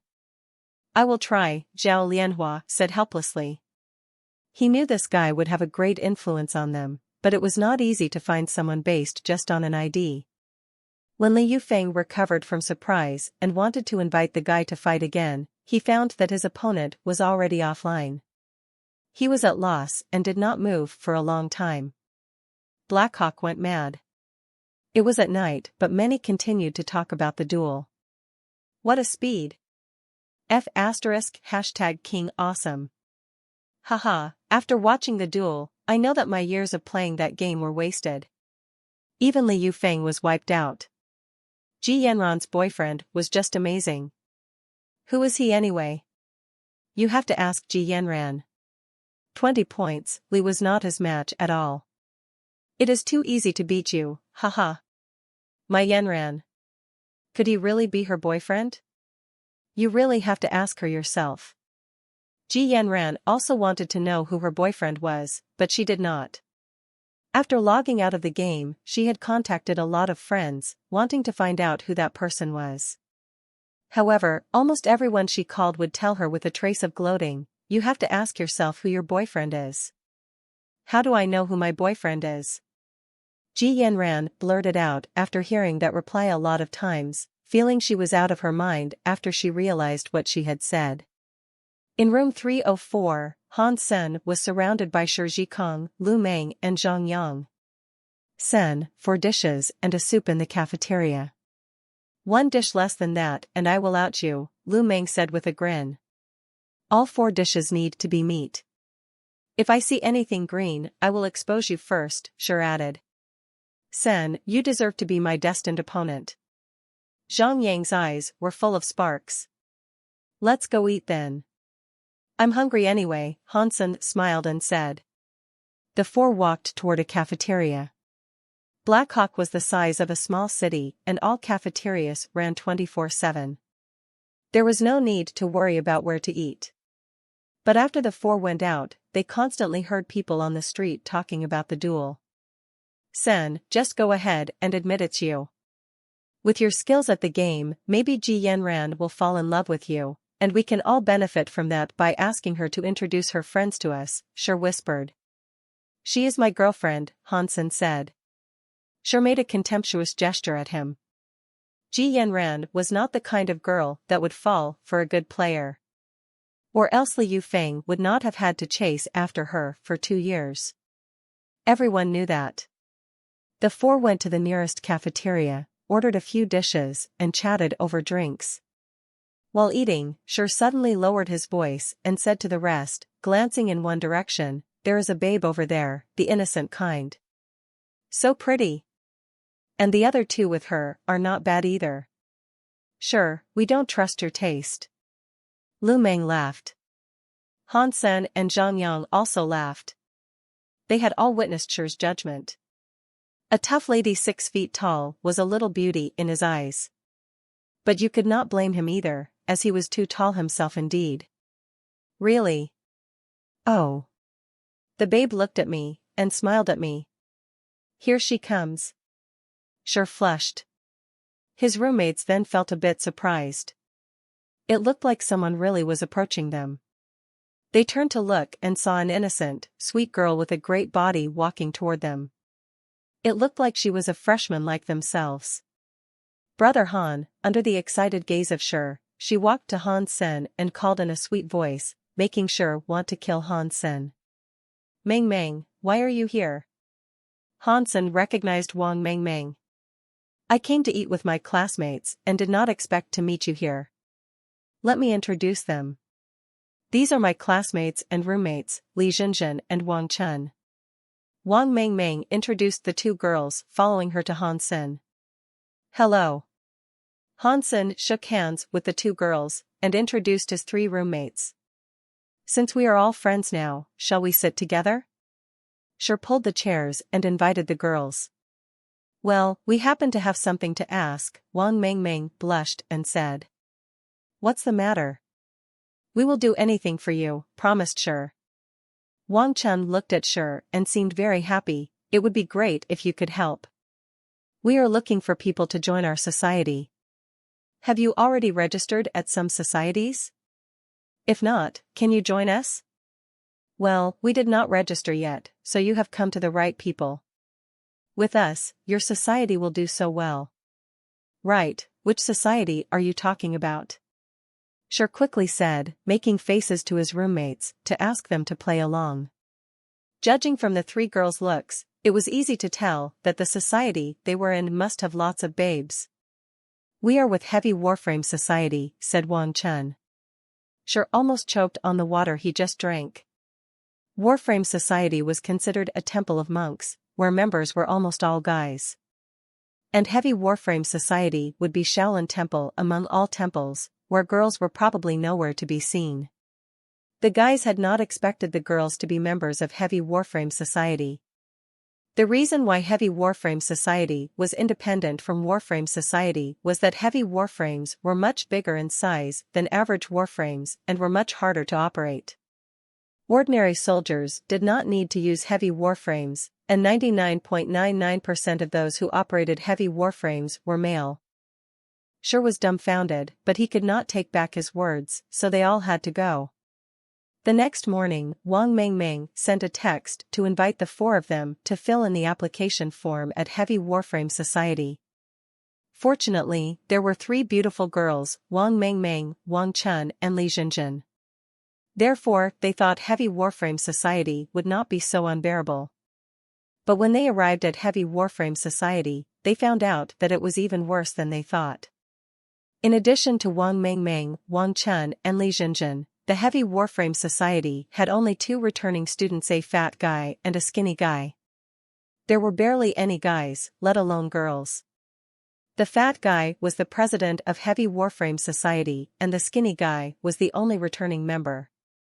Han Sen and his roommates failed to memorize their names because the girls only referred to them by their nickname, Fatty and Skinny. Fatty was smiling ear to ear when he saw Wang Mengmeng taking 4 new members to register, but his face collapsed when he found out they were from Department of Archery. Since there was a special enrollment program for archery students, the requirement of fitness index was lowered for them. Normally speaking, one would have to reach 11 in fitness index to be admitted, but archery students only needed to reach 10 as long as they passed their archery test. The difference of 1 point was a big gap, so archery students might be the weakest in the history of Blackhawk. The operation of heavy warframes required one to have great physique, so Fatty and Skinny were very disappointed when they learned that all 4 were from Department of Archery. Han Sen and his roommates ignored that, filled in the forms and registered in the society. This is also good. Now we have less competition. Fatty and Skinny would not be able to beat us anyway. Sure was very contented, checking the 3 girls out. Brother Han, we will first take you to see our training field. Wang Mengmeng was very happy to show Han Sen around. Mengmeng, this is not right. Why do you call us by names, but call Sen brother? We are all freshmen and he is 3rd oldest among us, only a dozen days older than Lu Meng, Sure said sullenly. Wang Mengmeng thought about it seriously, tilted her head and said, I think only brother Han looks like a brother to me. How come we don't? She was not convinced, squared his shoulder, made a pose like a bodybuilding model. It does not depend on age or body size. Wang Mengmeng did not care about Sher's muscles. Sher was speechless, but he had to accept the fact that she would only call Han Sen brother.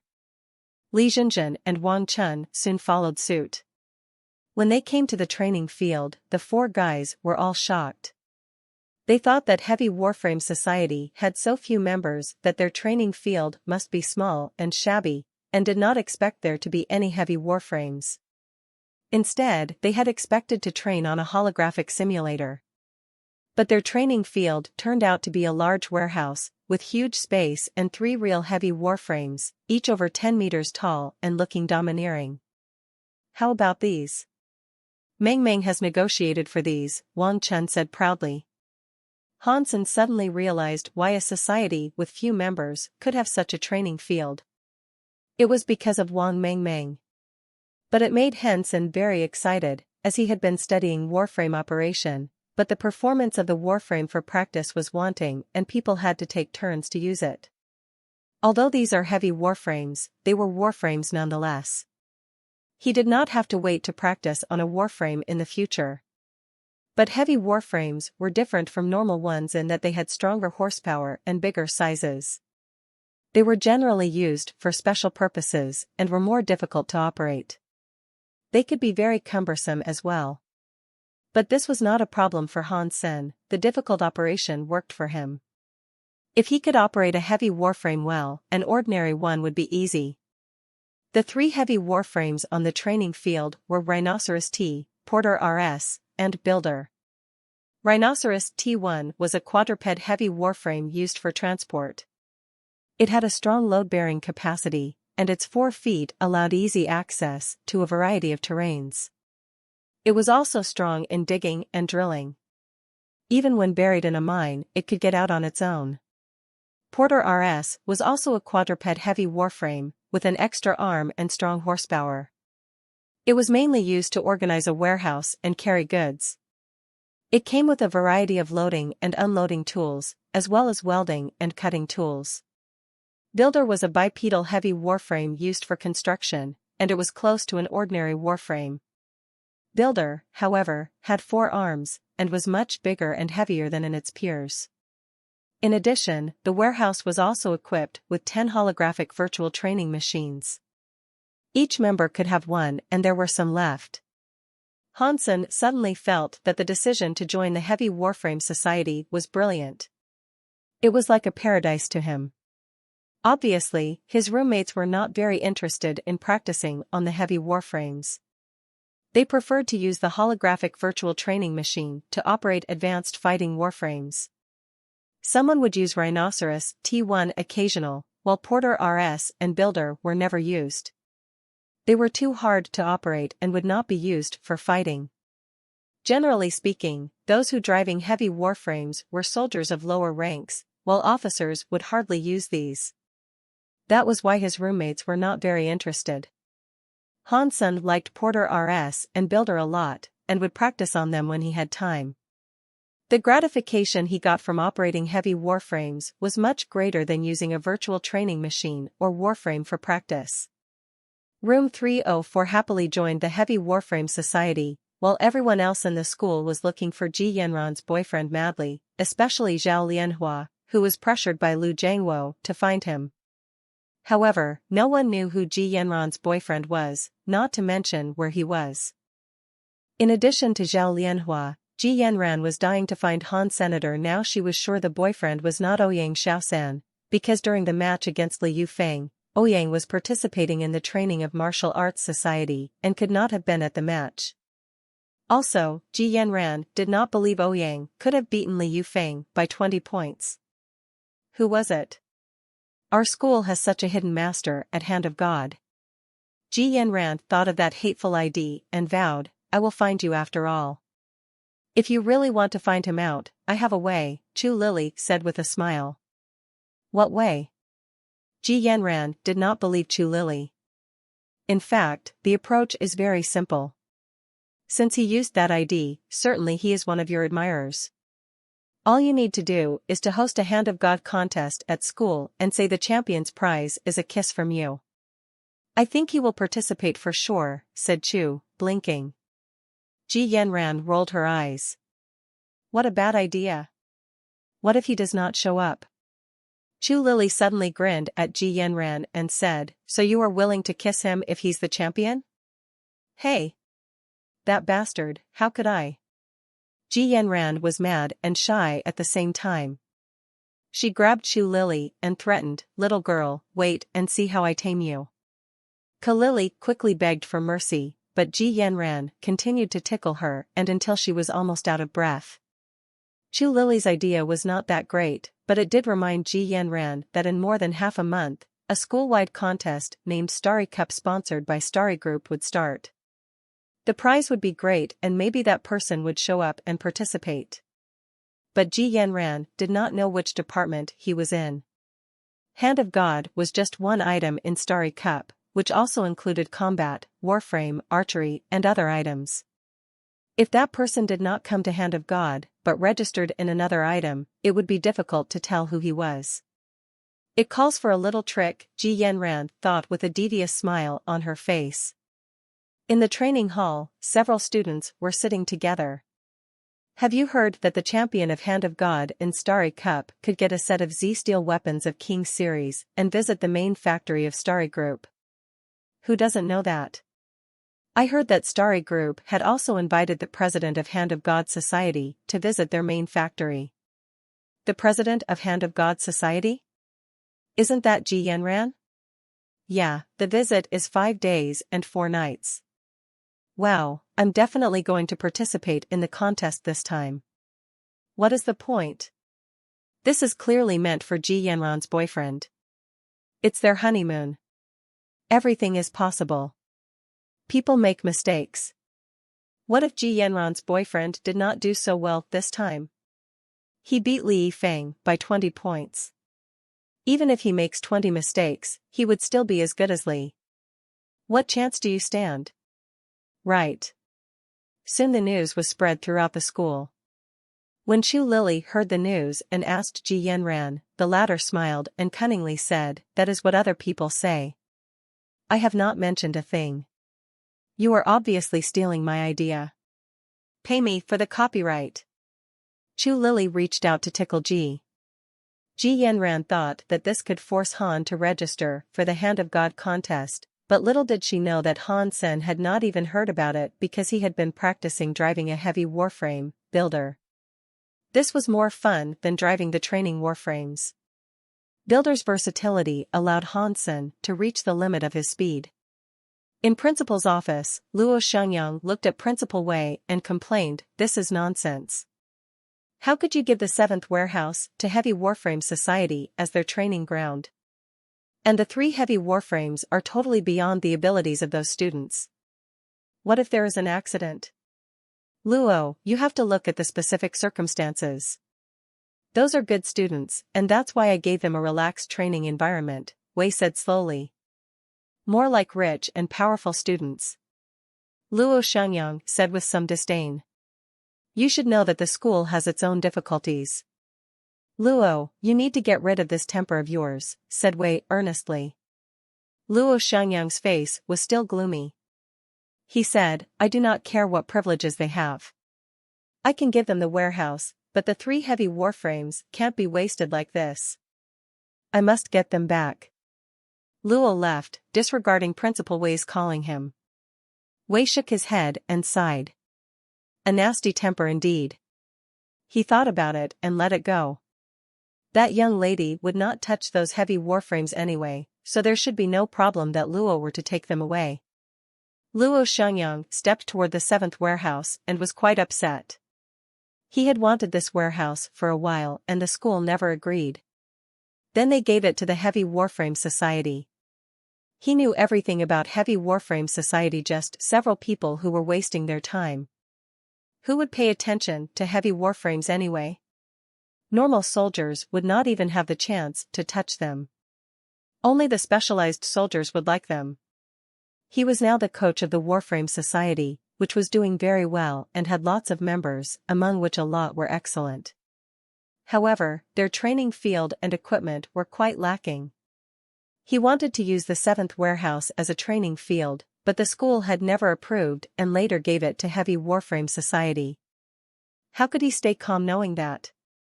But Luo Shengyang also knew that Principal Wei was having a hard time. So he was fine with giving them the warehouse, but the 3 heavy warframes should not be wasted like that. He planned to take them back to his society and pick a few students to practice on them. If possible, he'd like to train those students into professional heavy warframe operators. When Luo Shengyang came to the 7th warehouse, he saw Builder was driven by someone, doing a lot of strange moves on the training ground.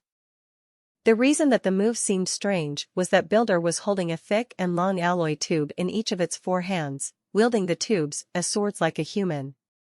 Because Builder itself was too cumbersome and had 4 arms, its actions looked very odd. Luo Shengyang looked at it and was slightly surprised. Anyone able to drive Builder like this must have reached the level of an evolver. Which teacher or coach in the school is driving Builder? Luo Shengyang could not think of any student, as an unevolved person could hardly achieve this speed. After watching for a while, Luo Shengyang started to have a craving. He used to be a heavy warframe soldier and operate heavy warframes as combat warframes for fun.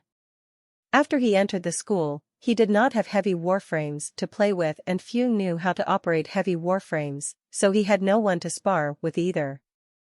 When he saw someone using a heavy warframe to mimic a combat warframe, his craving was evoked.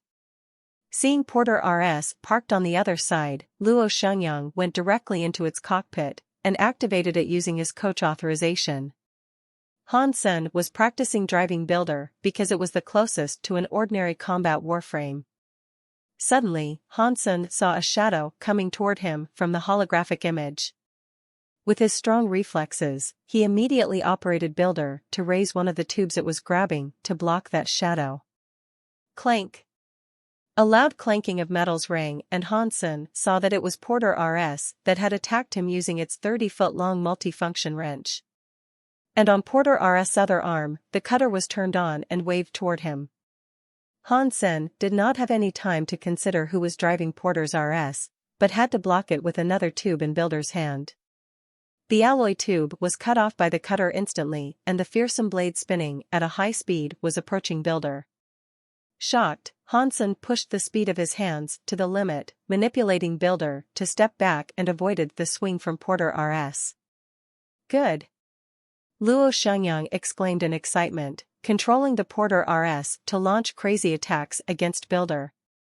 The giant wrench, cutter, drill bits, hooks and other tools all became terrifying weapons with his control.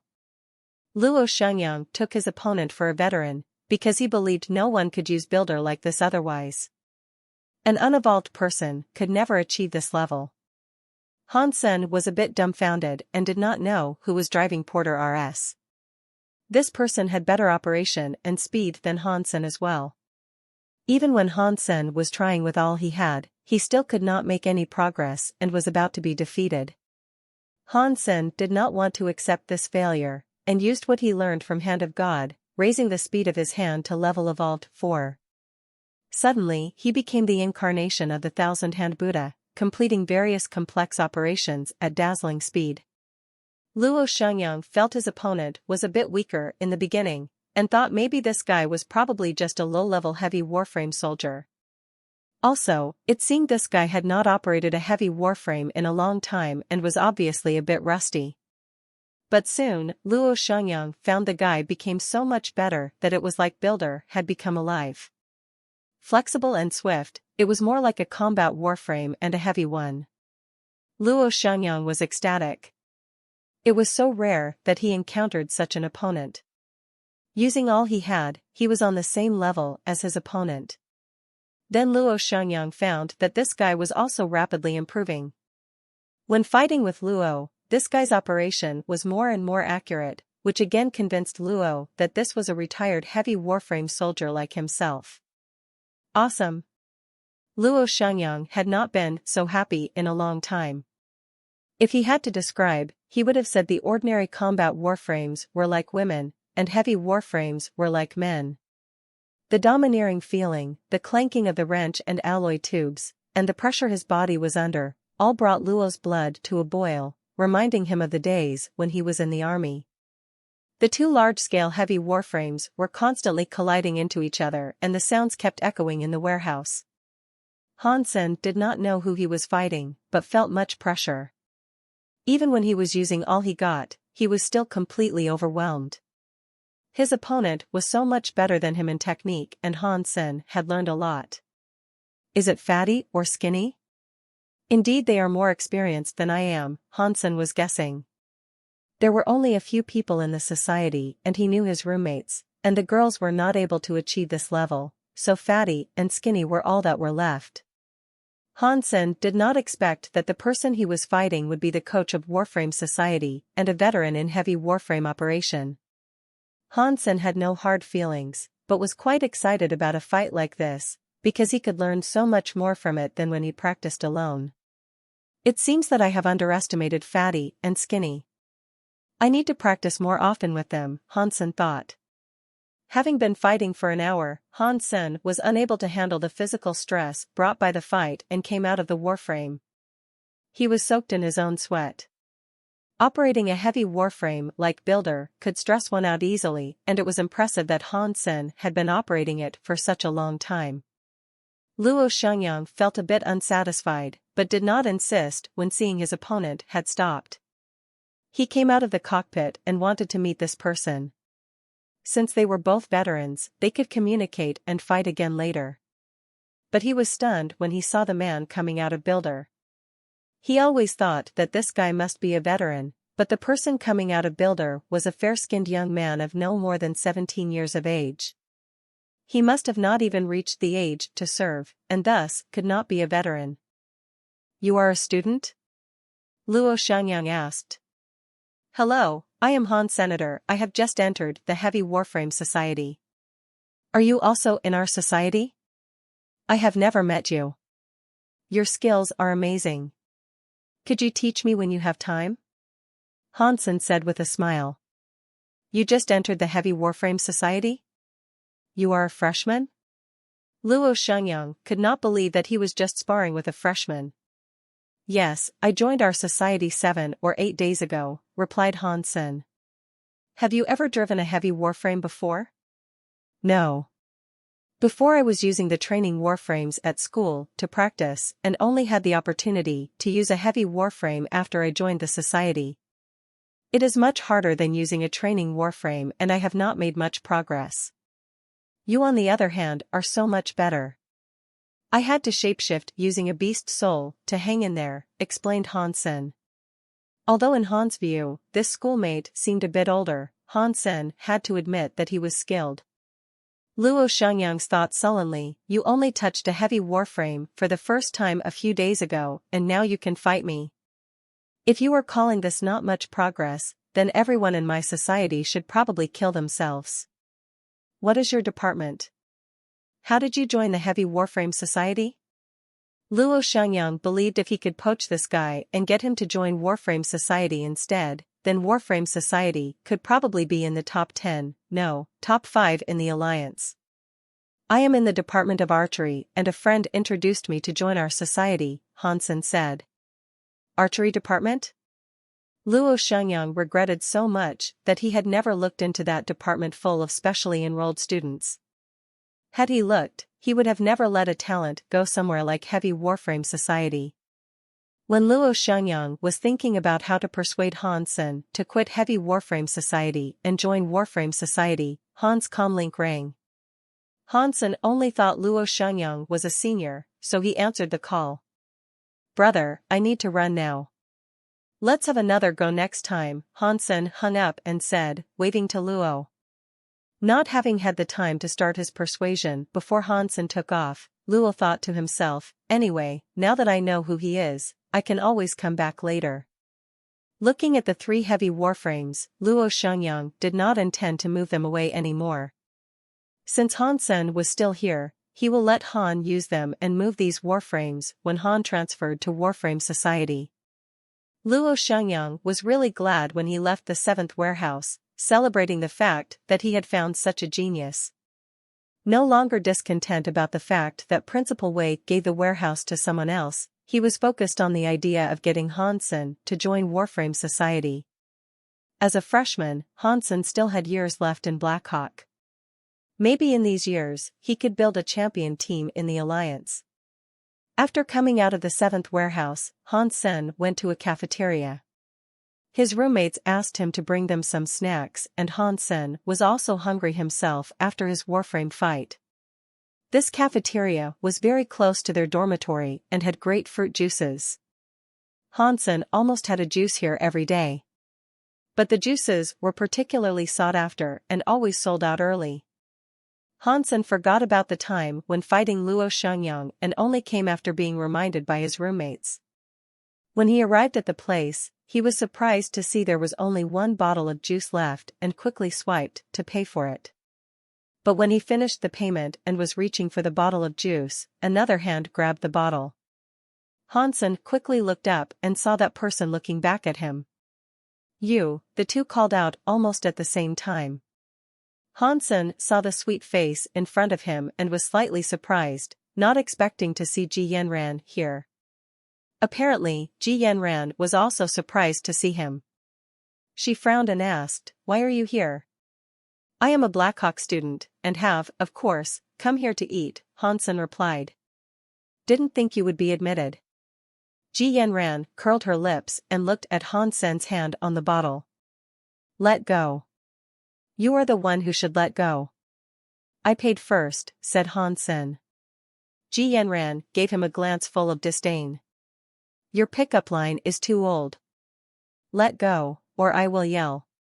"What do you mean by pickup line? Why do I need that? Have you seen anyone using a pickup line on his girlfriend?" Hansen said. Ji Yanran disagreed. "You have the nerve to mention that, cheater." "Who cheated?" Hansen frowned. "If you did not cheat, why didn't you come to find me?"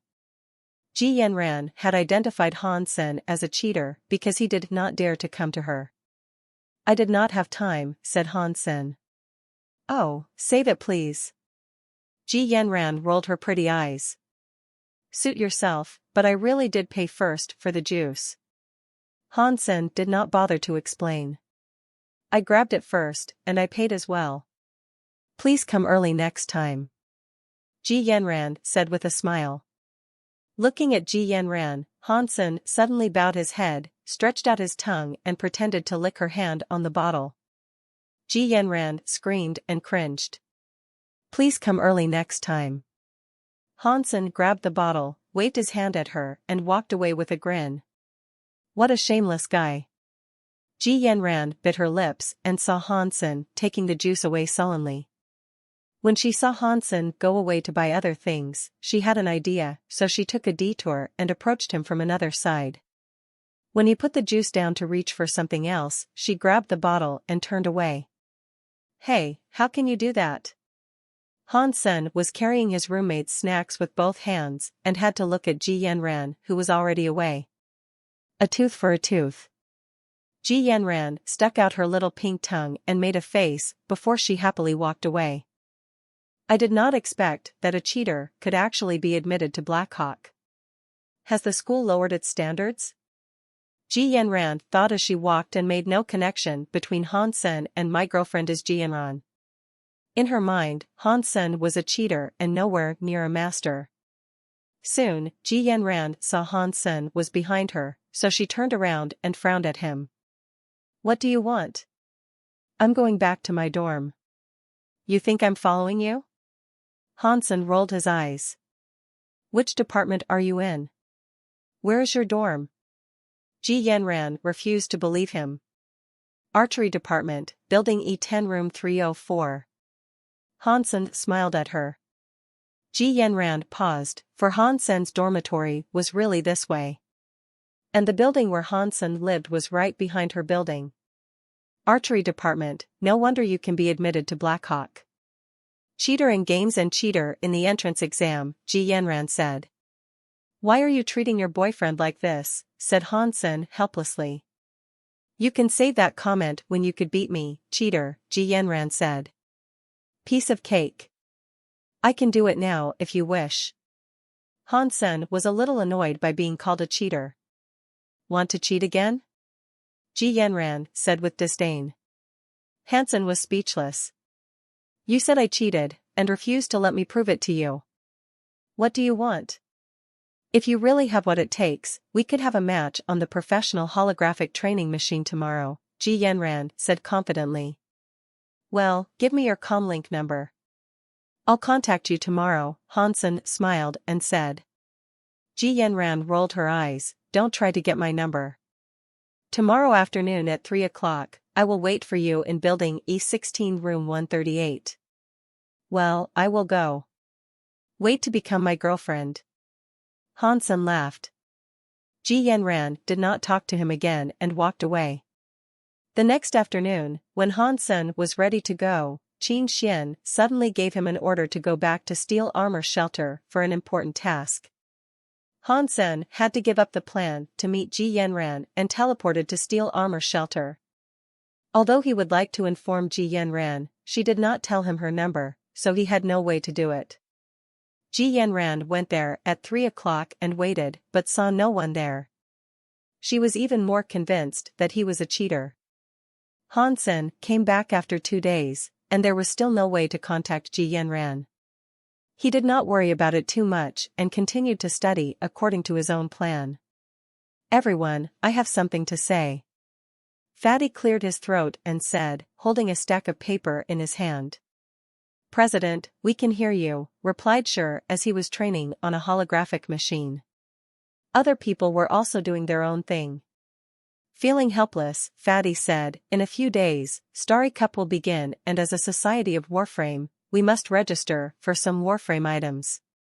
Let's see which ones we should go for. You are the president. You decide. Lu Meng had nothing to contribute. Zhang Yang was zealous, of course all of them. The number of our members would not even cover all the items. Wang Mengmeng blinked her eyes and said. We are the Heavy Warframe Society, so we will fall short to the Warframe Society in many items, Li Zhenjin said. Wang Chen added, for the items in combat, we will not do well. And we haven't even practiced the 5-on-5 team combat and will be much worse than the Warframe Society. That is challenging, but as long as we unite as one, we will be able to win. Zhang Yang was full of self-confidence. Fatty looked to Wang Mengmeng. Which ones should we apply for? Wang Mengmeng looked at Han Sen, who was reading. Brother Han, what do you say? That starry cup, what is in it for the champion? Han Sen pondered and asked. Skinny quickly said, of course. The prize depends on the item and all top 3 will get something. Of course, the champion's prize is the best. For example, all members of the champion team of the 5-on-5 combat will gain a Warframe of the Star Beast series, which was worth more than $1 million each.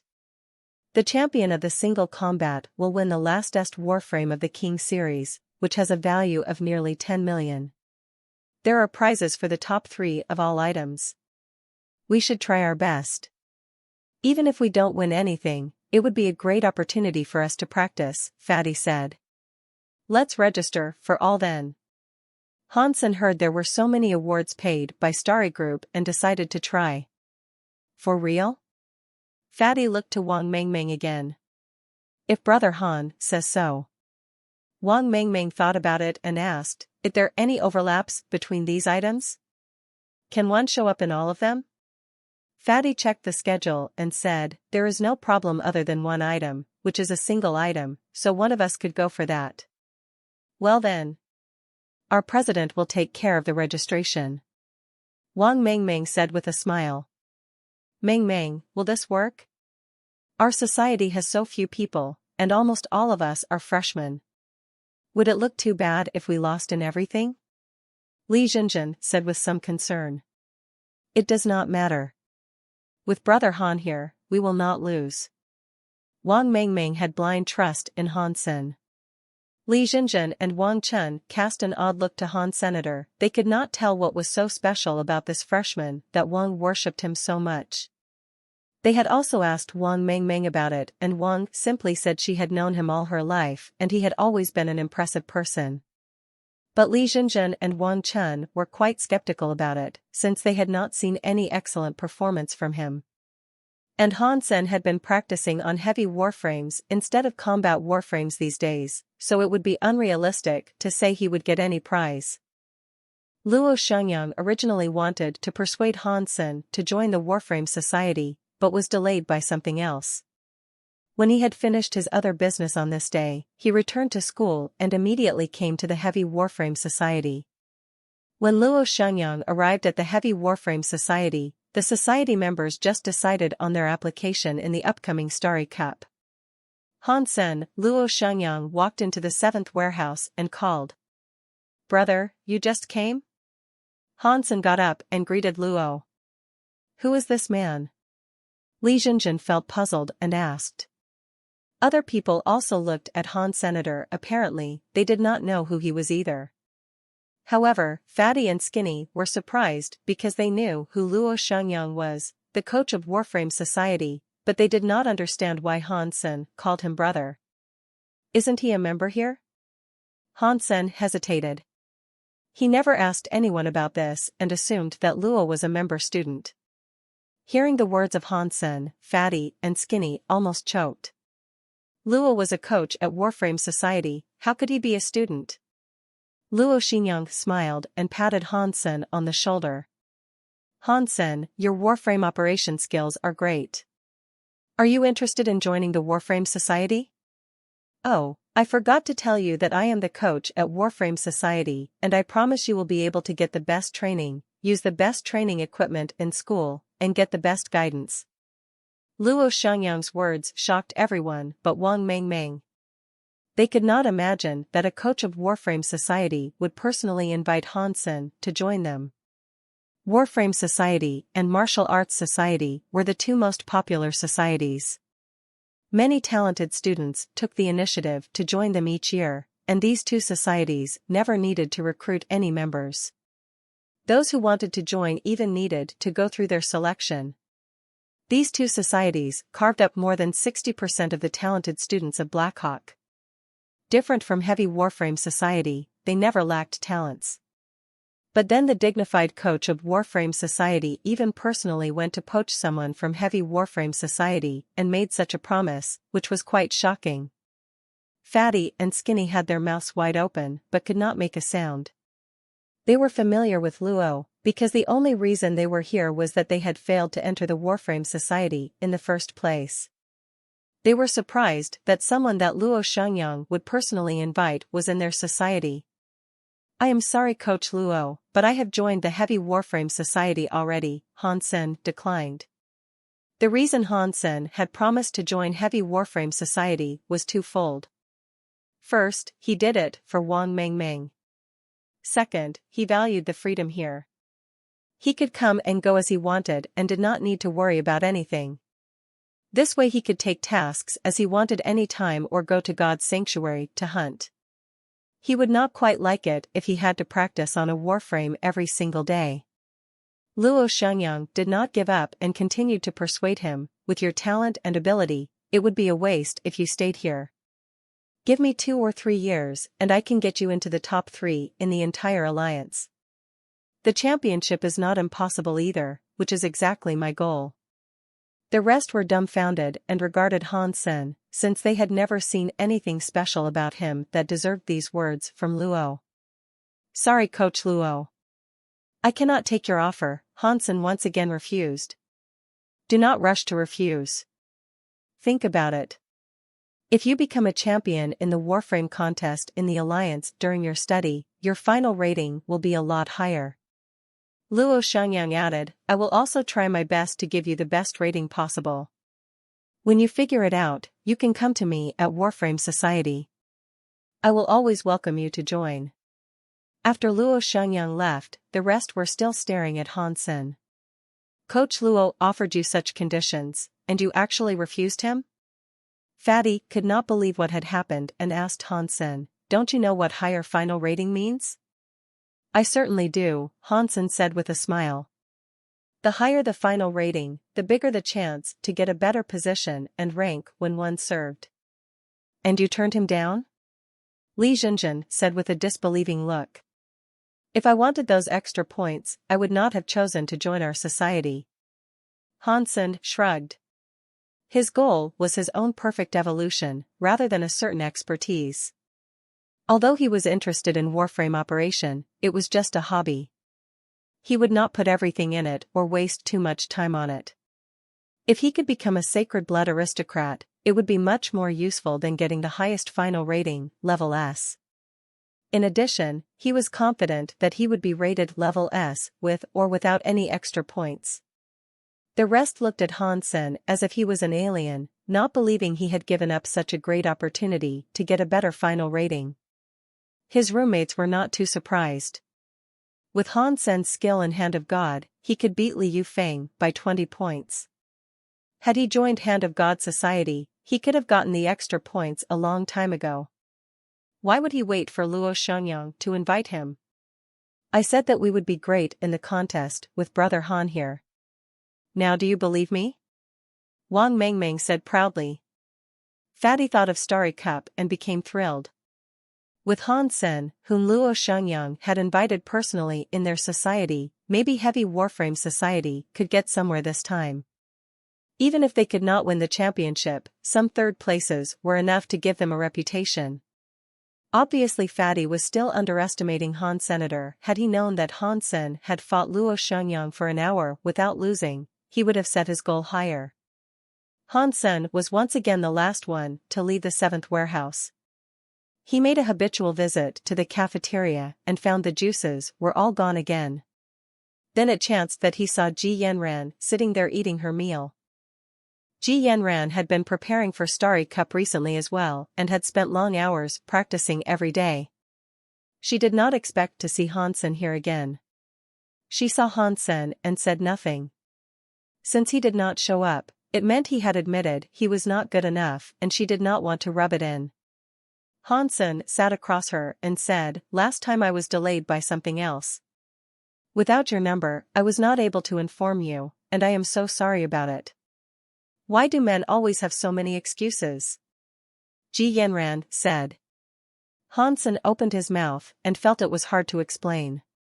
He had failed to show up indeed, so no explanation seemed good enough. "Shall we have a match tomorrow?"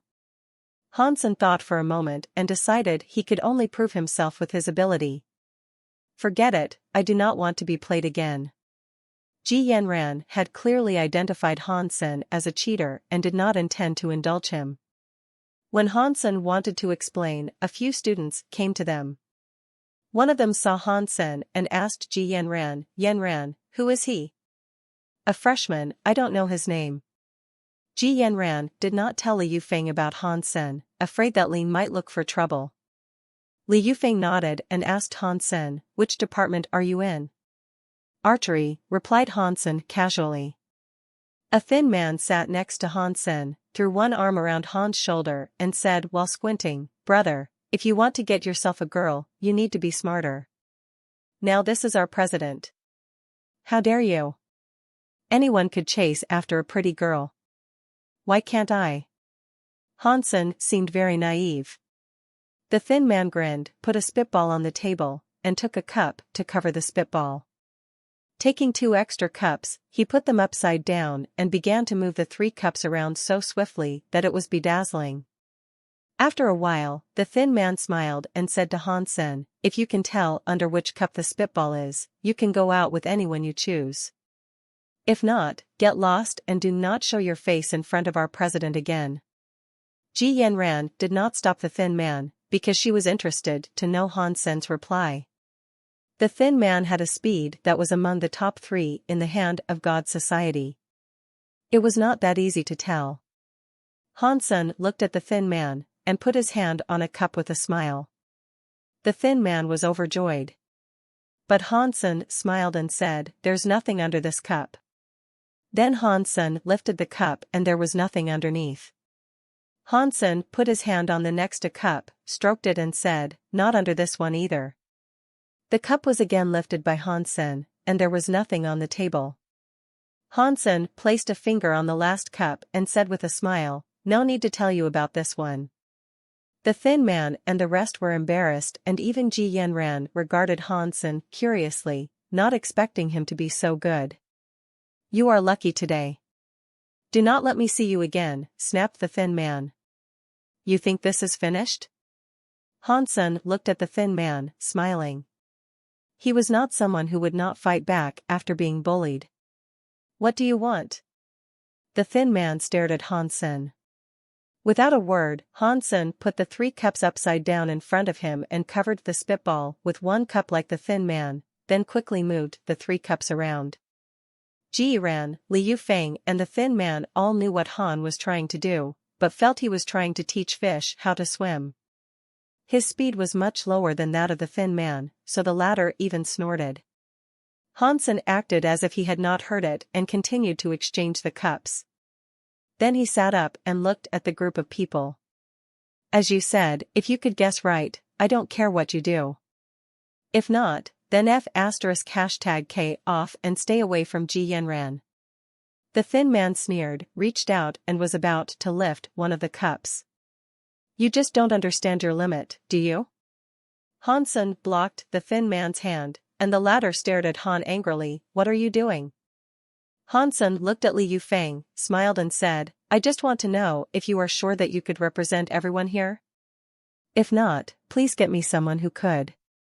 The thin man suddenly looked at Li Yufeng. Although he was sure, he did not know whether he could represent Li Yufeng. Li Yufeng said quietly, "Lift it." Hearing Li Yufeng's approval, the thin man was bathed in pride. He said to Hansen condescendingly, "Boy, I will now show you who the real master is. It's under this cup." The thin man lifted the cup in the middle up, full of self-confidence. But after the cup was lifted, all were stunned, and the thin man looked dreadful. There was nothing under that cup. "Impossible, this is impossible."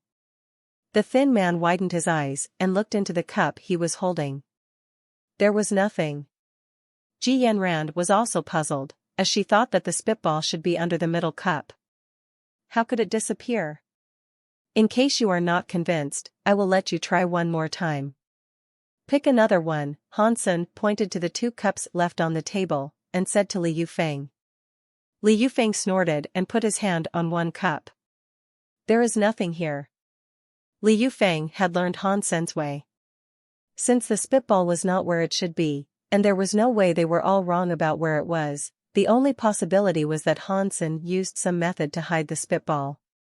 Therefore, the 2 cups left should also be empty. But when Li Yufeng lifted the cup, he paused, as the spitball was under that cup. The thin man and the rest were stunned. If Hansen simply took the spitball away, they would not be surprised, because that was exactly what the thin man had done. And there should be nothing under all 3 cups. However, the spitball was indeed under a different cup, which appalled everyone. Ji Yanran looked at Hansen in surprise and did not know how he could have done that. "Now you can disappear, right?" said Hansen while drinking water.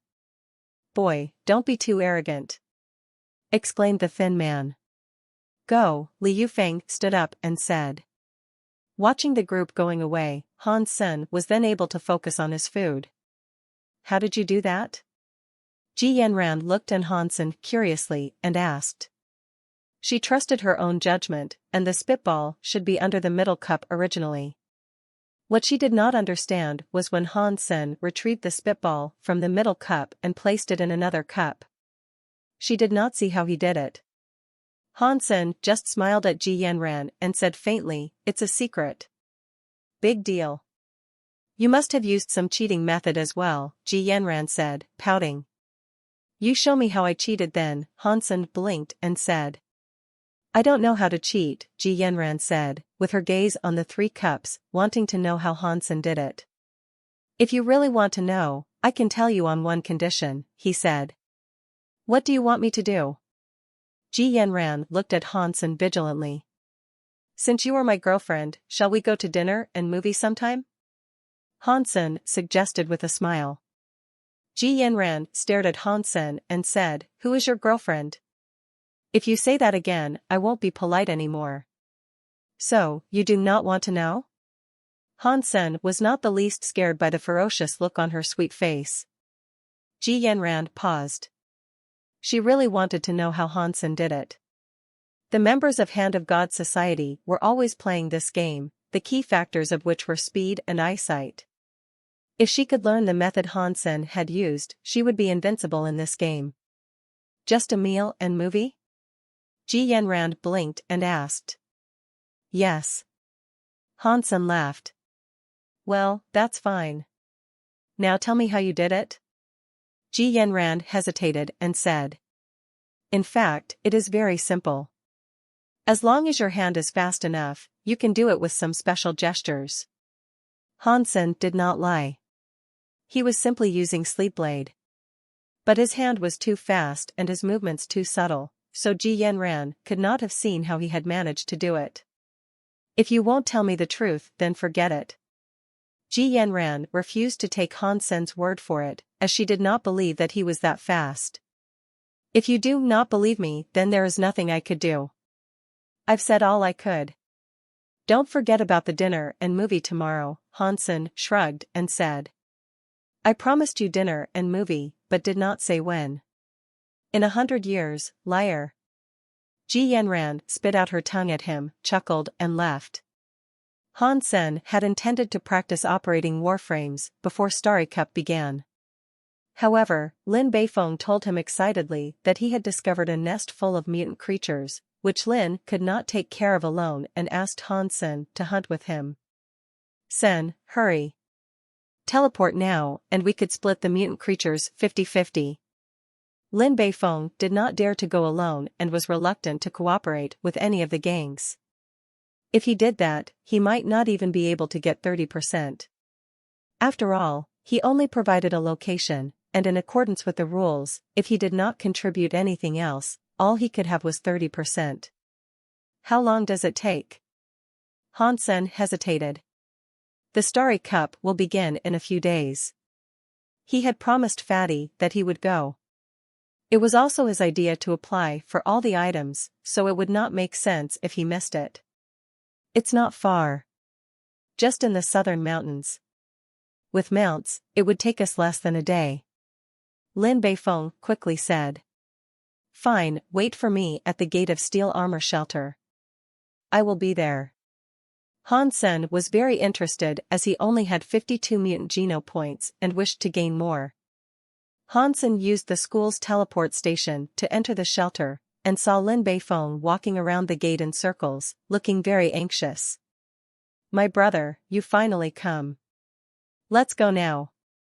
Lin Beifeng grabbed Han Sen the moment he saw Han. The two summoned their mounts and marched into the southern mountains. Han Sen saw that Lin Beifeng was still riding a primitive mount and laughed. "Lin, why are you still riding a primitive mount? Mutant mounts are very rare." "I have been looking, but no one was selling." Lin looked at the mutant three-eyed beast Han Sen was riding admiringly. "I have one. Are you interested?" Han Sen was ready to sell the mutant horned sand fox mount since he had no use of it. "You should have said so earlier." "What kind of mount is it?" "Show me," Lin quickly said. Han Sen summoned the mutant horned sand fox. Lin fell in love with the strong white fox and said, "Senator, I will take it." "Name your price." "Do you have S-Class license of St. Hall?" Han Sen asked.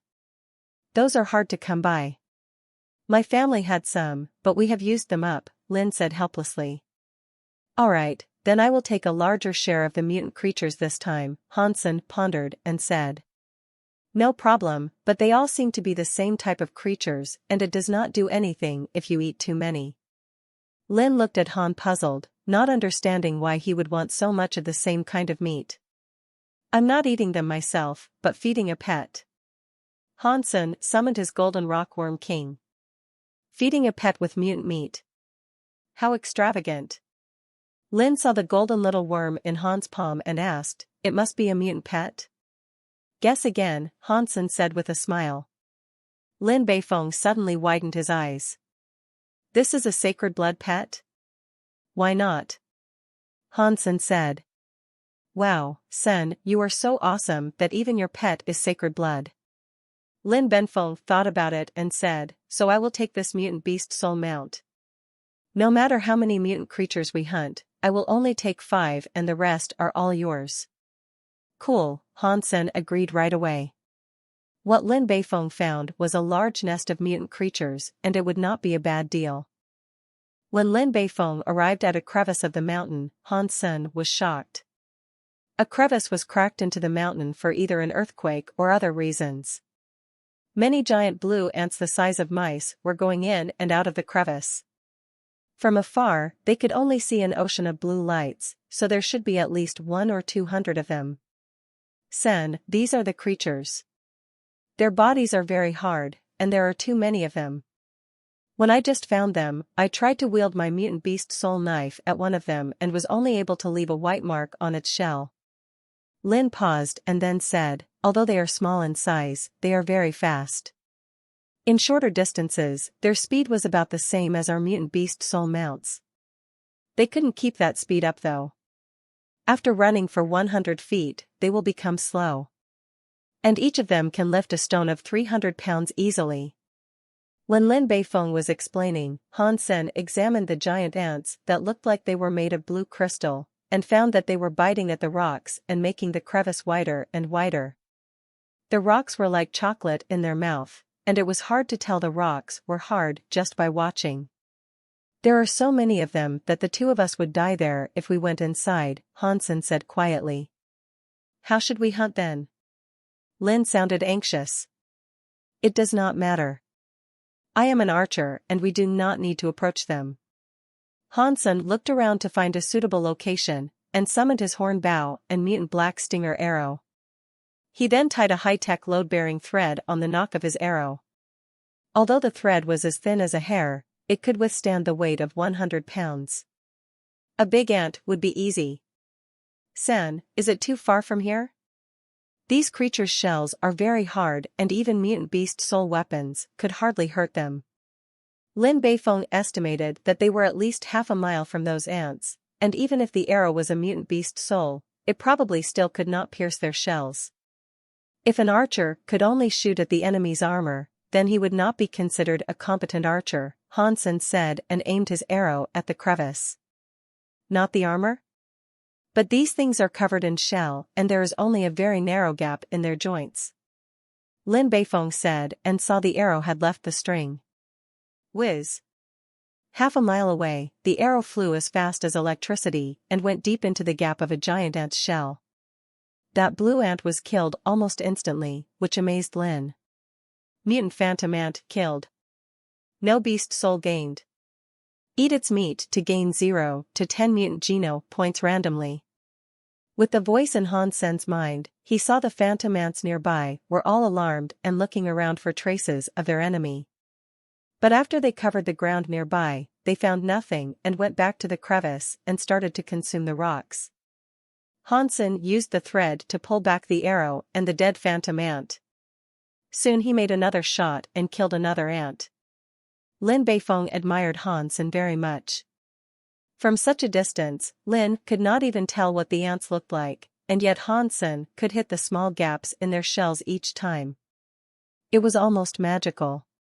When Han Sen was hunting the ants, Lin Beifeng was treating their bodies. The ants looked big, but the edible part was only a piece of jelly-like meat the size of an egg. Lin Beifeng ate several and enjoyed the fun of mutant geno point growth. But like any other creature, only the first few of the same kind worked. Lin Beifeng had stopped after eating 5 ants.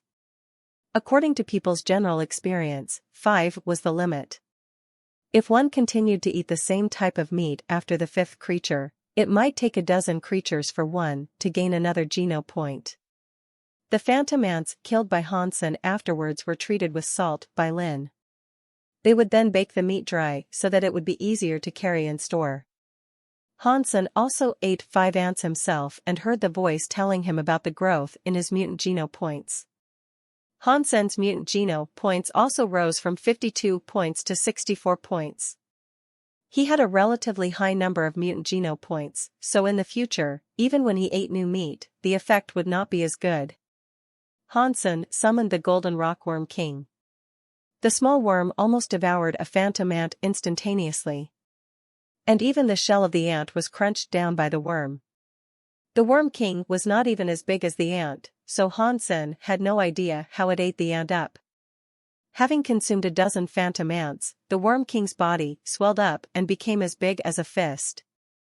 Han Sen told Lin not to treat the meat anymore and threw the ants' bodies directly at the Worm King, which was still able to continue eating. After eating 3 dozen ants, the Worm King grew as big as the phantom ant and had no other change. A sacred blood pet is indeed impressive. It at least has an Olympic-size appetite. Lin Beifeng was already stunned. The Worm King was basically eating gold. Han Sen was not distressed at all. He could not put large quantity of mutant meat on the market anyway. So, he might as well feed it to his pet. But Han Sen was not about to give it all the meat, as he needed to save some for Meowth. In front of Lin Beifeng, Han Sen could not summon Meowth. It was a beast soul pet that Qin Xian gave $, so if he were to summon it, the secret might get out. Had I known that an archer could do so much, I should have learned archery. Lin cast an envious look toward Han Sen, who was hunting casually. It's not like every archer can do this, Han Sen said with a smile. If he had not practiced Jade Skin, without his sacred geno points, sacred blood bow, and mutant arrow, there was no way he could hunt phantom ants like this. An average person could not see the gaps in the ants' bodies from such a distance at all. Han Sen suddenly heard a different voice when he killed another phantom ant. Mutant phantom ant killed. Beast soul of mutant phantom ant gained. Eat its meat to gain 0 to 10 mutant geno points randomly. Type of beast soul of mutant phantom ant, armor. Han Sen summoned the mutant beast soul armor and was suddenly covered in blue crystal. It had thorough protection like his black beetle armor and was even prettier. Lin Beifeng was amazed. What a gorgeous suit of armor. If a woman wears it, it would be. Lin was very eager to ask for the phantom ant armor, but did not know what to say. He had just got a mutant beast soul mount from Han Sen and did not have the nerve to ask for something else. Ahem, Sen, would you use this beast soul? If not, I can double, no, Triple the price of an ordinary mutant beast soul armor to buy it, asked Lin, obsessed with the look of this suit of armor.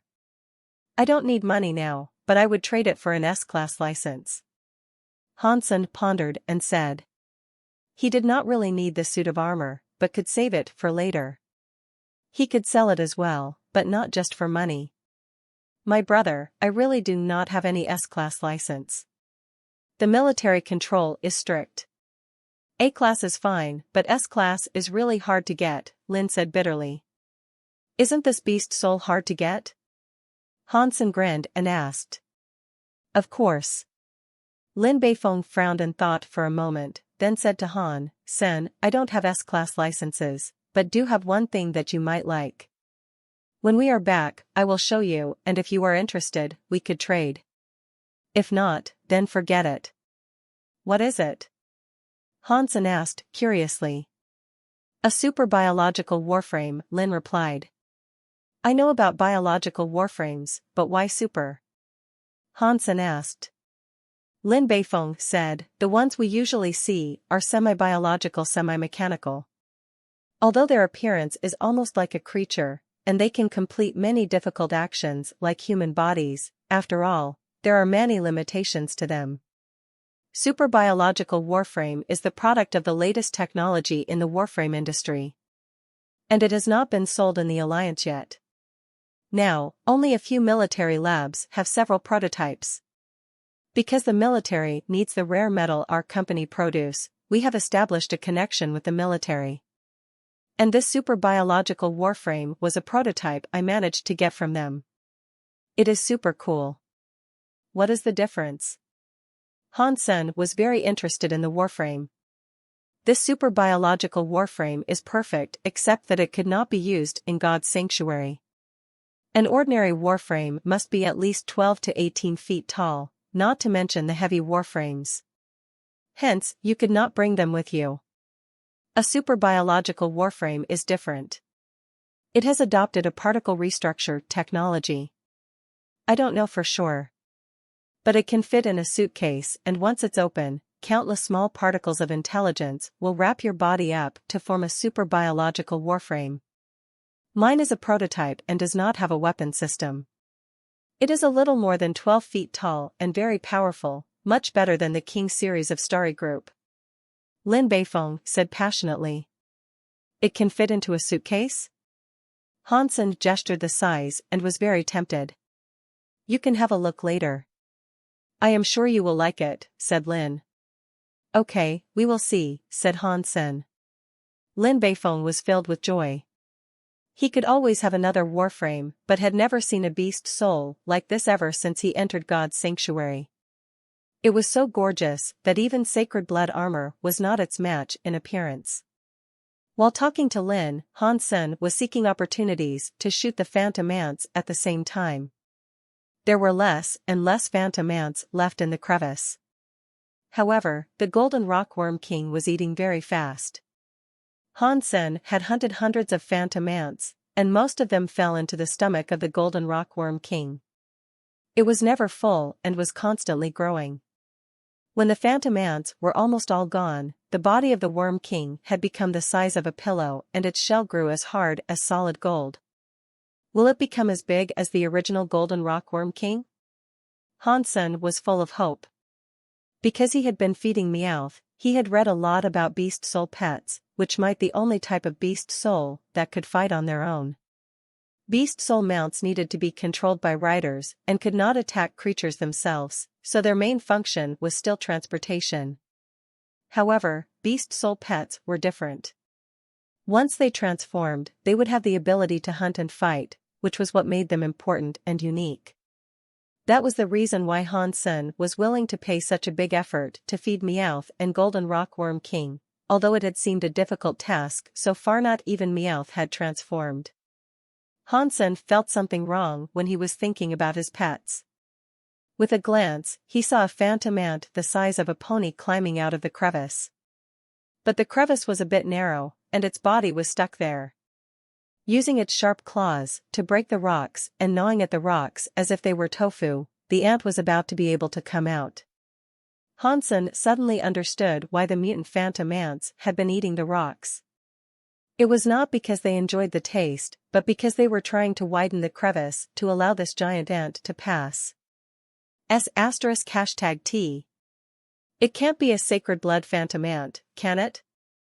Lin Beifeng also saw it and exclaimed with his eyes wide. Hansen drew the string of the horn bow to the fullest and aimed his black stinger arrow at the giant phantom ant. He paused for a second before shooting the arrow. Clank! The black stinger arrow hit the ant in the head and fell, leaving nothing on its shell. *T. So hard. It's absolutely a sacred blood creature, shouted Lin Beifeng. In the blink of an eye, the giant phantom ant had come out of the crevice and rushed toward Hansen and Lin Beifeng faster than a cheetah. Hansen took back the black stinger arrow, drew the string one more time and shot the arrow at the giant phantom ant. Clank! The arrow once again ended up hitting its head and did nothing, while the ant had rushed forward more than 600 feet in that moment. You go first. Hansen once again summoned the black stinger arrow and shot it at the ant. Let's go together. The gap on its shell is so narrow that no arrow could fit in there. Lin cried. I know what I'm doing. Go.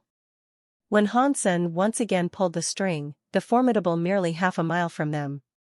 Lin Beifeng saw that Hansen did not want to leave and had to go first. Lin knew his limit. He could not even withstand one blow from this giant ant and would become a burden of Hansen's if he stayed. Lin was constantly looking back as he ran, worried about Hansen's safety. Hansen soon shot 2 more arrows, which were equally useless, while the giant phantom ant was only less than 600 feet from him. Lin Beifeng's heart was in his throat. Hansen was as stable as a rock. Suddenly, he had a suit of fiery red armor on his body and a ruby crown on his head. Even his hair turned blonde. His scarlet eyes staring at the giant phantom ant, Hansen paused. Almost instantaneously, that giant phantom ant was less than 9 feet from him. Throwing itself at Hansen, the giant phantom ant waved its saw-like claws at his body. Lin Beifeng's heart raced. He saw Hansen suddenly took a step, which was incredibly fast. Han moved forward instead of backward and stayed very close to the giant phantom ant. He finally shot the arrow. Snap! The distance between them was so short and Hansen's arrow directly went into the giant phantom ant's mouth. The entire arrow disappeared there and the giant phantom ant made a painful hissing sound. Hansen took another step away from the giant phantom ant that was going on a rampage. The giant phantom ant went after him at an incredible speed, making it impossible for Hansen to pull away from it. When it was about to get him, Hansen again stepped aside and perfectly dodged its deadly blow. Watching from afar, Lin Beifeng was very nervous. The giant phantom ant was so fast that Hansen was treading upon sharp knives. One mistake and he would be dead. But this fight also made Lin's blood hot, giving him the urge to go back and fight with Hansen side by side. Checking the speed of the giant phantom ant, Lin Beifeng gave up this stupid thought as once he went back, he would become an appetizer for the ant. Lin Beifeng felt Hansen's movements were odd after he looked for a while. Although Han was not as fast as the giant phantom ant, he could always avoid its fatal blows. The steps he made in those critical moments were incredibly fast. Obviously, it was not luck, but a certain footwork Hansen was practicing. Even so, Lin's heart was still racing when seeing signs of danger everywhere. Hansen had practiced Spartacle for just a short amount of time, so his acceleration could not last more than 1 step. He must wait for a while before he made his second step. And that was enough for Han Senator. As long as he could avoid the fatal attacks from the giant phantom ant, he still had time to seek opportunities. The seemingly dangerous situation had become quite predictable for Hansen since he had shapeshifted into the Fairy Queen. The movements of the giant phantom ant did not look too swift to him. And he had enough time to react. If it weren't for the fact that his speed was not as good as his reflexes, he would not even need Spartacle. While dodging the attacks from the giant phantom ant, Han Sen was seeking opportunities to shoot his arrows. He had but one goal, which was the mouth of this ant. The ant's shell was too hard and it did not even matter when the arrow hit the gap. He could only shoot the arrow directly inside its body. Snap! Another arrow disappeared in its mouth, making the giant phantom ant roll around on the ground in pain. Han Sen took the chance to pull away from it. When the giant phantom ant again threw itself at him, he had already pulled the string again. Snap! Between his steps, Han Sen shot another arrow into the ant's mouth. Lin Beifeng, who was watching from afar, was dumbfounded. It was the first time he had seen an archer like him. Han Sen was shooting the arrow from all kinds of weird angles without so much as a pause, and all his arrows hit the target. Han Sen's achievement should be attributed to his opponent at the contest, Lei Ban, who showed Han what a real archer should do. Shooting while moving was the key. Since then, Han Sen began to consciously train himself. Coupled with the training from Yang Monli and what he had learned at Black Hawk, Han Sen became very good at this. But compared to Lei Ban, his accuracy was still lower. His fitness level and hyper-geno arts made up for it though. The giant phantom ant slowed down after taking 6 hits. Han Sen knew the toxins from his arrow were working. Although it was not fatal, the giant phantom ant was losing its strength. Hit the iron when it is hot. Han Sen would never give up an opportunity like this and was looking for a chance to shoot his next arrow. This giant phantom ant was not nearly as intelligent as the Sacred Blood Fox King. When it was injured badly already, it still did not have the sense to retreat. Sacred Blood Phantom Ant killed. Beast Soul of Sacred Blood Phantom Ant gained. Eat its meat to gain 0 to 10 Sacred Geno points randomly. The Sacred Blood Phantom Ant finally collapsed in front of Han Senator. Hearing the voice in his mind, Han Sen just wanted to laugh out loud. Another Sacred Blood Beast Soul, and it was an armor as good as his Black Beetle armor. Sen, awesome. Is it a Sacred Blood creature? Lin Beifeng trotted back and asked Han Sen. It sure is, Han Sen said with a smile. Sen, did you gain its beast soul? Lin stared at Han Sen and asked. Yep. Han Sen did not lie. Since Lin had seen the mutant beast soul armor, he would recognize the Sacred Blood version. There was no need to deny it. A Sacred Blood beast soul. Honestly, did you sleep with Lady Luck? Lin grabbed Han Sen's shoulder and shook him violently. But Lin did not try to purchase the Sacred Blood Beast soul and meat. After Lin calmed down, Han Sen smiled and said to him, Lin, I also need the Sacred Blood Beast soul and meat badly, so I can't share. You can take more meat of the mutant ants if you want. Lin Beifeng rolled his eyes at Han Sr. What do I need that for? Sell them? Do I look poor to you? Maybe you can take it back to see if you could trade it for a mutant beast soul. Han Sen laughed. Lin Beifeng said, after I saw the mutant phantom ant beast soul armor, I don't want any other mutant beast soul now. I'm not necessarily able to trade it for a beast soul, even if I am simply not in the mood. Lin stared at Han Sen and said, I don't want anything else. But if you want to sell that Sacred Blood Phantom Ant armor, you must come to me first. Lin Beifeng had considered this thoroughly. Han Sen would enter Second God's Sanctuary soon, and by that time, he still had the opportunity to get the Sacred Blood Phantom Ant armor. Okay, this I promise you. If I want to sell it, I will ask you first, agreed Han Sen readily. It's a deal. Lin reached out his hand and wanted to pinky swear. This is too childish, right? Han Sen was embarrassed.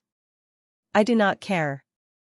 Lin entwined his little finger with Han's, while murmuring, whoever breaks the promise will have 10 wives and no penis. *#.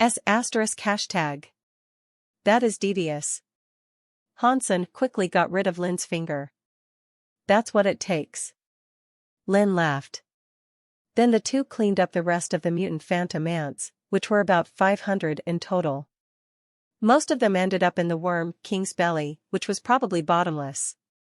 Hansen dried and saved 100 phantom ants as Meowth's food. And all the rest was fed to the Worm King. In addition to the 5 he ate, Lin Beifeng was not the least interested in the mutant meat. Hansen asked him to take some back, but he declined. Lin repeatedly begged Hansen to inform him immediately once Hansen wanted to sell the Sacred Blood Phantom Ant armor. Hansen assured Lin that he would do that. Lin Beifeng watched Hansen ate a whole pot of Sacred Blood Phantom Ant stew and drank the liquid up, feeling upset. Another 5 sacred Geno points gained. Hansen had a staggering 45 sacred Geno points, almost half of the max. And Hansen had only entered First God Sanctuary about a year ago. To comfort Lin Beifeng, Hansen gave him the mutant phantom ant armor first. So as soon as Lin was back in steel armor shelter, he immediately brought the warframe he was talking about to Hansen. Sure enough, it was just a silver alloy box the size of a suitcase. Although heavy, it was still hard for one to imagine that it contained a warframe more than 12 feet tall. In God's Sanctuary, there was no way to test this warframe, but Hansen believed that Lin Beifeng would not deceive him for a mutant beast soul. Hence, he left God's Sanctuary with the case. It was night when Hansen teleported back to school. He paused and went to the 7th warehouse with the super biological warframe. The warehouse was empty. Hansen opened the case the way Lin Beifeng taught him. A light beam was projected from the case and scanned Hansen's body. Scanned completed. Analysis completed. Super biological warframe Silver Killer unlocked. The moment the case was opened, liquid like mercury mixed with colorful particles flowed out of the case. The entire case then became part of the liquid and flowed toward Hansen. Soon, he was covered in that liquid. That feeling was hard to describe. It was like the Iron Man putting his armor on, but a bit different in that all the parts were constructed by the particles. Soon a silver humanoid warframe more than 12 feet tall appeared where Hansen was standing, and Hansen was sitting in a tight cockpit. Hansen could only praise the great power of science and technology. A small case of less than 100 pounds could become such a huge warframe. And its weight was also matching the tonnage of a regular warframe. Unfortunately, human science and technology are completely useless in God's Sanctuary. Or else human would have dominated God's Sanctuary already, and all the creatures would have been wiped out. Hansen sighed. In fact, the reason why Hansen had this idea was that he was still in First God's Sanctuary. If he evolved and went to the higher phases, he would change his mind. Hansen tried to drive the Silver Killer, which was indeed powerful as Lin Beifeng said. Such a small warframe was actually more powerful than a heavy one like Builder, and of course much more flexible. As long as the operational level was there, Silver Killer could perform all the movements a person could. Like Lin Beifeng had said, except for the lack of weapon system, Silver Killer was perfect. Of course, the more difficult the operation, the greater the burden on one's body. Most people would have a hard time controlling their own bodies on a roller coaster. So, to operate a warframe at a high speed was not something anyone could do. After all, it was only a prototype from the military laboratory, so it was impossible to equip it with a weapon system. Or else they would not give it to Lin. Hansen was content. Although there was no weapons system, Hansen could install some individual weapons himself, such as laser sword, laser gun and particle gun. In short, Hansen was more than satisfied with Silver Killer. If it was not for Lin Beifeng, he could never have a warframe like this for a mutant beast soul. Perhaps it was arranged by fate. Huaxing Station had designated Feng Mingquan to host the live broadcast of Starry Cup in Blackhawk Division. Contest Center was, after all, only a temporary show and went off the air soon after the contest. It will resume until the contest next year. Since Feng Mingquan had no shows to host at this point, he chose to host the live broadcast of Starry Cup in Blackhawk Division when asked to choose his next show. Feng Mingquan and Hansen seemed to have been brought together by fate once again. But Feng Mingquan did not know that Dollar was a student at Blackhawk. At the moment, Fong was quite distressed because he did not know which items he should cover. Because there were many items, some of them were arranged at the same time. As he had brought limited manpower, he had to pick and choose which ones to cover. Lu, what were the traditionally strong items of Blackhawk? Fong Mingquan asked his assistant while checking some data. Lu did some searching on his smart device and quickly replied, Blackhawk's strongest item is men's singles in martial arts. In last year's Starry Cup, they got the third place in the final of the entire alliance. The student who won is still studying here. His name is Ouyang Xiaosan, and he has also signed up this year. Any other strong item? Fong Mingquan asked. Not much. Their Warframe Society and Hand of God Society had good performance, which was not that outstanding across the alliance. They were both top 20 to top 10. Lu looked at the data and said with a smile, but it is interesting that with a terrible record in archery, Blackhawk had recruited lots of students specialized in archery this year. I believe they will do much better than in previous years. Archery? Fong Mingquan slightly frowned. Archery was, after all, an unpopular game. The popular ones in the alliance were mainly related to aircraft, warframe or combat. Archery was quite peripheral, because most people were even more willing to see a game of firearm. Anchor, the only highlight in Blackhawk will be martial arts. We should cover Ouyang Xiaosan's games and throw in some Warframe and Hand of God matches in between, suggested Lu. Still 2 days until the games start. We can decide after learning more about Blackhawk. Fong Mingquan looked at the time. It's late. Let's call it a day. We have been working all night. Some snacks now would be a good idea. Fong Mingquan and Lu left the room assigned to them by the school and went to a cafeteria. It was midnight. The cafeteria was almost empty and food was still being sold at the smart machines. Fong Mingquan looked inside the hall, and only one student was sitting in the corner, eating. Fong then took the food they just bought and sat opposite the student. Fellow, you are eating so late, sitting opposite the student, Fong Mingquan said with a smile. Fong believed that the student would recognize himself, because judging from his age, the student must be in First God's Sanctuary and should have watched Contest Center, of which Fong was the host.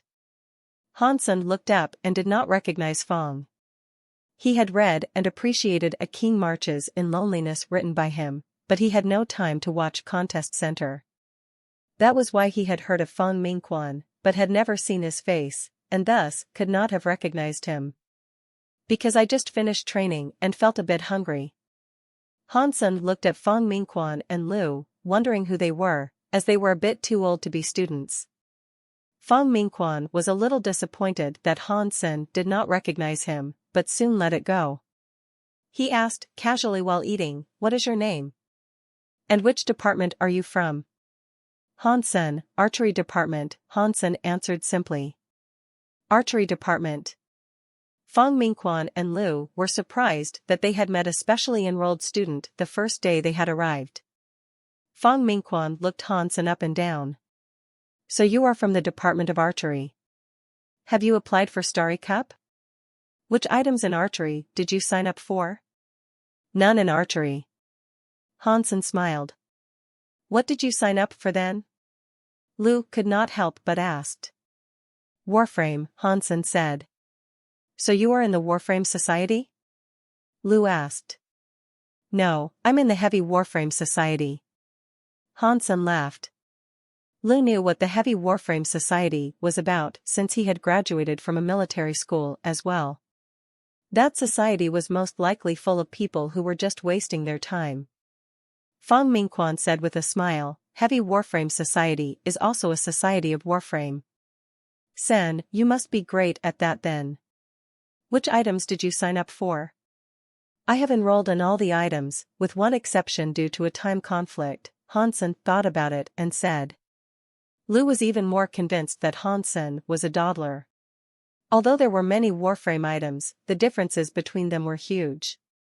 Most people would focus on 1 to 2 items to strive for the best results possible. So, what kind of performance can we expect from you? Fang Mingquan asked with a smile. I will try to get championship in all the items I have signed up for, Hansen casually replied. Lu almost choked on his drink when hearing his reply. After coughing for a while, Lu cast an odd gaze at Han. Fellow, I think you should sign up for more items then, such as Hand of God. The more championships the better, right? Hand of God is boring. Hansen did not care about the irony in Lu's words. Why? Fang Mingquan was quite curious. Because all the opponents are too weak, said Hansen casually. Lu regarded Hansen, unable to believe what he had heard. Lu felt that students nowadays were so arrogant that they would say anything just to impress others. Lu had checked Blackhawk's record in Hand of God, which was quite impressive. And Li Yufeng, among others, was in the top 50 in the alliance. However, he had never heard of Han Senator. From the data he had collected, Han Sen was not even in the Hand of God society. Lu looked at Han Sen and ridiculed, so, you must be much stronger than Li Yufeng at Hand of God? Not much, but I could beat him by 20 points, Hansen said. Lu thought this student was not making any sense at all and gave up talking to him. Fang Mingquan, on the other hand, was intrigued by Han Senator. He said with a smile, it's great that young people have confidence. When is your game? We will go cheer for you. I have not got the schedule yet, but I will be at almost all the Warframe matches.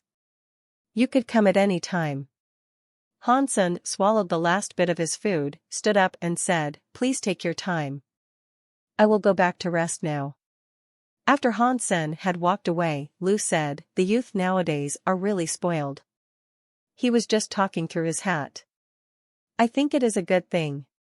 He has signed up for everything, which is much better than nothing, Fang Mingquan commented with a smile. But Fang Mingquan did not take Hansen's words seriously. Archery department had low entrance requirements to begin with, so students in that department were generally lacking in fitness. As a freshman from archery department and member of the infamous Heavy Warframe Society, Hansen was not likely to be the champion of any Warframe item. Hansen left the cafeteria and walked toward his dormitory. By chance, he saw Ji Yanran, who was also walking back to her dormitory. Hey! Hansen walked up quickly to greet her, since she was his girlfriend, technically. Ji Yanran saw Hansen and glanced at him sharply. Then she suddenly had an idea and put on a smile. You always wanted to prove that you did not cheat. So, you must have signed up for Hand of God in Starry Cup? Hansen sighed, I was going to register for Hand of God, but the members of my society have all signed up for Warframe items, so it seems that there is no chance for me to prove myself. Save it. Ji Yanran despised Hansen, believing that he simply did not dare to participate in Hand of God games.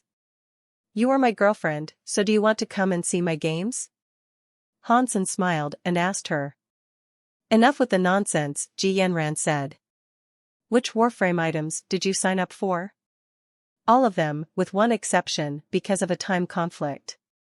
Why? You think this is like casting a net, the wider the better? Ji Yanran was slightly curious. For the prizes. There are nearly 10 items under the Warframe category, which was the biggest of all. I could get several first places and easily earn 10 million, Hansen told the truth. He entered purely to get the rewards. Several first places? I don't think you could even make top 10, let alone top 3, Ji Yanran questioned him. You are underestimating me again, Hansen said helplessly. That's called analyzing, not underestimating, Ji Yanran said with a smile. That's fine. Since you think I cannot get any prize, then shall we make a bet, proposed Hansen. You want to cheat again? Ji Yanran felt a bit uncertain when it came to Hansen, since she still had not figured out how he had beaten the Thin Man and Li Yufeng in the cup game.